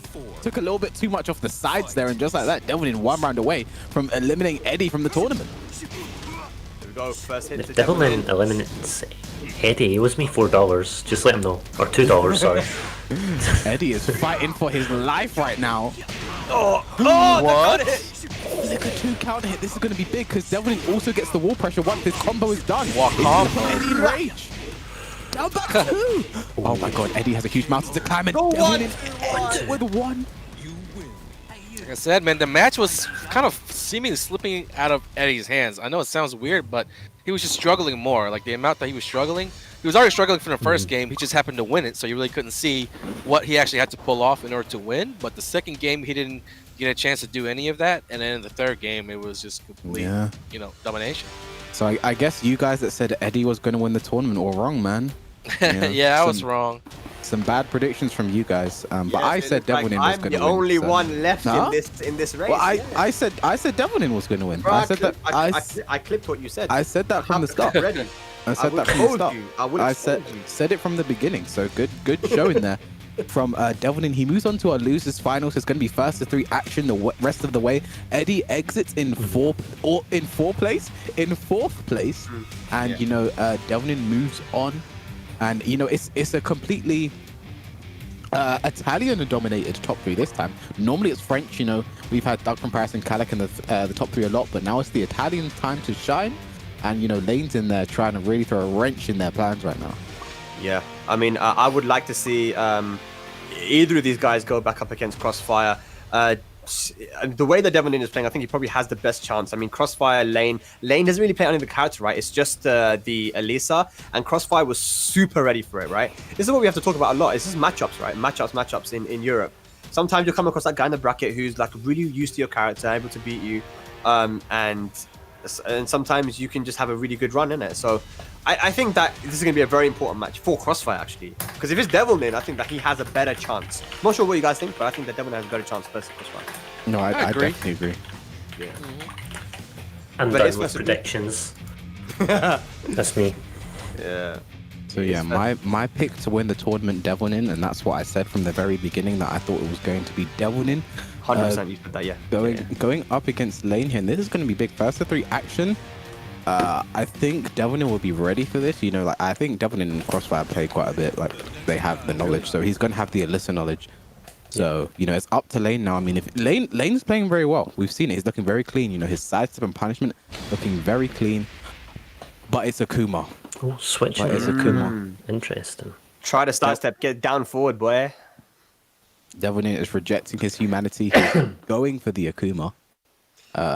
And this is going to be a test to Lane's matchup knowledge now. This is a character, if you do not know the matchup, if you don't know how to move around this character, don't know when to block the down 3 or the down 4 or the forward 4, just you're not ready to block, things look really bad here. So No, that's not bad. It's just backdash, man, apparently. That's just back. Yeah, and Alisa has a very good backdash.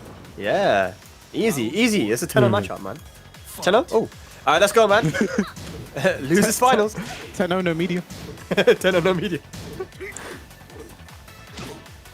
And I'm looking at I never realised before, Devilnin has an Akuma profile picture. Does he? Oh, yeah. That's what that is. Yeah, that's what that is. That's an Akuma. Look at the wee ponytail. Look at the red insignia. Or embroidery. Shenanigans right now, but the get up 3 counter here looking very good for Lain. I don't think he'll be able to carry to the wall, but it's going to be a nice chunk of damage. Good enough. Just play with the space, because the last thing you want to do is end up at the wall and get reversed to the wall against Akuma as well. Oh, Wow. Just about the air. Air to air, anti-air, Lain at a huge life lead now, but I think he caught him. What? No, he didn't. Nice patience from Lain. Very good. Devilnin risked it all on that. Yeah. Yeah, the hardest of reads. What's good as well is Lain won that round and Devilnin didn't build a bar of meter. Nice counter hit 4, should get to the wall here. Oh, nice block. Blocks to get up kick, but no punish at all. Down 3 Ado. Ado. Oh, nice block on And the at shoe that shy. point of the meter as well, you could have actually down 3 Hadoken and option selected FADC if it didn't hit. I don't think you'd have got enough meter. Obviously, those are very niche situations. You need to really love it, and you might not want to risk it. But Yeah. Down 3. Hot kicks the down 3, and this should be the round with a nice combo. Lane 2 Wow. up right now up against Devilnin. Yeah, this is crazy. I mean, like, that's risky stuff as well, but Lain not afraid to throw it out. Yeah, risky, no luck. I don't really know why Devilnin opted for Akuma when Steve is really the known, like one of the known counters for Alisa, just back one, stuffing out a lot of the running options that Alisa has, a lot of the strings and stuff like that. Yeah, I know that whenever, yeah. Sorry, Anakin, especially considering that he has the momentum with Steve, you know, just the Eddie looked very good. Nice low parry there from Lane. Just went and did a 180 for no reason. Nice hop kick. Back 4-4, what's the follow-up now? Nice duck there from Devilnin, but no, we didn't have to go for the max damage there. He didn't need it. They didn't need it. The good thing is this first 3. A jab DP could have ended it now, and if I'm Devilnin, that's a sign. That's a bigger sign as any to just go for the Steve. You know, like the Steve's been looking good. That didn't really work out from the Akuma pick. It looked like Lane was kind of ready, so I think now was the time for him to go for the Steve. You know. Yeah, I think it's probably time to go for the Steve. You know, you think about it as well. Steve will punish you pretty hard for all those lows, which are relatively, you know, safe versus most of the class. You know, down back 3s, there's full crash down for 1+2s. You know, those full crash low -11 only. But Steve hurts you for blocking those, right? His whilst and 1-2s are very strong punish. So, yeah, let's see, man. I think Steve would be a solid choice here too, especially with how he's been playing today. Yeah, I have no qualms with that pick, but maybe Devilnin's gonna be a bit stubborn here and stick with the Akuma. Like we've no seen chance. Devilnin. No, we've seen Devilnin in the past like lose pretty bad using Akuma, but still use the Akuma. We've seen that before in the past, you know. It depends if he has a game plan. If his game plan was, okay, I've got a list of characters, and with these characters I'm going to use Akuma, and these characters I'll use Steve, and I'm going to practice that, then everything else will come down to adaptation. Then he won't put himself in a situation where he has to like second guess himself. If that's what he's done, then yeah, he won't switch, because Akuma is the one to go against the Alisa. But I think what's more likely is that he's deciding, okay, what's going to be my pick for the day, right? Who do I feel more comfortable with? I think both Steve and Akuma can do fine here in this matchup. So, you know, the one match that I was actually planning to analyze for YouTube, Hira Malik versus Chanel, you know, Alisa versus Steve, you know, it's all about the player, man. These characters are strong. Whoever's playing better on the day can take it. Glad to find out who's playing better. I mean, Lane looks, after, you know, going down quite bad against Crossfire and the one is finally, you know, showing that he's down, but he's definitely not out and has a job to do here right now. But Devilnin, yeah, he has switched to the Steve. And no, look at that random select as well. So he didn't pick stage. Interesting. I think you should have picked it just to test Steve. Oh, man, like Crossfuego. Fujitora. Crossfire sitting there like, wait, why didn't he pick stage as well? Why not pick stage?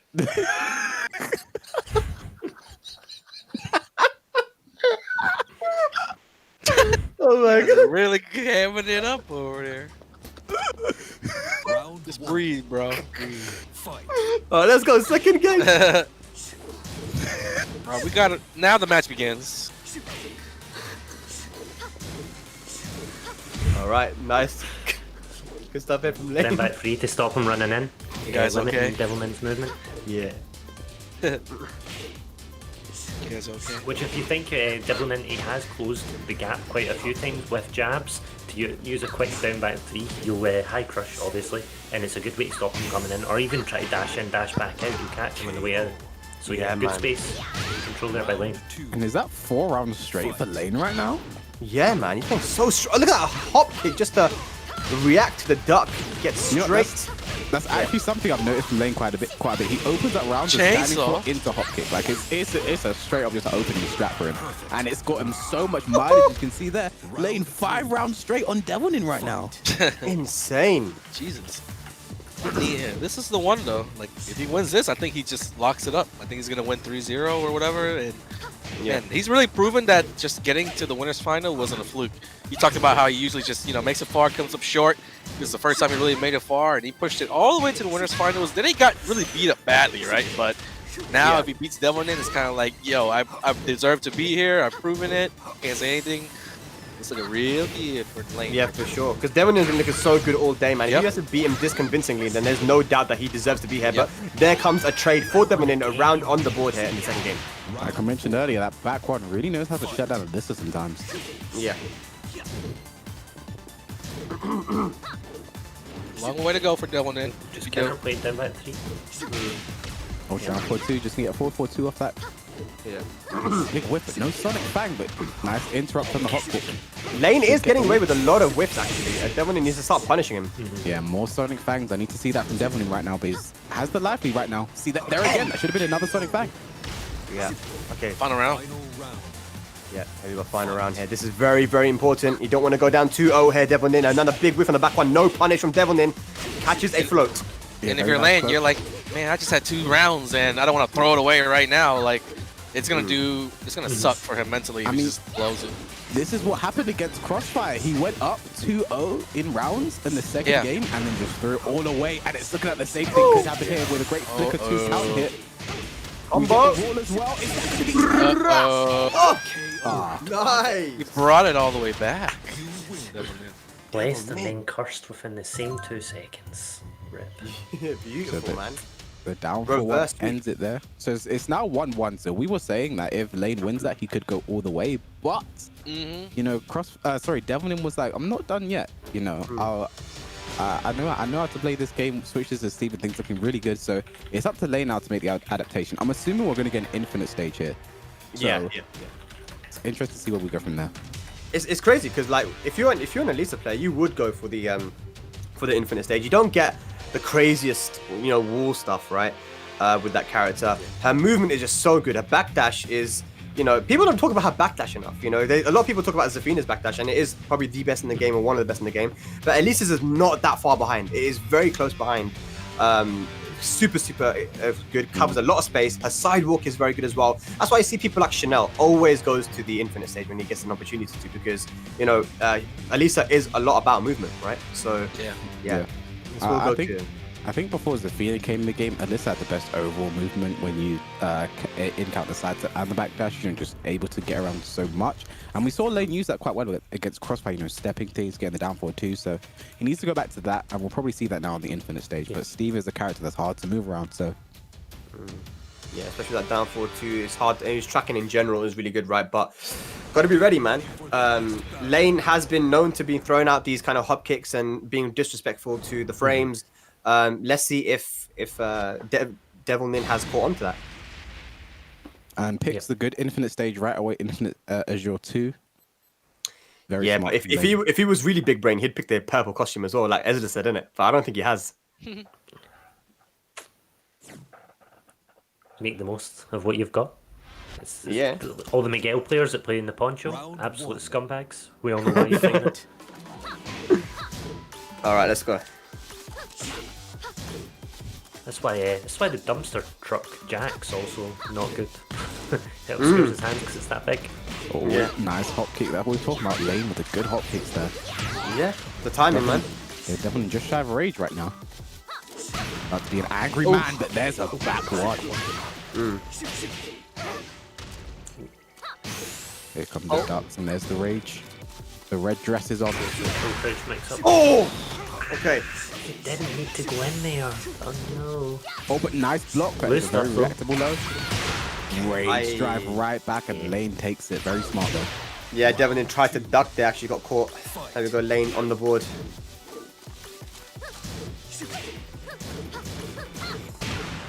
Just jab pressure. Yeah, second hit. Down by 3. Oh, It how doesn't big a manage whiff. to get up kick though.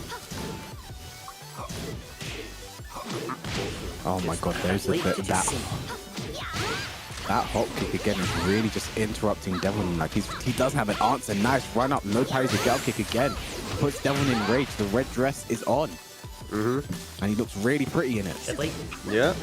So Elite, Lane's currently sitting on about 80% on top of what Devilnin's got. He doesn't need to go in. As we've said before, Alisa has so much better backdash. You should just try not go in and not get hit, because that's twice in a row. I mean, just as you say that, Esla gets hit by the rage drive right as well, but down back 3-2 doesn't get punished, but ends it with a nice little low kick. You know, I think Devilnin needs to play much more better here if he really wants to take this. Much more better. He wasn't in range there for the down back 3. Oh, the hot kick, but doesn't let it rip and gets back 1 for it. Aye. Brilliant. Didn't max mine on it, but he got it. Chainsaw shenanigans. Rocket chainsaws. Madness. Same situation as last game. Laid up 2-0 rounds, just trying to find that third round, but Devilnin will not just go away.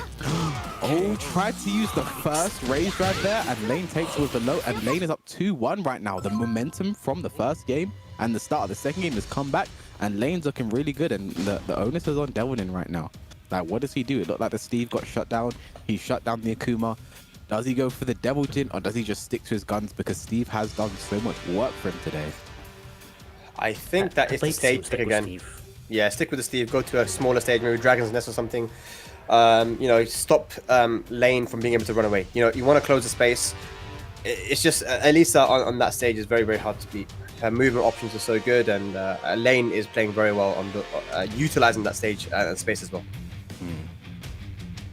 Yeah, I feel like a smaller stage would be much more better for Devilnin. I feel like he'd have a lot more space, put that wall pressure, the fear of the walls in Lane's heart. But you know, Lain looked like he was playing completely free there. Like, he got hit by rage drive, you know, every time he threw it out. But you know, he still made the comeback. You know, even with all of that damage, he still made the comeback. So Lain is really firmly in the driver's seat right now. And where is he going to take us?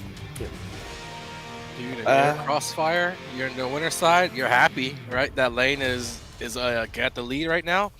Just beat Lain 3-0 super convincingly, and kind of pretty much know what's coming if you're going to play him again. He doesn't have any counter picks. It's going to be Alisa. It's going to be pretty much the same strategy, same game plan. And I think, you know, that's Spag's guy right there. That's his pick. So it's looking like it's all coming together. Solid pick. Picking Crossfire to win.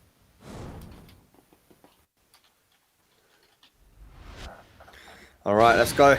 Akuma! Yeah, he's gone back to the Akuma. I mean, you can't blame him there, because the Steve got shut down so bad. But I think the Steve was the right choice. You know, when he had walls with Steve, that's what he won. It wasn't like, you know, they played an infinite stage. But this is the thing, because Lain won the games first. Even if he did win with Steve, we'd go to the final game on an infinite stage anyway. So maybe Devilnin is playing the long game right now. But even then, Akuma on an infinite stage. It was a little sloppy the first time he had Akuma, so maybe he just had a little bit of time to warm up or pick up some tendencies or something. He just didn't really see much, which is why I'm kind of surprised that he went back to this pick, despite how bad it looked with Steve. Like, the game that he did earn was with Steve, so that's the way I see it. For sure, for sure. I mean, he's gonna have. I mean, his execution was looking a lot better with Steve as well. I mean, his Akuma was not looking so optimal. If he wants to win this against Lain, he's gonna have to punish Lain for every whiff, man. It's very important. Gets that air combo as well, and breaks take the it to floor as well. Damn, I was really expecting a wall there. Down for running 3 now. Oh boy. Okay, converts a little mini combo there, but the sidewall isn't his friend. See, again, another big whiff there from Lain, and no punish from Devilnin. Just watch it again. Like, just letting them go. Now he's getting rushed into moves, getting counter hit. He's kind of falling apart right now. Akuma might not be the pick. Yeah, big round right here for Devilnin. Everything is coming up Lain right now. Lain wants that run back with Crossfire. He's got justice to dispense. I think Crossfire wants to run back too, to be honest. Chainsaws. Chainsaws, yeah. What do we do? What does Devilnin do right now? Okay, there we go. Float with the wild setting 4. Please breaks the floor as well. Nice, not too bad. Just shy of the wall. Oh yeah. 2-1. The shot net. Yeah, breaks the floor. Big boy combo. Light DP as well. Has the bar to work with. Nice block there from Lain. Punish and block Nice down. anti-air as well. No. A big whiff with the He's punish. gonna get the spin. Oh my god, look at the patience from Single Devilnin. Look at the kick. patience. Down hit. Nice. Back. 10 seconds. He Lain had one to beat shot. and it didn't. He's got Rage Drive locked and loaded. Rage available. Yeah. 2 bars of meter. 3. Slide. Oh! That's it. That's enough. Oh, he stole it. He stole it. He should have known. That was so lame. That was so Perfect. lame. I was going to say that was just the right thing to do. I like that. It was good. Clutch stuff. Lane set point. Yeah.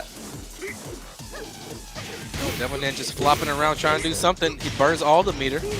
Where has that been all game, man? That standing 2 punishment. I don't think his confidence is Devilnin there said with you the were- combos. Yeah. This is the most damage Devilnin has done the whole losers final. He has the life lead now, but Lane's in. Don't tell me Lane makes this comeback. Rage Drive spent though. Oh, jumps over the low.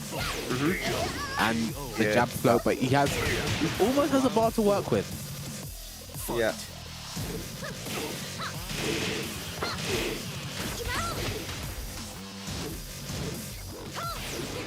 Down 3. Nice low parry there from Lane. Devilnin has a bar to work with, but Lane has the life lead right now. He can just kind of chill. Yeah.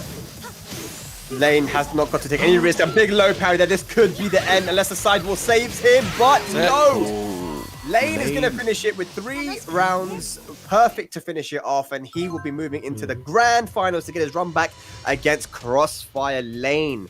Yeah, But wow, what a performance from Devilnin, though. I mean, to get 3rd place, he looked very comfortable, but man, just it's sad to see how he finished it there, man, because just so many opportunities missed there. Like Anakin, I think you said, just wasn't feeling the confidence, maybe. Yeah. It was a problem with last week when we played Akuma. It was, like I said, it got to the point where he dropped so many fireball cancels that he had to settle for the easier combos, and that kind of still loomed. You know, he had the problems with the combos. I was actually surprised he got the full 2-meter conversion there, but there were still some uncomfortable spots for him on Akuma. Yeah. So that's why I think that, you know, maybe next week might be the week. You know, it's still early and definitely a character that he can continue to work on. Yeah, so unfortunate there from Devilnin, but my pick to win the tournament, Lane moves forward into the grand finals. Casual, smoothly said it. Lane versus Crossfire, we have the run back. And the thing is, Crossfire looked very, Lane looked very good in that second game. Won two rounds very clean, but just slowly let it slip. We need to see that Lane in those first 2 rounds of the second game. It was just the clean movement, nice sidestep, capitalizing on a lot. You know, that's what we want to see. That's what we need if he's going to win and, you know, take out the villain in Crossfire. Yeah, man. But once again, guys, big shout out to you for all contributing. You used up all the codes for the Matcherino, and we also got some really big donations, especially we got one big one from Hitbox2 for extra $100. We reached $400, the biggest prize pool that we've had for ICFC Europe so far. The donations are still open, so if you want to go to the link that's in the chat, click contribute, and you know, any money that you give will be added to the prize pool for the players that have worked really hard today to you know, play some good ass Tekken, man. So thank you very much. So this is it right now. Here's the story. You have the villain in Crossfire. You have the hero in the. This is Lane's story today as well, because like I said earlier, Lane was the person who was always just short of like these top 8, you know, got top 16, was always losing in losers finals, finishing 9th place, and now he is guaranteed a 2nd place here. But what I say about 2nd place is just first loser. And that is not a position you want to find yourself in. So Lane has to work hard here because Crossfire has all the momentum moving forward. But Lane looks so good against Devilnin. So this is one that's impossible to call. I don't think it's impossible to call at all. I think Crossfire looks very comfortable versus Alisa, let's be honest. I mean, he knows the character. He got the quick win in the winner's side. I think that Lane has a very hard job here. He has to be on point. Crossfire is not going to let those whiffs go, the back ones and everything that he's been whiffing, the hop kicks. I mean, he will punish you for that.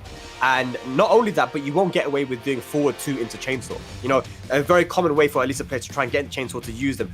We saw in the winners finals, Crossfire was interrupting it every single time, right? So it's gonna have to be a true outplaying for Lane to win this. I mean, Spag called it there. You know, based on that, if everything Spag says there is true, Crossfire should win this one. He's gone for the Marduk for some reason. I mean, Saw it last week.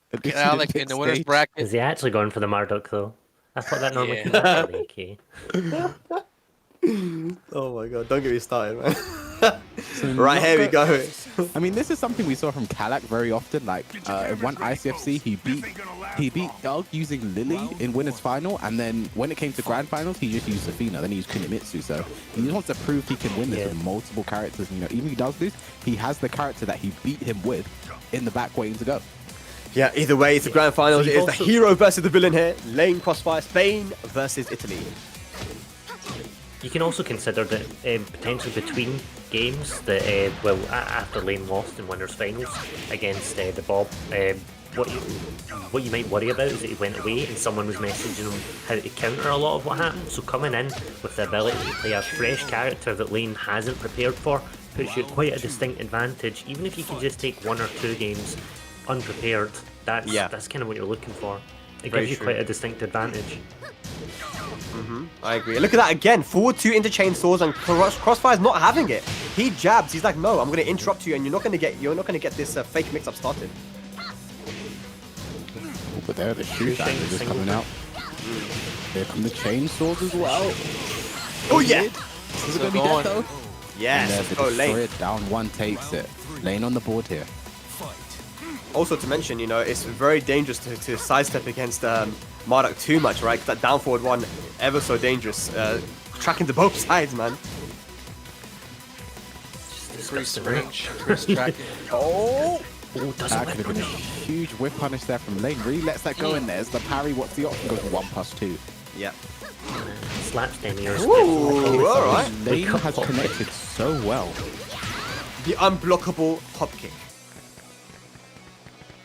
Unblock kick. The hell was that? Jabs. I don't know. I'm fried. I don't know. Rage available. Can we see the comeback? The Marduk robberies. I mean, he literally has a pixel right now. But nice block there and great punish there from Lain. Yeah, Lain. Being too aggressive. He's being very, very aggressive, and he's just giving Lain up all these opportunities to block, probably punish. Chainsaws are out. Didn't get a full string, so gets punished with a whip. Yeah, nice punish from 3, and we're getting a tackle, but not from Marduk. Oh, speaking of Marduk tackles, Slams are down. give me that leg. Work the lever. Man's like, can I pull this one off? No. Try again for a different leg next time. He didn't break it! Oh! No break. Who's the graph for now, bitch? Oh. What's Lain that, with the first match. Giving Crossfire some head, and just like that, Lain takes the first game in our grand finals. That was big. You're already doing better than winners final. That's big.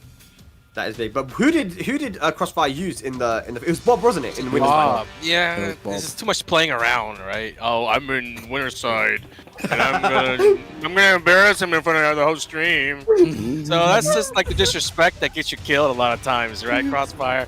He's already pushing it, right? So I would love for nothing more than for Lain to just bring it back, just for the blatant disrespect, right? You know, you beat it 3-0, Bob. He's had enough. He's like, Yeah. Come on, man. You know what would be great You though? get what you deserve. If he picks Armor King and Forgotten Realm. Oh shit! No, man.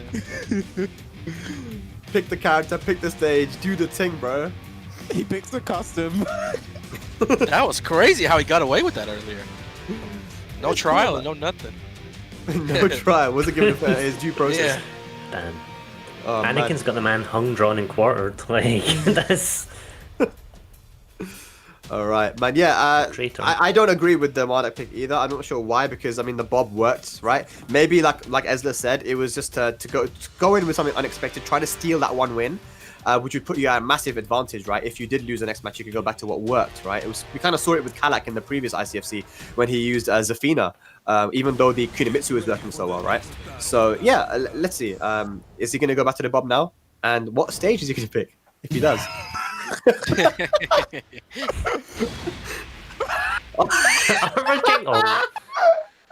Oh my god. Alright, nice. You know what's crazy? Imagine if we did have season 4 and you couldn't see the question mark. Yeah, well then we wouldn't have known, innit, in the first place. Yeah. Can we go back at season 3 tournaments and see Crossfire's picks, please? Oh man. Alright, here we go. Round Armor King has come out now. Look at the win streak on Armor King. 12 wins, man. Those are all the test games.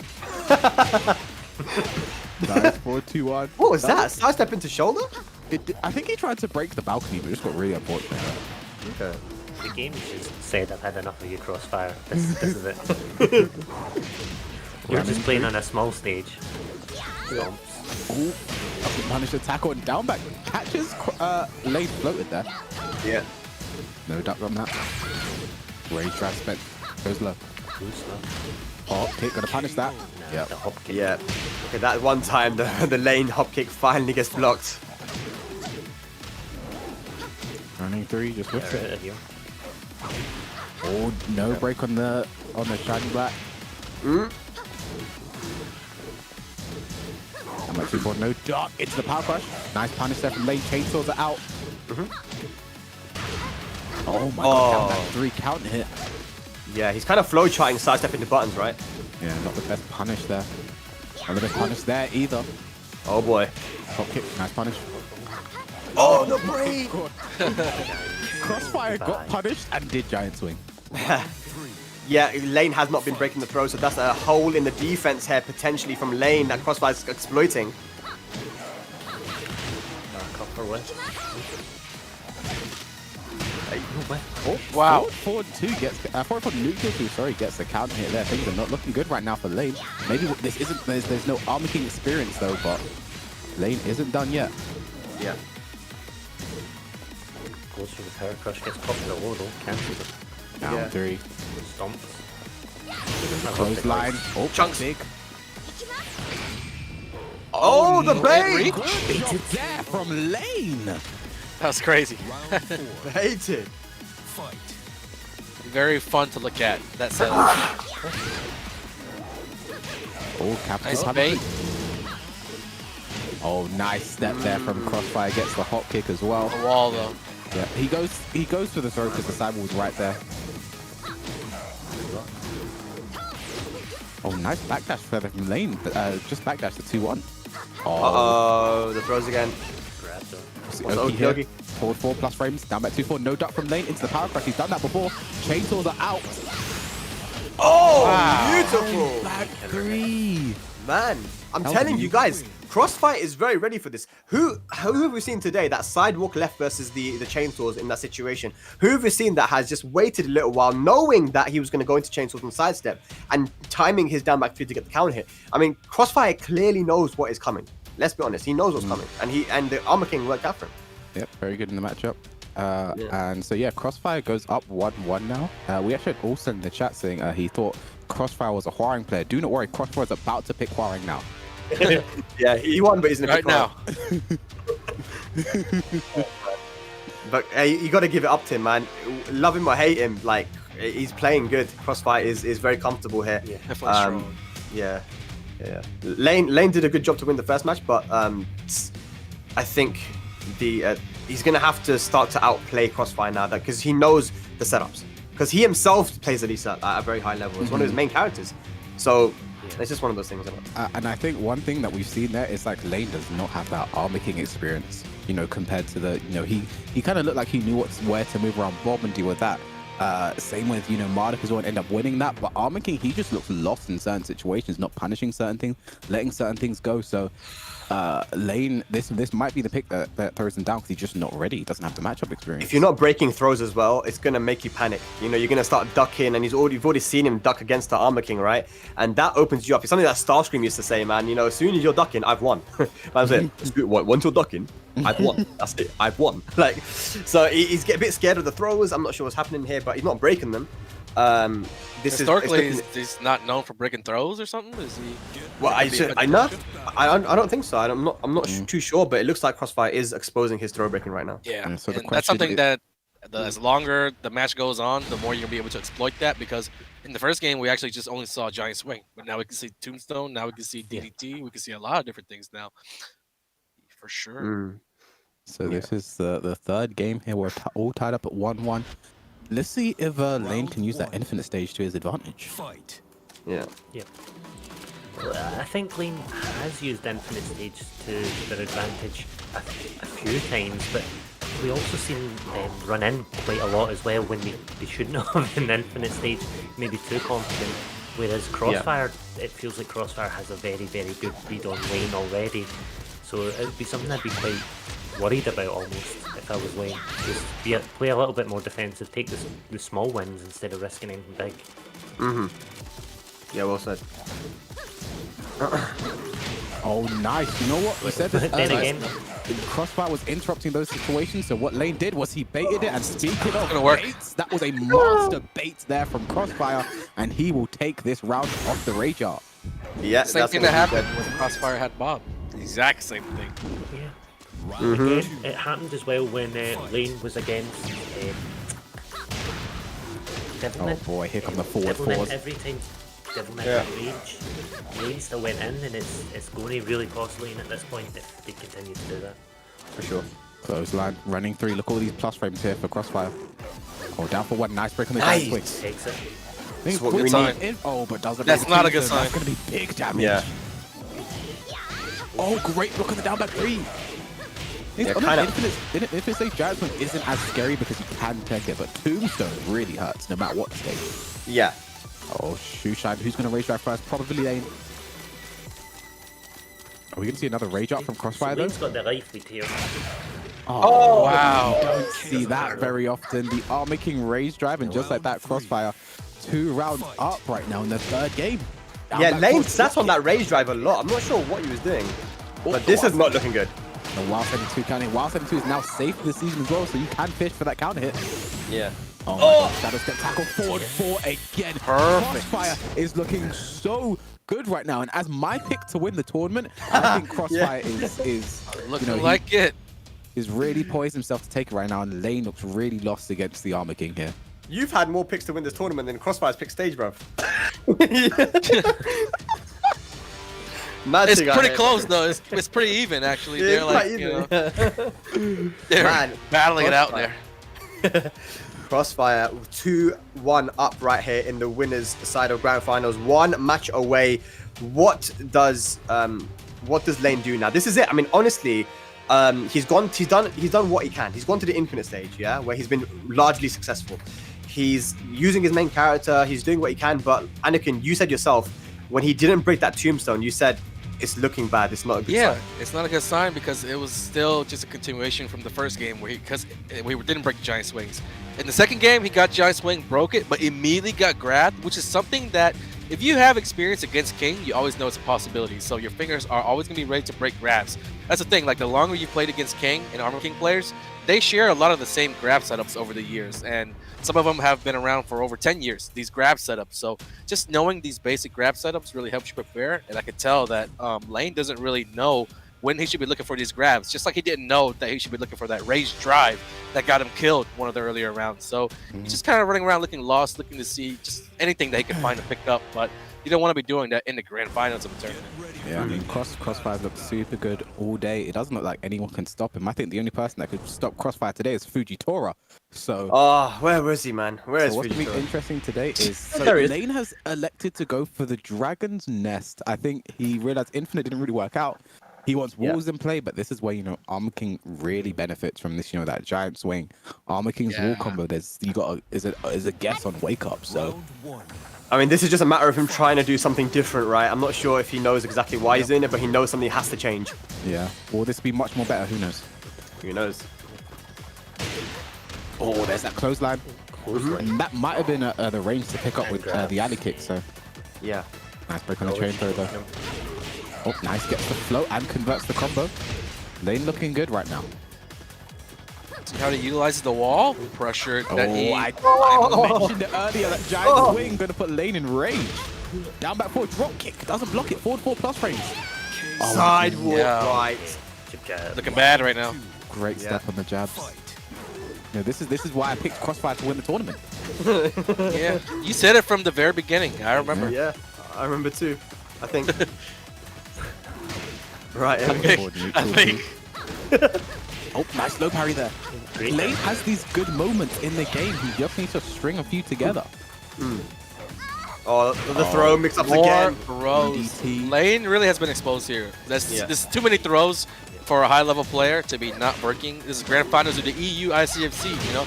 I feel like every other player at the top 8 probably would have been way better at breaking throws. So definitely a huge weak spot for Lain right now. Lain definitely probably wasn't expecting Armor King. He was probably looking for Bob and, you know, didn't get it. It's because one of you guys said it and then Crossfire picked it, I think, if I remember correctly. Oh, down forward 1 and just like Crossfire 1 round away from winning the tournament. Tournament point. Down back 3, no block. Pressure. Crossfire just doing whatever he wants right now. Dark upper. Yeah, the Geese so comfortable right now. Crossfire in the driver's seat here. Giant swing, Tournament point. Oh, but nice. Lain not out of it yet, but 1-4-2-1, it could be big. Yeah, he's fighting back. He's trying to find a wall splat or something. No punishment, dark upper, but the range. Oh, Lain kick didn't work out. Staying alive. Lain, You know, one staying raise alive. drive into giant swing, and this could be it. But no, the back's away from the wall. Nice. Catches Crossfire mashing. Yeah, press buttons in between Oh, down forward that's 1-4. Stays alive. Lain. Forward 2 chainsaws are out. Puts them away. About even on life right now. Crossfire Lain, probably Lain just, is he's probably just looking for ways to grab. Yeah. Lain is guessing run like every shadow step. And Lane's never punished Dark Upper. I wonder if it's genuinely, as Anakin said, just a genuine lack of understanding of the matchup. That Dark Upper could have been around there, but it was blocked, but no punish from Lain. Regular throw broken from Crossfire. Capital punishment, that could have been big. Big whiff there from Lain. No punish from Crossfire. He still has the life lead though. Tournament point. Nice block it down by 3. Here we go. Lain. Opportunity for a comeback. Unnecessary risk. Chainsaws are out. What's going to be the mix? Does nothing. Was expecting a rage up potentially. Oh no! That's not going to be dead. That's it. Giant swing. What a way to finish. Crossfire, your champion for ICFC EU week number 3. The villain is going to take it all. I can't lie. That was sick as well. That is not easy to do. Not easy. You know? Dash, giant swing in time for the race drive. You gotta give props to Crossfire. You guys said it. This guy practiced and knows the situation. So this is not a player who just rages and pushes the limits of the rules. That's not all he does. He plays some good ass second from time to time as well. Yeah, definitely, man. Yeah, he was ready. It's just so ready. That's what we could say, man. He played really well. He beat everyone that you know, came in his way, and that's it. All the way from winner's side. Beautiful stuff there, and you'll see it here. This is the tale of the top 8. Crossfire beating Devilnin, taking out Lain 3-0, and then ultimately beating him 3-1 after losing that first game. You know, the Armor King just did it 3 in a row. Super good stuff to him. Bellissimo. Congratulations, Crossfire. Yeah, and this is the first EU ICFC anyway where there wasn't a reset bracket. You know, Crossfire took it all the way, kept it on winners, and didn't drop a set. So very good showing to Crossfire there. And yeah, unfortunate to Lain, but he's had that big breakout performance now. He's had a taste of the big stage, and I think he'll be coming back stronger than ever. Yeah, I mean, that's the thing. I think a lot of people can take a lot from this as well. I think Devilnin should get some confidence in how he played. He played very solid. Wasn't able to close it out at the end, but I mean, you could take away a lot from that. I think Lain as well can identify some clear weaknesses in his gameplay. And if he's able to brush them up, you know, work on his throw breaking and maybe the Armor King matchup, then maybe next time he'll be a lot better. But either way, I mean, it's a fundamental thing, the throw breaking, that you should be getting good at anyway, right? So definitely room for improvement, and that's a good thing if you're Lain. If you're thinking, damn, I got second, Yeah, but that's all you have to work on. It's just throw breaking. Like, it's a big part of it. It's a part of his game that heavily needs to catch up to the rest of his game. The good news is that it's not actually that hard. When you're at that level and throw breaking is what you need to work on, that's just a matter of going into practice mode and getting thrown a few times and getting familiar. Yeah. But with that in mind, I don't think it's that awful, because it did come down to like a few 1+2 throws, which he might have thought a giant swing, and a few giant swings he might have thought 1+2. So sometimes it was just guesses that he didn't get correct. So, you know, he didn't break through tombstones and blah, blah, blah. But, you know, that's it's not the worst thing in the world that he lost to what were literal guesses at some point. Yeah, but either way, that is going to do it for ICFC week number 3 for EU. It was fun. I'm going to say that I won because I picked Crossfire. I actually picked Crossfire. We actually picked Crossfire. We did great picking Crossfire there. Good job to us, Spag. Yeah, but either way, guys, that is going to be it from us. Thank you, guys. Again, Anakin, Kwis, Ezla. Anything else you want to say before we go? I'm good, man. It's been great. It's been great fun. I don't want to get robbed by PiKa again next week. All right, well, let's put them in the same pool this time. That's what you gotta do. All right, ladies and lads, make sure you tune in next week for the ICFC EU. 90 minutes, think- West Coast. 90 Yes, minutes. we're going to be moving on for the American ICFC as well. That'll be on the Level Up Your Game. If I'm not, am I? Mhm. Is that the right channel? Yes. Yes, sir. Level Up Your Game, guys. If you want to see that, and Glaciating has been winning all of them, man. So can someone Yeah. finally take this kid down? We'll No. find out very shortly, guys. Thank you so much for tuning in. We'll see you next time.